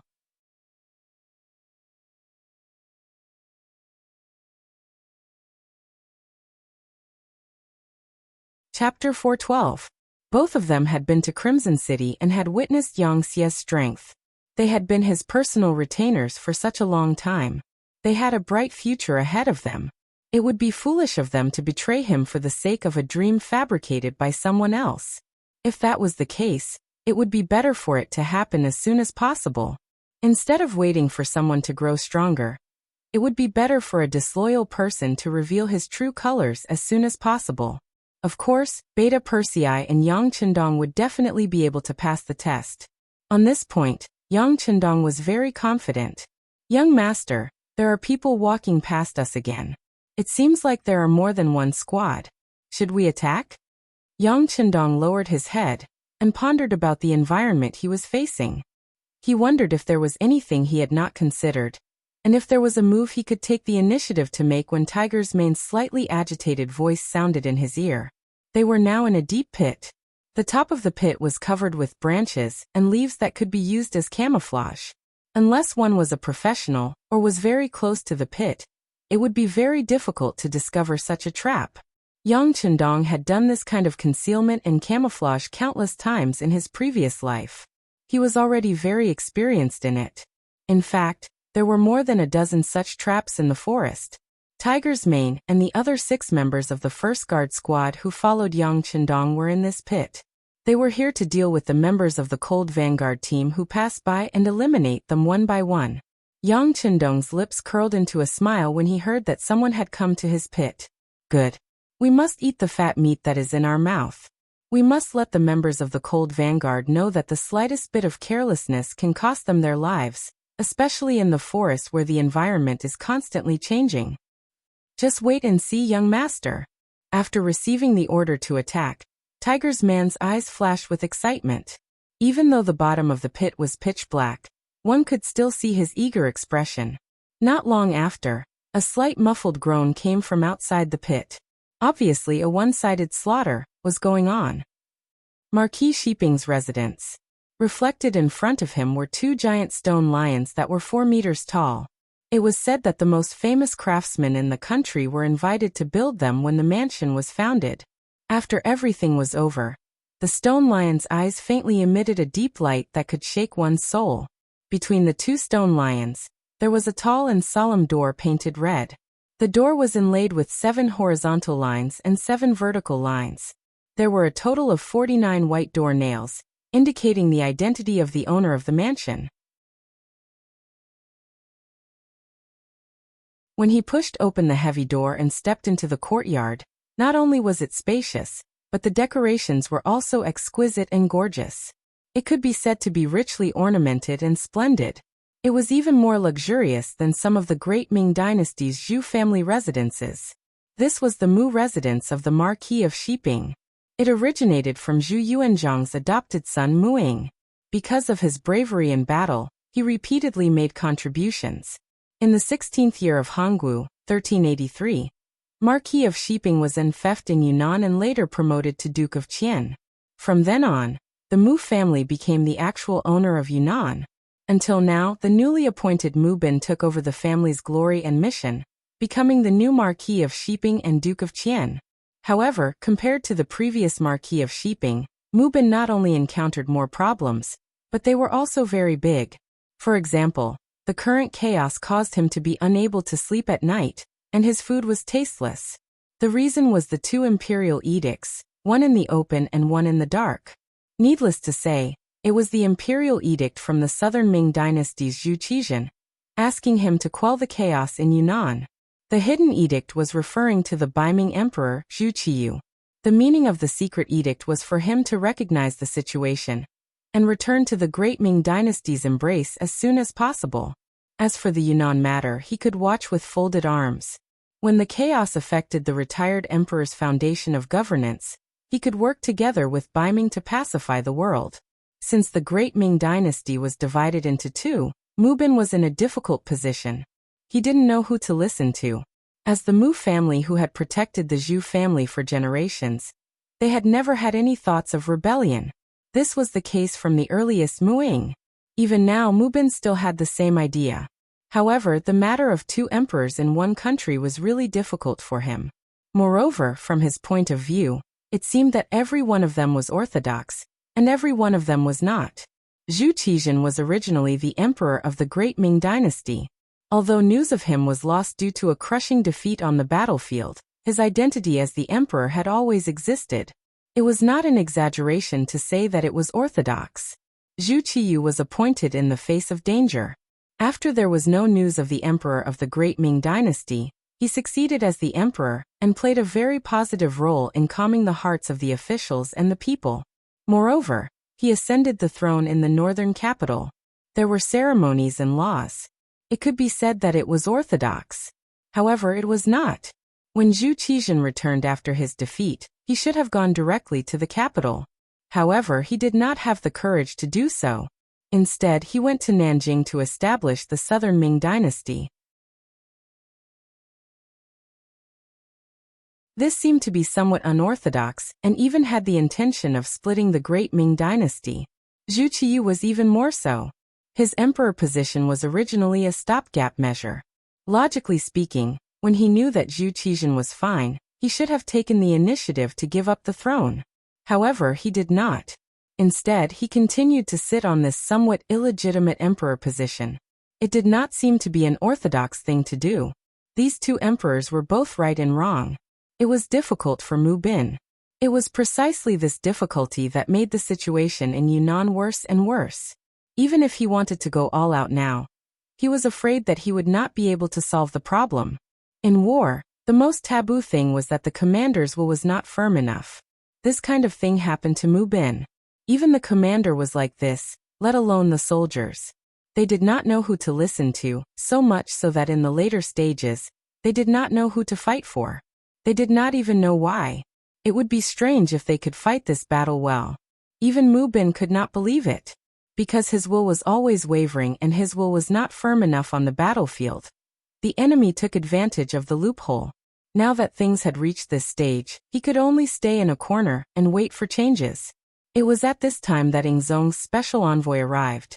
It was Wang Ji, the left assistant minister who acted as the minister of war. According to his suggestion to Ingzong, he was now splitting his troops into 3 ways to solve the problem. The first way was to form a marriage alliance with Jiaoji. The second way was for the Mu clan to be crowned as king. The third way was to bribe the Miao clan army with a large sum of money. The first way was long, and the third way was full of danger. In the end, Wang Ji himself chose the safe and dignified second way, which was to come to the Mu clan and act as a lobbyist. In exchange for Mu Bin's position as king, the Mu clan would send troops to quell the chaos in Yunnan.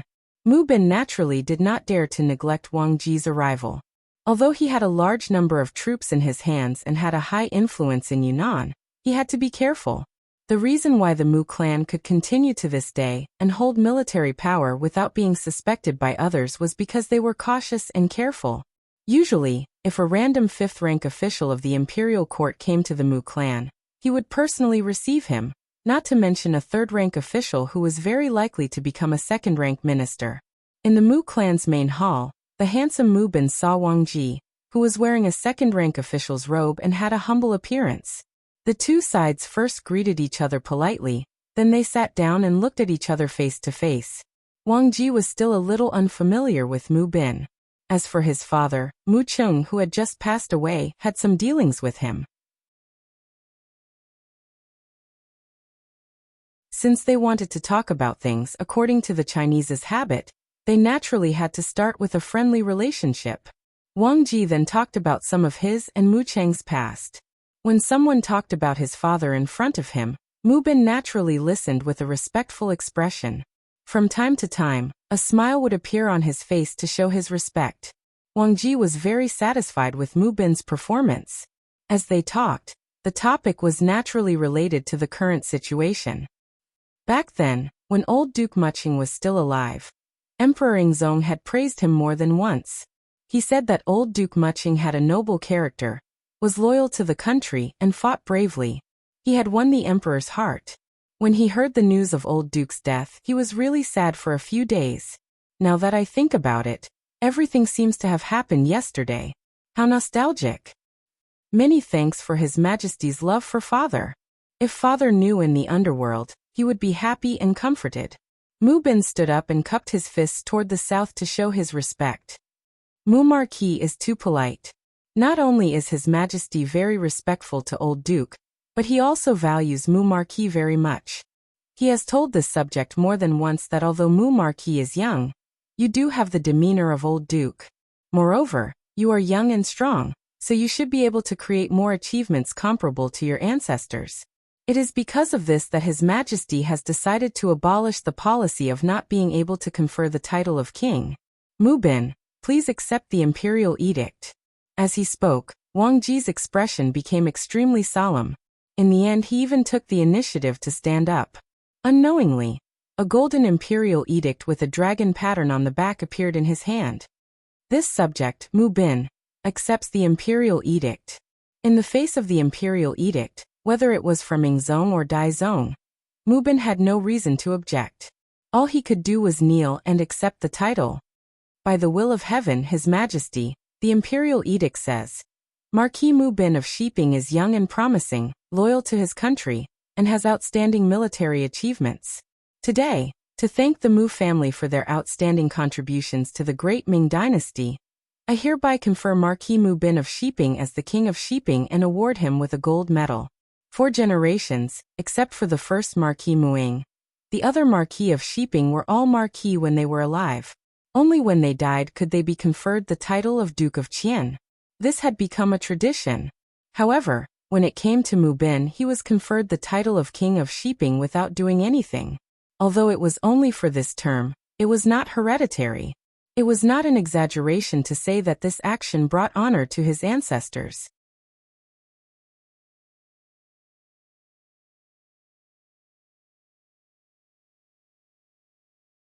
Chapter 413. Mu Bin's face was filled with excitement when he heard the imperial edict. He knelt on the ground with his hands flat and shouted, "Long live the emperor! King of Shiping, please get up." After reading the imperial edict, Wang Ji put on a more enthusiastic expression and carefully helped Mu Bin, who was kneeling on the ground. "Thank you, Lord Wang," Mu Bin said carefully. "You're too polite, King of Shiping. You'll be the first king of Great Ming Dynasty with a different surname. I'm afraid I'll need your help in many areas in the future," Wang Ji said deliberately. At the same time, he was also trying to be friendly. Mu Bin had the idea that one more friend meant one more path. Besides, he had to have an important official that he was on good terms with in Jingdo. Only then could information flow smoothly and make better and more correct decisions on certain matters. Now that he felt Wang Ji's enthusiasm, he replied politely, "You're too polite, Lord Wang. In fact, Marquis, I've always respected you, Lord Wang." Changing the title from Marquis to King meant that Mu Bin had accepted the title. Wang Ji, who was reading the imperial edict, could not help but heave a sigh of relief. He was worried that Mu Bin would not accept the imperial edict. If that was the case, it would be even more difficult to count on him to help in the Yunnan matter. Fortunately, Mu Bin accepted the edict gladly. Then everything could be discussed. Well said, well said. We'll help each other in the future. Huh? Wang Ji smiled and took the opportunity to grab Mu Bin's arm. Then, the two of them looked at each other and smiled. Then they burst out laughing. Their relationship became much closer in an instant with this smile. When they talked later, they had fewer scruples. Taking this opportunity, Wang Ji finally told Mu Bin about his edict, including some analysis of Mu Bin's situation. "King of Sheeping, to tell you the truth, I'm the one who proposed to be conferred the title of king. The reason why I did this is because you didn't show much enthusiasm in the matter of Yunnan, which has already disappointed His Majesty." Wang Ji spoke in a sincere and heartfelt manner. He even intentionally sighed. Things aren't like that. I do have some misgivings about the Yunnan matter, but overall, I still did my best. When Mu Bin heard that his actions had caused Ding Zong to be dissatisfied, his face was filled with fear as he tried to explain himself. Looking at Mu Bin's reaction, Wang Ji laughed in his heart. As expected, Mu Bin had his concerns. However, on the surface, he still analyzed the situation seriously. "King of Sheeping, you don't have to say much. I can guess what you're worried about and who's behind it. Forgive me for saying something disrespectful, but you've made the wrong choice." "Wrong?" Mu Bin asked doubtfully. "Wrong. You are indeed wrong." Wang Ji nodded heavily. Yingzong has always been on the throne, and the one in the north is just borrowing the power of others to rise to power. However, in terms of methods and strength, although the age difference is not that big, the actual difference is too great. For example, there were many old officials in the north who were still contacting the emperor, expressing that they had no choice but to lower their heads due to the circumstances. Once the emperor could lead the army to the north one day, they would definitely support each other from afar to show their loyalty. The emperor has been preparing for this. If it weren't for the chaos in Yunnan and Guangdong, this matter would have been done by now. "Is there such a thing?" Mu Bin said as if this was the first time he heard about it. "Of course there is. To tell you the truth, those people who are secretly contacting the emperor are all people with great power and military power. If it's possible, I'm afraid that once the emperor starts a rebellion, the one in the north will be captured without putting up a fight. I'm afraid that there won't be many soldiers left. Think about it, the emperor has been the emperor in the north for more than 10 years. How could he not arrange for people to be there? The emperor's methods are not something that we can guess or see through." At this time, Wang Ji praised Zhu Qizhen with an unfathomable look. Hearing all this, Mu Bin couldn't help but nod. If what Wang Ji said was true, Yingzong's chances of winning were indeed higher. If that was the case, he would have to bet on it. Or rather, he should have a decision in his heart. What is a decision? When others have not made up their minds, you have already made up your mind and taken action. That is a decision. Otherwise, when the general trend is set, no matter what you do, it will be the icing on the cake. Now that Mu Bin was crowned as a prince with a different surname, he had already received practical benefits. If he didn't do anything, he was afraid that he would be laughed at by the world. At this moment he made up his mind and said to Wang Ji, "Lord Wang, please rest assured. Please tell the emperor that this prince's sincerity has always been on this side. In a while, I will go and announce the general's camp and prepare to deal a heavy blow to the rebels in the territory, and show the prestige of the great Ming Empire." Good. Seeing that Mu Bin had agreed so readily, Wang Ji was naturally excited. He laughed heartily and kept patting Mu Bin's arm. "Ping Shiwang, your decisiveness really didn't disappoint people. It can be seen that you must be a person who can do great things. Your future is limitless.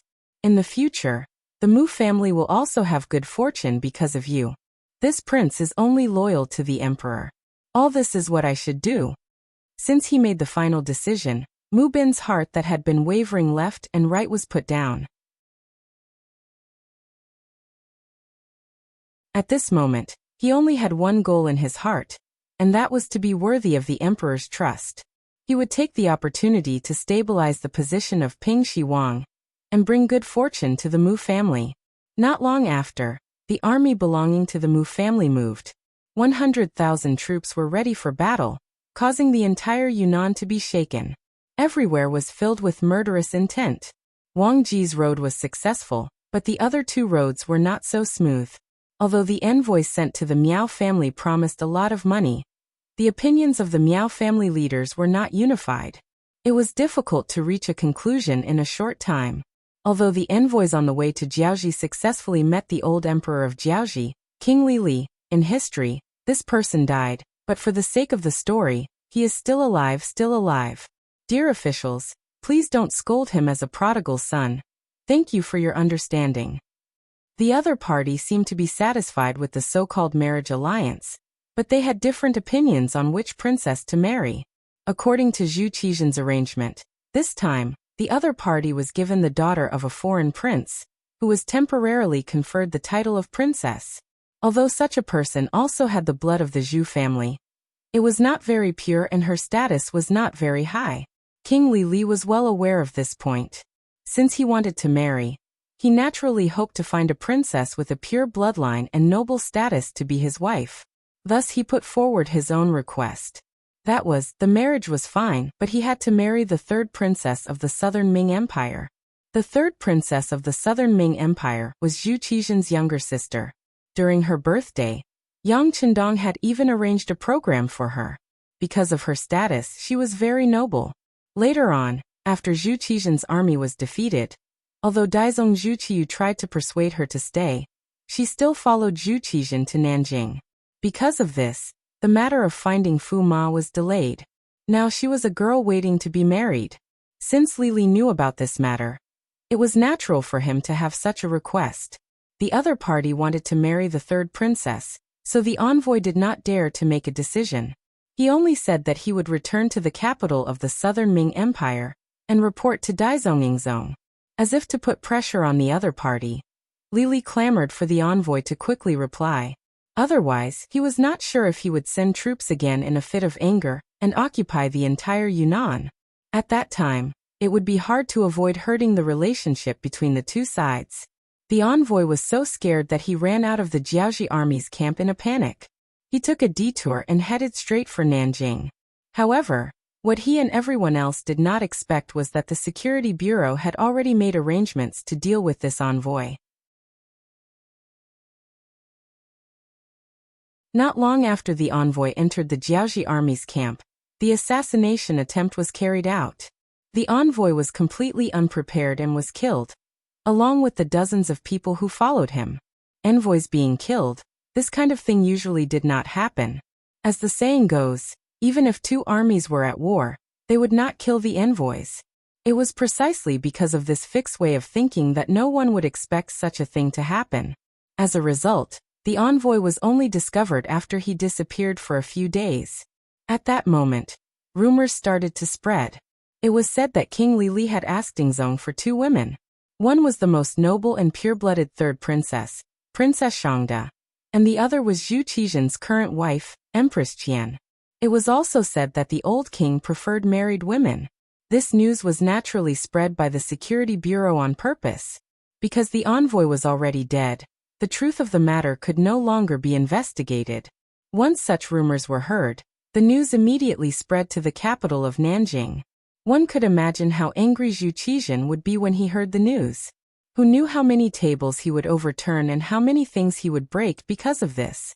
The third Princess Shangda was already his flesh and blood. They had the same father and mother.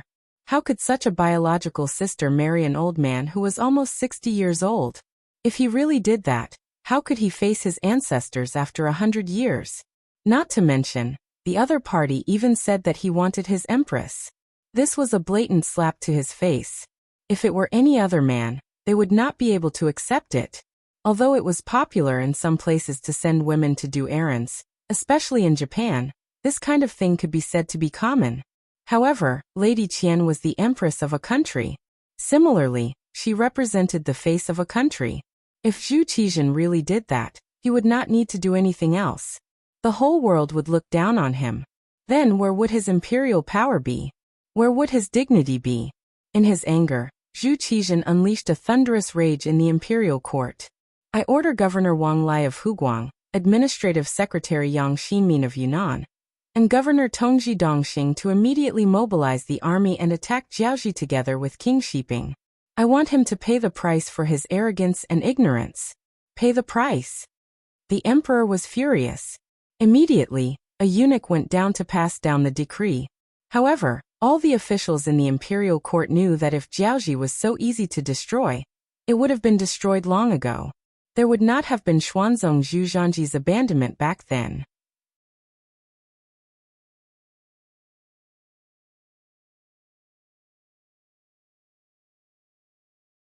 Chapter 414. Thinking back to when Great Ming was just established, Zhu Di was really prosperous and sent troops to conquer Jiaoji, modern-day Vietnam. At that time, the one leading the troops was the late Duke Ing Zhongfu. With the strength of the Ming army, they defeated them and established Jiaoji province. However, as both sides were too far apart, many things were beyond their reach. In 1431 AD, Jiaoji province was abolished and Li Li accepted the Ming dynasty title, becoming the king of Annan. This was a huge blow to the prestige of the central government toward the southwest chieftains. What happened after proved that the negative effects of Xiande abandoning Jiaoji were long-term and fatal. This matter dealt a heavy blow to the Ming dynasty's international prestige in the western region, and shook their suzerain status. Losing Annan meant losing the western region. This was something that even Zhu Zhanji did not expect. Since then, Annan had been harassing the border and invading the land. Finally, there was today's humiliation. Zhu Qizhan was still angry as he left court. Beside him was eunuch Chao Jixiang, who looked like he wanted to say something. Chao Jixiang, what's the matter? Noticing the change in Chao Jixiang, Zhu Qizhan stopped and asked with a frown. Even if I die 1,000 times, I will not say anything. However, I am afraid that I will make the emperor angry. When Chao Jixiang heard Zhu Qizhan's question, he knelt on the ground, his face filled with fear. As long as it is for the good of the country and for me, Chao Jixiang can just say it directly. I can forgive you. Zhu Qizhan had a good impression of this eunuch who seemed to be loyal and devoted to him. At least this eunuch was wholeheartedly loyal to him, and did things wholeheartedly for him. He was much better than some officials who only knew how to fight for power and profit. He was also more reassuring. Hearing that he was not guilty, Chao Jixiang kowtowed to the ground and said, Your Majesty, this subject believes that the Yunnan matter is not unsolvable. The reason why the progress of the various armies is slow and they have not achieved victory is because the generals at the front are afraid of the enemy.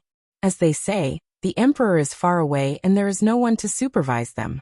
Is an imperial decree not enough for them to go all out? This subject requests to send an army supervisor to the front lines to put pressure on them. This way, it would be equivalent to His Majesty having an extra pair of eyes watching them. With His Majesty keeping an eye on them, there would be no need to worry about them not doing their best and not risking their lives. Finally understanding the meaning of Chao Jixiang's words, Zhu Qizhan's brows furrowed deeply. Minister Chao means to send eunuchs to the front lines to supervise the troops? This official is not afraid. The people sent can be arranged to be Your Majesty's trusted subordinates.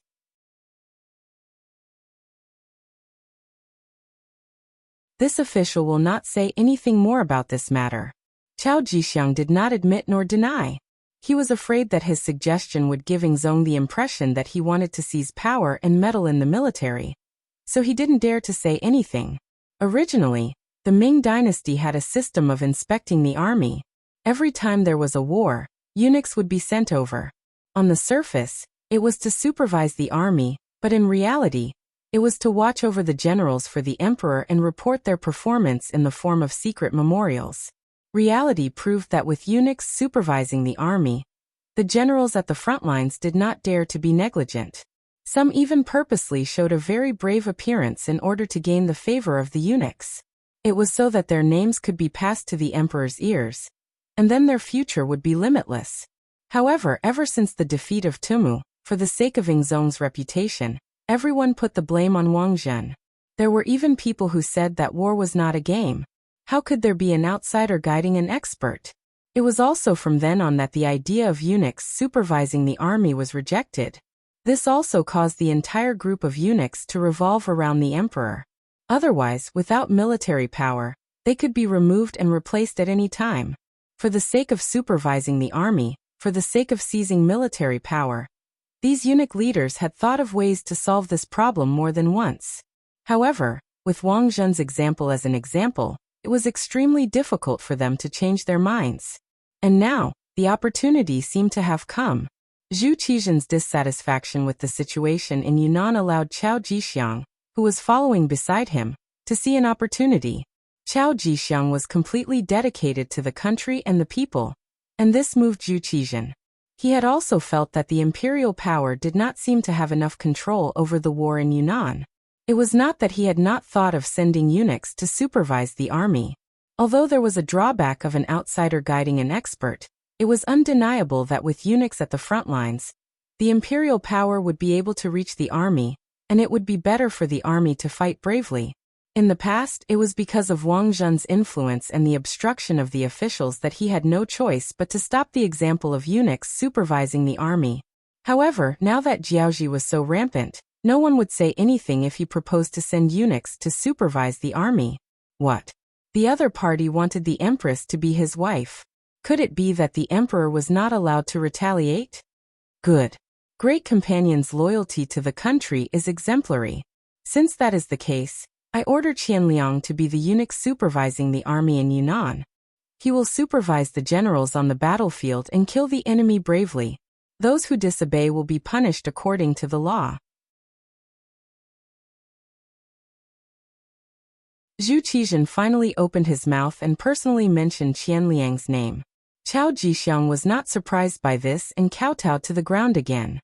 Your Majesty is wise. Long live the emperor. Who was Qianliang? He was the nephew of the great eunuch Qian Sengbao. Qian Sengbao recalled that when he was outside the Yang family in Baiming, he was someone who had wrestled with Jining. He was also an old official of Ingzong. Later, he followed the other officials to Nanjing. However, due to Wang Zhen's influence, he had been very low-key recently. Lying low was equivalent to waiting for an opportunity. Now that the opportunity had finally arrived, he could finally soar into the sky. It seemed that Qianliang was Qian Sengbao's man, and seemed to have some disagreements with Chao Jixiang. However, that was just for outsiders to see. In fact, since coming to Nanjing, these eunuchs had been unusually united. Perhaps they also knew that if they did not do this, they would not have a chance to stand out. Therefore, on the surface, they did not see eye to eye with each other, but their relationship was very good in secret. This time, Chao Jixiang made a suggestion. He had never thought of sending his own people to supervise the army. He only needed eunuchs to go, and it was equivalent to achieving his goal. As for who the eunuchs were, it could be considered a close relationship with him. Zhu Qizhen's imperial edict was sent out. Qianliang also led a group of genie guards out of the capital, and went straight to Nanjing. This scene was seen by many of the officials, but this time, no one spoke out in opposition. If there was someone to blame the king of Jiaoji for speaking too arrogantly. If there was someone to blame the eunuchs for choosing such a good opportunity to stand out. It was so good that the officials could not resist.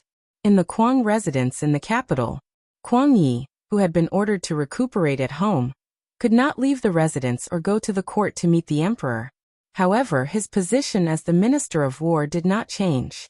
There would be people who would immediately inform him of the big and small matters that happened in the court. When he learned that the emperor had sent eunuchs to supervise the army in Yunnan, Kuang Yi sighed. Has the emperor already forgotten about Wang Zhen's future troubles? Does he not know that doing this will only make the situation worse? After the long sigh, Kuang Yi could not help but think of Yang Qindong's appearance. After being the Minister of War for so many years, Kuang Yi was someone who understood the military. The situation in Yunnan was complicated and chaotic. How could sending eunuchs to supervise the army solve the problem? If these eunuchs went, not only would they not be of help, but they would also make the situation more chaotic. Then who would solve the problem there in the end? It seemed that it should be placed on Yang Qindong. As for how to deal with Yang Qindong, it was only after Kuang Yi returned to his residence that the imperial court made the decision. It was like the birds were gone, and the bough was hidden. However, the problem was that there were still birds, and there were many of them. He did not understand why Emperor Yingzong was so anxious to hide Yang Qindong. However, now that it had become a reality, what he needed to do was to change the result, and not to find out the reason. Come get the brush, paper, and inkstone. I want to write a letter to Guaning. Cheili, the temporary location of the Min Prince's residence. Cheili was the Cheili Xianxi, located in the southeast suburb of Jinghong City, Yunnan. This was the place chosen by the Min Prince before he announced his independence. Because of the complicated terrain and the fact that it was far from the central plains, it was chosen as the new place to rise. This was the place where the Min Zhuang was originally the king of foreign affairs. At this time, it was heavily guarded both inside and outside. Men with swords and spears could be seen everywhere to ensure that without the red flag, even a fly could not fly into the courtyard. However, in such a heavily guarded place, a young master in his 20s, wearing a soft gauze tang headscarf, wearing a purple embroidered robe, holding a white paper folding fan in his hand, with a slender body and a jade-like face. He walked gracefully, smiling before speaking, with an elegant and noble temperament, as if he was taking a stroll in a courtyard. From time to time he would look around, as if he was looking for the beautiful scenery in the courtyard. All the guards acted as if they did not see this young master's appearance. No matter where his gaze fell, it was as if it was a matter of course. Young Master Yao, why did you come here? We have been looking for you for a long time. Two anxious maids came to the front of the young master, panting as they spoke, as if they were complaining about something. Haha, thank you for your hard work. Is the princess looking for me?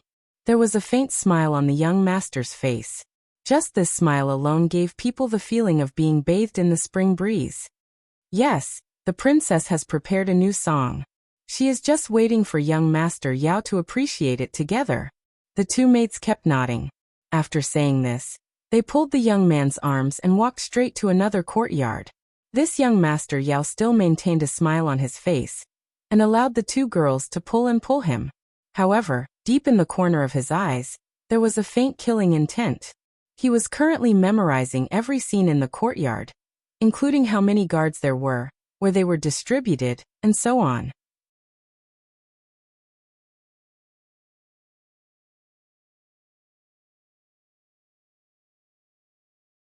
Chapter 415.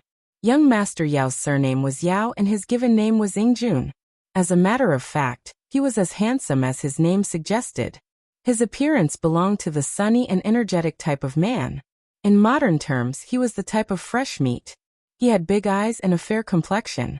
Many women's complexions were far inferior to his. When such a man appeared, he would often receive the attention of those women. However, what everyone did not know was that Yao Yingjun had another identity. He was the ace spy of the Yangxie Security Bureau. This time he came to King Min's territory to infiltrate the enemy's territory and obtain inside information. However, he did not expect that the moment he appeared in the Chirizi Bureau, King Min's sister, Julienne, fell in love with him at first sight because of his extraordinary charm and temperament. This woman, who was given the title of Forever Victory Group leader, fell in love with him at first sight. Thus, she invited Yao Yingjun to her home. Naturally, Yao Yingjun was eager to see this happen. In this way, he would become a frequent visitor to the prince's mansion. So much so that all the guards here knew him. In addition, Princess Yongxing had previously instructed everyone to be as polite to young Master Yao as they were to her. Thus, she could walk around the mansion at any time without any restrictions. As Yao Yingjun followed the two maidservants to Princess Yongxing's courtyard, he said politely and casually, "It's strange. Why is the courtyard so quiet today?" "Young Master Yao, you don't know. Several princes have gone to the army camp. It seems that the situation at the front line is a little tense." "Yes, I also heard about it. But no matter what, it doesn't matter. This has nothing to do with us women.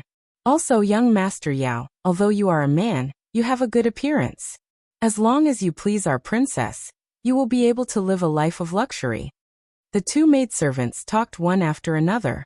When they saw Yao Yingjuan's gaze on them, they could not help but smile shyly. It was clear that his good looks had not only deeply attracted Princess Yongsheng, but even these maidservants were also greatly attracted to him. Yao Yingjun was very annoyed when others said that he had a good appearance. However, in order to complete the task, he did not show it on the surface. In fact, he was already thinking about the content of the meeting in the army camp. As King Minzhuang's most beloved sister, it should not be difficult to know. How could he get the information from it? 5 miles away from Min King's mansion, in the military camp, King Minzhuang Zhu Huilu, King Guangtong Zhu Huilu, and King Yangzong Zhu Huilu were holding a military meeting with their subordinates. The 3 sons of Zhu had some ability. At the very least, they still had some talented people under them. It was because of the operation of these people that they were able to reach their current scale and become an existence that gave Huang Zong and Zhu Qizhen headaches.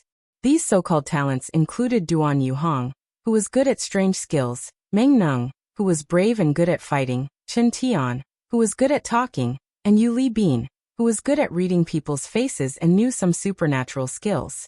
It was the existence of these talents that made the situation in Yunnan more and more chaotic. They also formed a temporary alliance with Jiaoji and Miaojun, and forced the Mu family to not dare to act rashly. Originally, if this situation continued, it would not take long for the southern Ming army to fall into a completely passive state. Then, the entire Yunnan might fall. Then, the war would expand outward, and they would achieve the general trend of occupying a corner of the world. Finally, they would seek the Central Plains and seize the world. However, after Mu Bin was crowned as the king of Shiping, the situation of the war changed accordingly. Is Yingzong crazy? Since when can a person with a different surname be crowned as a king? Will the world still belong to our Zhu family? King Yangzong Zhu, who was the most impatient and the youngest among the 3 brothers, could not help but complain. With regards to Yingzong's decision, which one of them could understand? In their opinion, even if the world was taken over by them in the future, it would still be ruled by the Zhu clan. As the saying goes, the meat will rot in the pot. But now that a person with a different surname could be crowned as a king, there were more variables. Okay, now is not the time to talk about this. Let's think about what to do next. Mu Bin, who has been crowned as a king, will not be able to wait and see like before. Soon he will make a big move.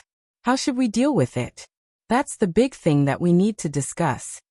King Minzhuang Zhu, who was also the leader of the group, said at this moment. Then his gaze fell on King Guangtong, Zhu Huihua, and said, "Second brother, you should tell us what to do next." Okay.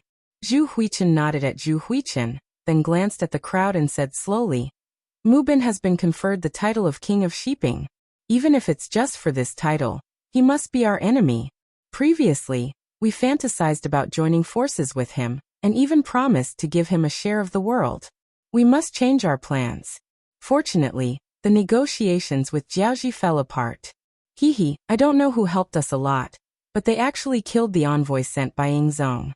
When Zhu Huihua said this, everyone sneered. Obviously, everyone had the same opinion about this matter. That was, it should be King Lily of Jiaoji who sent people, but the other party did not admit it. In addition, they were allies now, so there was no need to ask the other party to admit anything. The Jiaoji kingdom will not retreat.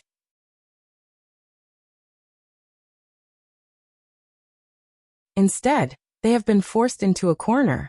Next, we can discuss how to deal with King Shiping's army together. I think it will be difficult for anyone to gain any advantage in a short time. As for how to deal with the army of the Southern Ming dynasty, we still need to discuss a countermeasure.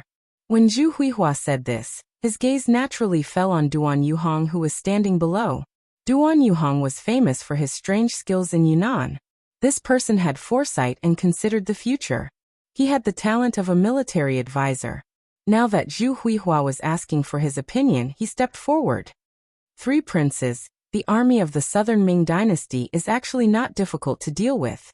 When the 3 princes heard such confident words, They could not help but feel their eyes light up. They quietly waited for the next words to appear. 3 princes. It was still difficult to deal with the army of the imperial court. They always shrank and did not advance. Even if we wanted to take advantage of them, it would be difficult. However, it is different now. The Southern Ming Emperor has sent a eunuch to supervise the army. This is our opportunity. As long as we can reveal a certain flaw. I think that even if the generals of the imperial court do not want to, the eunuch in charge of the army will force them to take action. As such, as long as the plan is right, it will not be difficult to severely injure them. If we have the support of the Miao family, perhaps the situation of the entire Yunnan can be settled after this battle. Duan Yohong's face was full of smiles. It had to be said that his move from the military supervisor's body was a brilliant move. Good haha. After Zhu Huihua heard this, he laughed loudly. Then this matter will be handed over to Duan Yuhong. Everyone else must give their full cooperation. As for persuading the Miao family to participate in the battle, it will be handed over to Chen Tian. There should be no problem. The eloquent Chen Tian nodded and said, 3 princes, please be at ease. This subject will do his best to facilitate this matter. Good. Next, we must work together. In the future, once we have success, everyone here will have merit in supporting the emperor. You will all be great meritorious officials. You will all be bestowed with titles and wives. After the matter was resolved, Zhu Huihua, who was in a good mood, laughed loudly in the hall. The situation of Yunnan became more and more clear after Yingzong was bestowed the title of prince. There was a clear change in the attitude of all sides. When all of this reached the ears of Yang Qindong, who was still training in the forest, he could not help but sigh. In that case, everything will be over soon. It won't be long before someone remembers us. At that time, we will see how we sweep the world. Saying such bold words was not only because of Yang Qindong's confidence in the Yang family army, but also because he saw the weakness of his opponent. Mutual distrust and serious internal friction. How could all of this be compared to the Yang faction, which was developing at a high speed and was united as one? War was more about the hearts of the people. Yang Qindong, who had grasped the heart of the people, had the weapon given to him by Datsang. What else could he be afraid of? As Yang Qindong waited, Shiping Wang Mubin made the first move. Different from the previous probing attacks, this time, Mubin personally led 30,000 vanguard troops and headed straight for Kelisai. However, halfway there, they were intercepted by the Jiaoji army and the army gathered by the 3 brothers of King Min. According to the previously discussed plan, Shiping Wang sent out his troops, followed by the Southern Ming army in Yunnan. They were led by Dong Xing, who led 80,000 troops and headed straight for Kelisai. Perhaps it was because the King of Min's army had gone to stop the King of Shiping's army, so they made rapid progress. They had originally planned to take 7 days to reach the Cheli agency, but they had already covered 3/4 of the distance on the 3rd day. Dong Xing, who led the troops, thought that King Min's army was not strong enough and underestimated the enemy. Coupled with the constant urging of the military supervisor, Qian Liang, out of pride, he did not care that the middle and rear troops were still on their way. He did not care about the drawbacks of lengthening the battle line, and led 20,000 vanguard troops straight to Kelisai. However, just as they were about to reach Kelisai, 100,000 Miao troops suddenly appeared, together with 50,000 King Min's troops.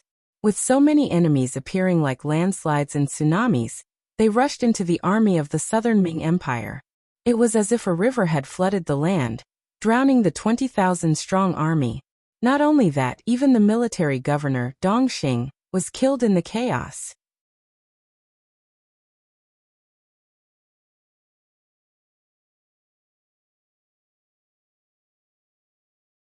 Chapter 416. 20,000 vanguards were destroyed, and what followed was a crushing defeat. Nearly half of the remaining 60,000 soldiers were killed or captured, and the other half of them had fled. Only Qian Liang, the supervisor of the army, returned to Guangnan Prefecture with 15,000 generals, and barely survived the battle. When the news of the defeat of the Southern Ming army reached King Mubin of Shiping, he hurriedly brought his army back to Yunnan Prefecture for fear of falling into a trap. The loss of this battle caused the elite troops that the Southern Ming Empire had placed in Yunnan to be completely lost. Their strength had also dropped by close to half. At this moment, King Min, Jiaoji, and Miao Jun's counterattack arrived. They first sent a part of the army to monitor King Shiping in Yunnan Prefecture, and then gathered the main force to surround Guangnan Prefecture. Without any preparation, the South Ming army in Guangnan Prefecture retreated in a flurry in order to avoid being besieged. Besides abandoning Guangnan Prefecture, they even left most of the grains and fodder in the city for the sake of Prince Min's troops who had caught up with them. After abandoning Guangnan Prefecture, they planned to march to Guangxi Prefecture to meet up with King Shiping's army. However, they dared not trust anyone. Fearing that King Shiping would stab them in the back, Governor Wang Lai of Huguang proposed that the newly appointed Administrative Secretary of Yunnan and the former Administrative Secretary of Guangdong, Yang Xinmin, and Army Supervisor Qian Liang both agreed. The army left Yunnan and headed toward Guangxi Xiqing Prefecture. But who would have thought that without enough communication in advance, the Guangxi army was not prepared enough, causing the army to advance too slowly. Not long after the army entered Xiqing Prefecture, they found the King of Min's troops chasing from behind. After a night in Xiqing Province, the army continued to retreat to the east. They passed through Qingyuan Prefecture, Guilin Prefecture, Guangxi Prefecture, Shaozhou Prefecture in Guangdong, and finally arrived at Ganzhou Prefecture in Jiangxi Province. A few months ago, it was here that Yang Qindong met up with the remaining 10,000 soldiers in Guangdong and solved the rebellion of the Yellow Bandits in Guangdong. However, who would have thought that Wang Lai and his army would also retreat to this place in such a short time? After losing most of the cities in Yunnan, Guangxi, and Guangdong, the Southern Ming army finally settled down. King of Min's troops did not chase after them. Instead, they began to digest the land and cities they had just obtained.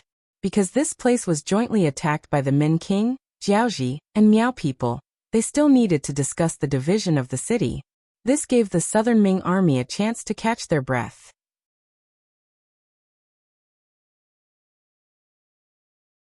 But at the same time, it had to be said that after most of the three provinces were occupied, the three armies formed by the Min King's faction also revealed their true nature. They burned, killed, and pillaged everywhere. For a time, the people of the three provinces had no way to make a living. Many big families were robbed. Many people were displaced. They did not have clothes to wear and food to fill their stomachs. The news of the army's defeat spread like a gust of wind to the capital of the Southern Ming dynasty. When Zhu Qizhen, who was in the main hall of the palace, heard the news, he fainted on the spot. Not long after, important officials and generals came to the palace. To everyone's surprise, the Minister of War, Kuang Yi, who had been ordered to recuperate at home a while ago, was also present. Kuang Yi stood in the imperial court without the slightest hint of illness, but his ashen face told everyone that he was in an extremely bad mood. It was not just Kuang Yi. There was probably no one in the imperial court who was in a good mood. 1/3 of these officials were important officials in the capital of the Northern Ming dynasty. They had come to Nanjing because they trusted Zhu Qizhen. They had originally thought that they would first establish the Southern Ming dynasty with Yingzong. Then, after working hard, they would counterattack Baiming and unify the Great Ming dynasty. At that time, they would all have the merit of supporting the emperor, and it would not be impossible for them to be recorded in the annals of history. Who would have thought that two seemingly insignificant civil conflicts in the south would lead to such a consequence? The Southern Ming Empire had lost 3 provinces in a row. If it wasn't contained, it wouldn't be long before the entire Southern Ming Empire would cease to exist. At that time, let alone returning to the capital, it would be hard to say whether or not they would be able to keep their lives. The sudden turn of events and the terrible situation left everyone speechless. The civil and military officials arrived one after another. Then they all imitated Kuang Ye's gloomy expression, looking very unsightly. The officials were silent, which was a rare occurrence. The head eunuch, Chao Jixiang, broke the silence with his horsetail whisk. The moment he appeared, the commotion attracted everyone's attention. Chao Jixiang's expression was also not good. He first swept his gaze across the officials, and when he saw that everyone was present, he sighed in relief and said, "The emperor has decreed that Kuang Yi, Wang Zhou, Chen Sun, Xiaoxian, and Shanglu are to wait in the inner hall. This official obeys. Kuang Yi and the other 4 hurriedly bowed and cupped their fists. Then they followed behind Qiao Jixiang and left the throne room. When the 5 of them left, the other officials looked at each other. For a moment, they did not know whether to leave or not. Some of the officials looked at the Minister of Rights, Lu De, and the Minister of Works, Jiang Yuan. Of the 6 ministers, only the 2 of them were left behind. It was inevitable that they would be looked at. In particular, the Minister of Rights, Lu De, left behind many doubtful gazes. Jiang Yuan was the Minister of Works. He could not play a big role in the war. At most, he could supervise the forging of weapons. However, it was said that he had already forged many usable weapons a while ago. They could be used by the army at any time. As a result, the effect he could play was very small. Lu De was different. He was the Minister of Rights. War was not as simple as fighting. There were more negotiations and public opinion. These were all done by the Ministry of Rights. But now he was indeed left here. Thinking back to the fact that it was because of his advice that Minister Kuang Yi had to return home to recuperate, which led to the defeat of the war, everyone couldn't help but look at him with many more question marks. Lu De naturally felt this. He also knew that the emperor needed to find a scapegoat for the defeat of the front line. Although it might not be him, the appropriate punishment was always needed. The fact that he did not wait for the emperor's arrival was a clear proof. However, even though he knew this, Lu De still stood there without showing the slightest trace of fear. He knew these courtiers too well. Once you were in power, you could say all kinds of sweet words, even mushy ones, out of your mouth. On the other hand, once you've lost your power, you'll be able to say all sorts of nasty things. In the main hall, Lu De, who was standing there, was suffering. Inside the hall, Zhu Qizhen, who had returned to normal, was sitting on the golden dragon throne. Apart from his face being a bit pale, there was nothing wrong with him. Seeing the 5 officials in front of him, Zhu Qizhen pointed at the table and said, "Dear officials, please sit down." "Thank you, Your Majesty. We are guilty, and we do not dare to sit." The 5 ministers looked at each other, shook their heads, and said that they were guilty. Often, the more polite the emperor was to you, the more it meant that it was not a good thing. They had seen this many times. Naturally, they did not dare to casually sit down. "Ai, what are you guilty of?" "The guilty ones are the generals at the front lines. It has nothing to do with you. Sit down. Minister Kuang, you're the oldest here, and your health hasn't been good for a while, so you should take the lead and sit down." "Oh right, is your body all right now?" Zhu Qizhen tried his best to express his concern for Kuang Yi and the others. "Thank you for your concern, Your Majesty. This official's body is fine," Kuang Yi said with a face full of gratitude. Good. It's good that you are fine. We cannot lack capable officials like you by our side." "That's right, all of you should sit down." After a round of sentimentality, the other officials also looked for their seats and sat down one by one with expressions of gratitude on their faces. After everyone was seated, Zhu Qizhen let out a long sigh and said, "Dear officials, I'm sure you all know about the defeat of the front lines. It was all Wang Ji's rotten idea that caused us to make a mistake in our strategy. Also, the generals at the front lines were afraid of death, resulting in the current situation. We truly regret it." After a series of self-criticism, Zhu Qizhen shook his head with a look of regret. Then he nodded to Qiao Jixiang, who was standing to the side. "Yes." Qiao Jixiang hurriedly replied. He then took out the golden back of the imperial edict and read it aloud. "By the will of the heavens, Your Majesty, the left assistant minister of the Ministry of War, Wang Ji, retreated in fear of the enemy. He is to be immediately removed from his position and brought back to the capital to be imprisoned. The embroidered uniform guard, Qianliang, is to be demoted to a baihu of the embroidered uniform guard. He is to be punished with half a year's salary. The governor of Huguang, Yang Xinmin, and the other officials are to be punished with a year's salary. They are to be demoted by half a rank and remain in the army." In the imperial edict, all the generals and officials of Yunnan were punished. This was especially true for Wang Ji. He had only been in Yunnan for less than a month, and he had gone from being in the limelight to being a prisoner. The situation had changed so quickly that it made people sigh at the unpredictability of heaven's might, and the difficulty of being an official. After punishing all the officials, especially the left assistant minister of the Ministry of War, it was the same as putting an end to the failure of the war. Next, it was time to talk about the current situation. Dear officials, the traitors Zhu Huiqiang and the others have already caused chaos in Yunnan, Guangxi and Guangdong. They will soon reach Jiangxi. What advice do you have for us? Zhu Qizhan's hopeful gaze fell on the 5 old officials. His face was filled with anticipation. What followed next was a period of silence in the inner hall. The Southern Ming Empire did not have a large army to begin with. Last time, when Kuang Yi was inspecting the guard stations, he discovered that there were some people who were not paid. As a result, the guards were not at full strength. At that time, the rough estimate was that there were less than 1 million people.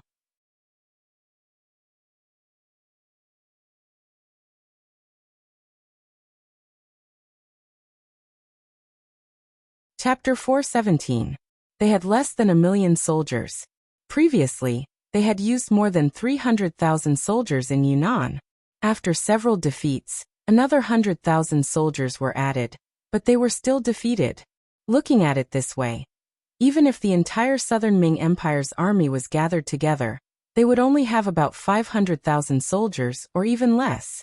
These people still needed to guard many cities and prefectures, so it was impossible to mobilize all of them. Otherwise, not only Yunnan, Guangxi and Guangdong, but other places would also riot due to the absence of the military presence. Without a weapon to use, it was like a clever housewife couldn't cook a meal without rice. No matter who it was, it would be difficult to solve the problem in a short period of time. Of course, it could not be solved now, but it did not mean that it could not be solved in the future. For example, they could recruit soldiers again.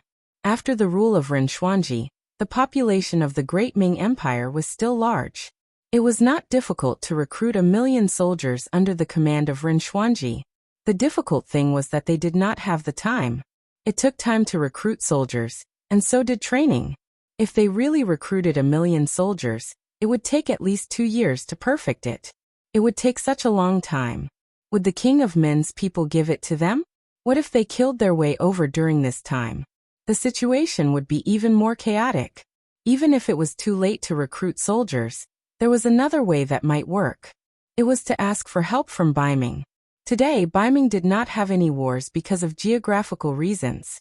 And it was said that they had just recruited a lot of soldiers and were training. They should have extra soldiers. If they could borrow 500,000 soldiers from them, the problem of the king of Min could be solved. But the problem was, would they agree? If they really borrowed 500,000 soldiers, would they listen to Yingzong? Don't turn the spearhead and charge to Nanjing. That would really be diverting the calamity. Don't think that Baiming wouldn't do such a thing. Why did the king of Shiping not go all out for a long time? Wasn't it because of them? It was because of their interference that the situation in Yunnan changed. The king of Min's strength was getting stronger and stronger, and now he occupied 3 provinces. It was too late to recruit soldiers, and asking for help was not reliable. No wonder the 5 ministers bowed their heads in silence. They really did not have a better way. Zhu Qizhan was disappointed when he saw the long silence. What's wrong? My beloved subjects, is there really no hope for our Southern Ming dynasty? Are we really going to hand over the country our ancestors left to us? If that's the case, how am I supposed to face my ancestors? As he spoke, Zhu Qizhan's eyes actually welled up with tears, an extremely sorrowful appearance. We are incompetent. Wang Zhua and the other 4 important officials saw the emperor's actions, and were so frightened that they hurriedly got up and knelt on the ground. People always say that if a minister is incompetent, then a monarch is tyrannical. Even the ruler of a country was forced to shed tears, so how could the subjects not be terrified? Zhu Qizhan was moved, but the ministers couldn't do anything about it. This made him even sadder. His heart seemed to be dripping blood when he saw the important ministers kneeling on the ground one after another. He had called a few important ministers over in order to find a chance to strike back. Could it be that there was really no other way? The Minister of Revenue, Wuxia, knelt on the ground. The Minister of Personnel, Chun Sun, knelt on the ground. The Minister of Justice, Xiao Xian, knelt on the ground. The Minister of War, Kuang Yi, did not kneel on the ground. Zhu Qizhan thought his eyes were playing tricks on him, but when he looked again and saw that Kuang Yi was not kneeling on the ground, his eyes lit up. He suddenly stood up and asked with an anxious expression, "Minister Kuang, do you have a good plan?" "I don't dare to say that there is a good plan, but there is a way. If it works, it can buy us some time," Kuang Yi said with some uncertain evidence. "By time?" Zhu Qizhan seemed to be confused. "Yes, by time. Our southern Ming dynasty has not been in a war for a long time, and our population is flourishing. As long as the emperor issues an imperial edict to recruit a large number of soldiers, it will not be long before we have an additional 1,000,000 soldiers. However, this will take some time. Right now, there's only one person who can buy us some time." "Who is it?" Zhu Qizhan's expression was incomparably nervous when he heard that there were still people and soldiers that could be used. He asked with hope in his eyes, as if he was afraid that Kuang Yi would not tell him the answer if he asked too late. "The Duke of Loyalty, Yang Qindong." Kuang Yi did not make Zhu Qizhan wait for long. He firmly said a name. When the name was said, the other ministers who were looking at Kuang Yi also raised their heads in shock. Then, as if they thought of something, they slowly lowered their heads. Yang Qindong, the person who had once saved Ingzong on the battlefield, had become a taboo existence at a certain level. No one knew the reason for this. Perhaps it was because he was too capable, or perhaps it was because he was too good at fighting. However, such a person did not completely submit to the emperor. It was no wonder that everyone avoided talking about him. As a result, when Yang Qindong took action to deal with the Huang bandit army in Guangdong, no one in the imperial court was willing to speak up for him. It was as if everyone had a tacit understanding and did not ask about this person. This was like getting rid of a donkey after it had outlived its usefulness.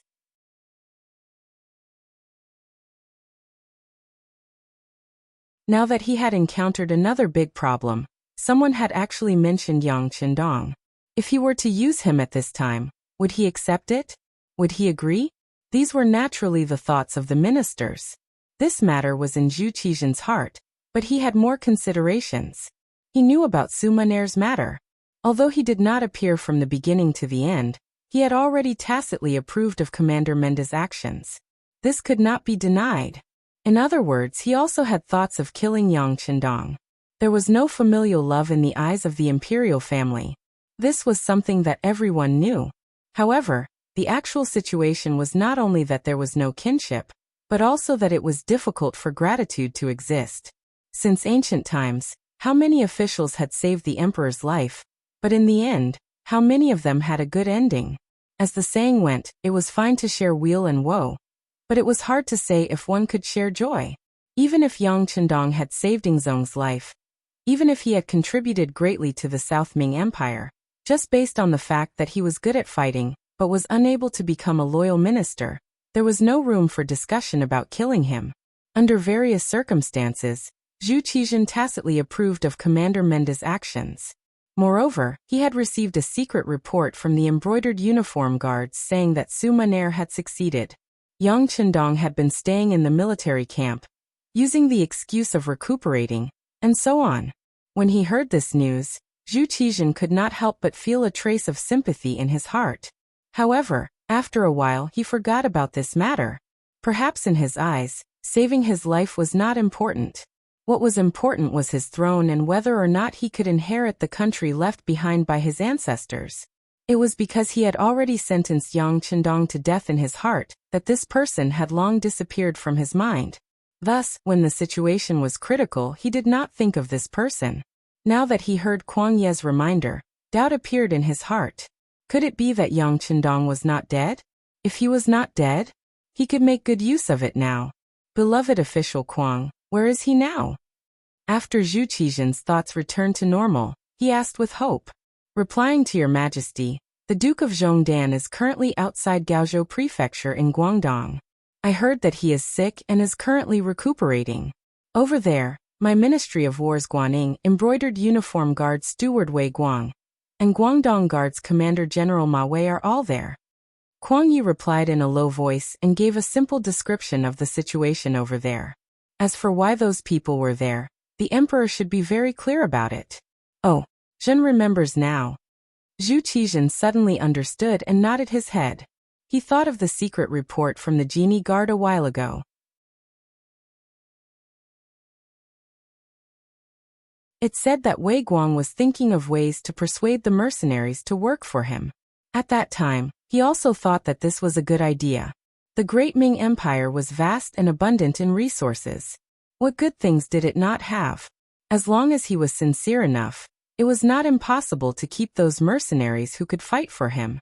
However, he did not receive any secret reports in such a long time. It seemed that the progress of the matter was not smooth. If it was not smooth, then it was good. If it was not smooth, then there was a possibility of Yang Qindong sending troops to quell the rebellion. Otherwise, if he really accepted the mercenaries, it would be equivalent to falling out with them. Zhu Qizhen quickly made a decision in his heart. After the court, he would notify the embroidered uniform guards and have them stop what they were doing to the mercenaries. At least on the surface, they would ease the relationship between them. However, this was a method of mending the pen after the sheep had been lost. The important thing was to discuss with Yang Qindong. Thinking of this, he said to Kuang Yi, Zhen heard that the Duke of Loyal Valor is sick. Is his illness serious? This, I do not know. I have sent Guaning to visit him, but I have not seen him. He could not even enter the barracks. I think his rank is not high enough.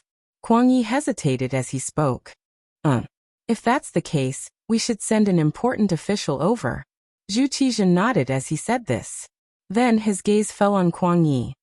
Beloved official Kuang, I am afraid that I will have to trouble you to make a trip. If you can see the Duke of Loyal Valor, ask him to take action no matter what. Don't ask him to defeat the rebels, but at least stabilize the current situation, and buy time for our Southern Ming dynasty to develop. I am old. This time, Kuang Yi did not immediately agree.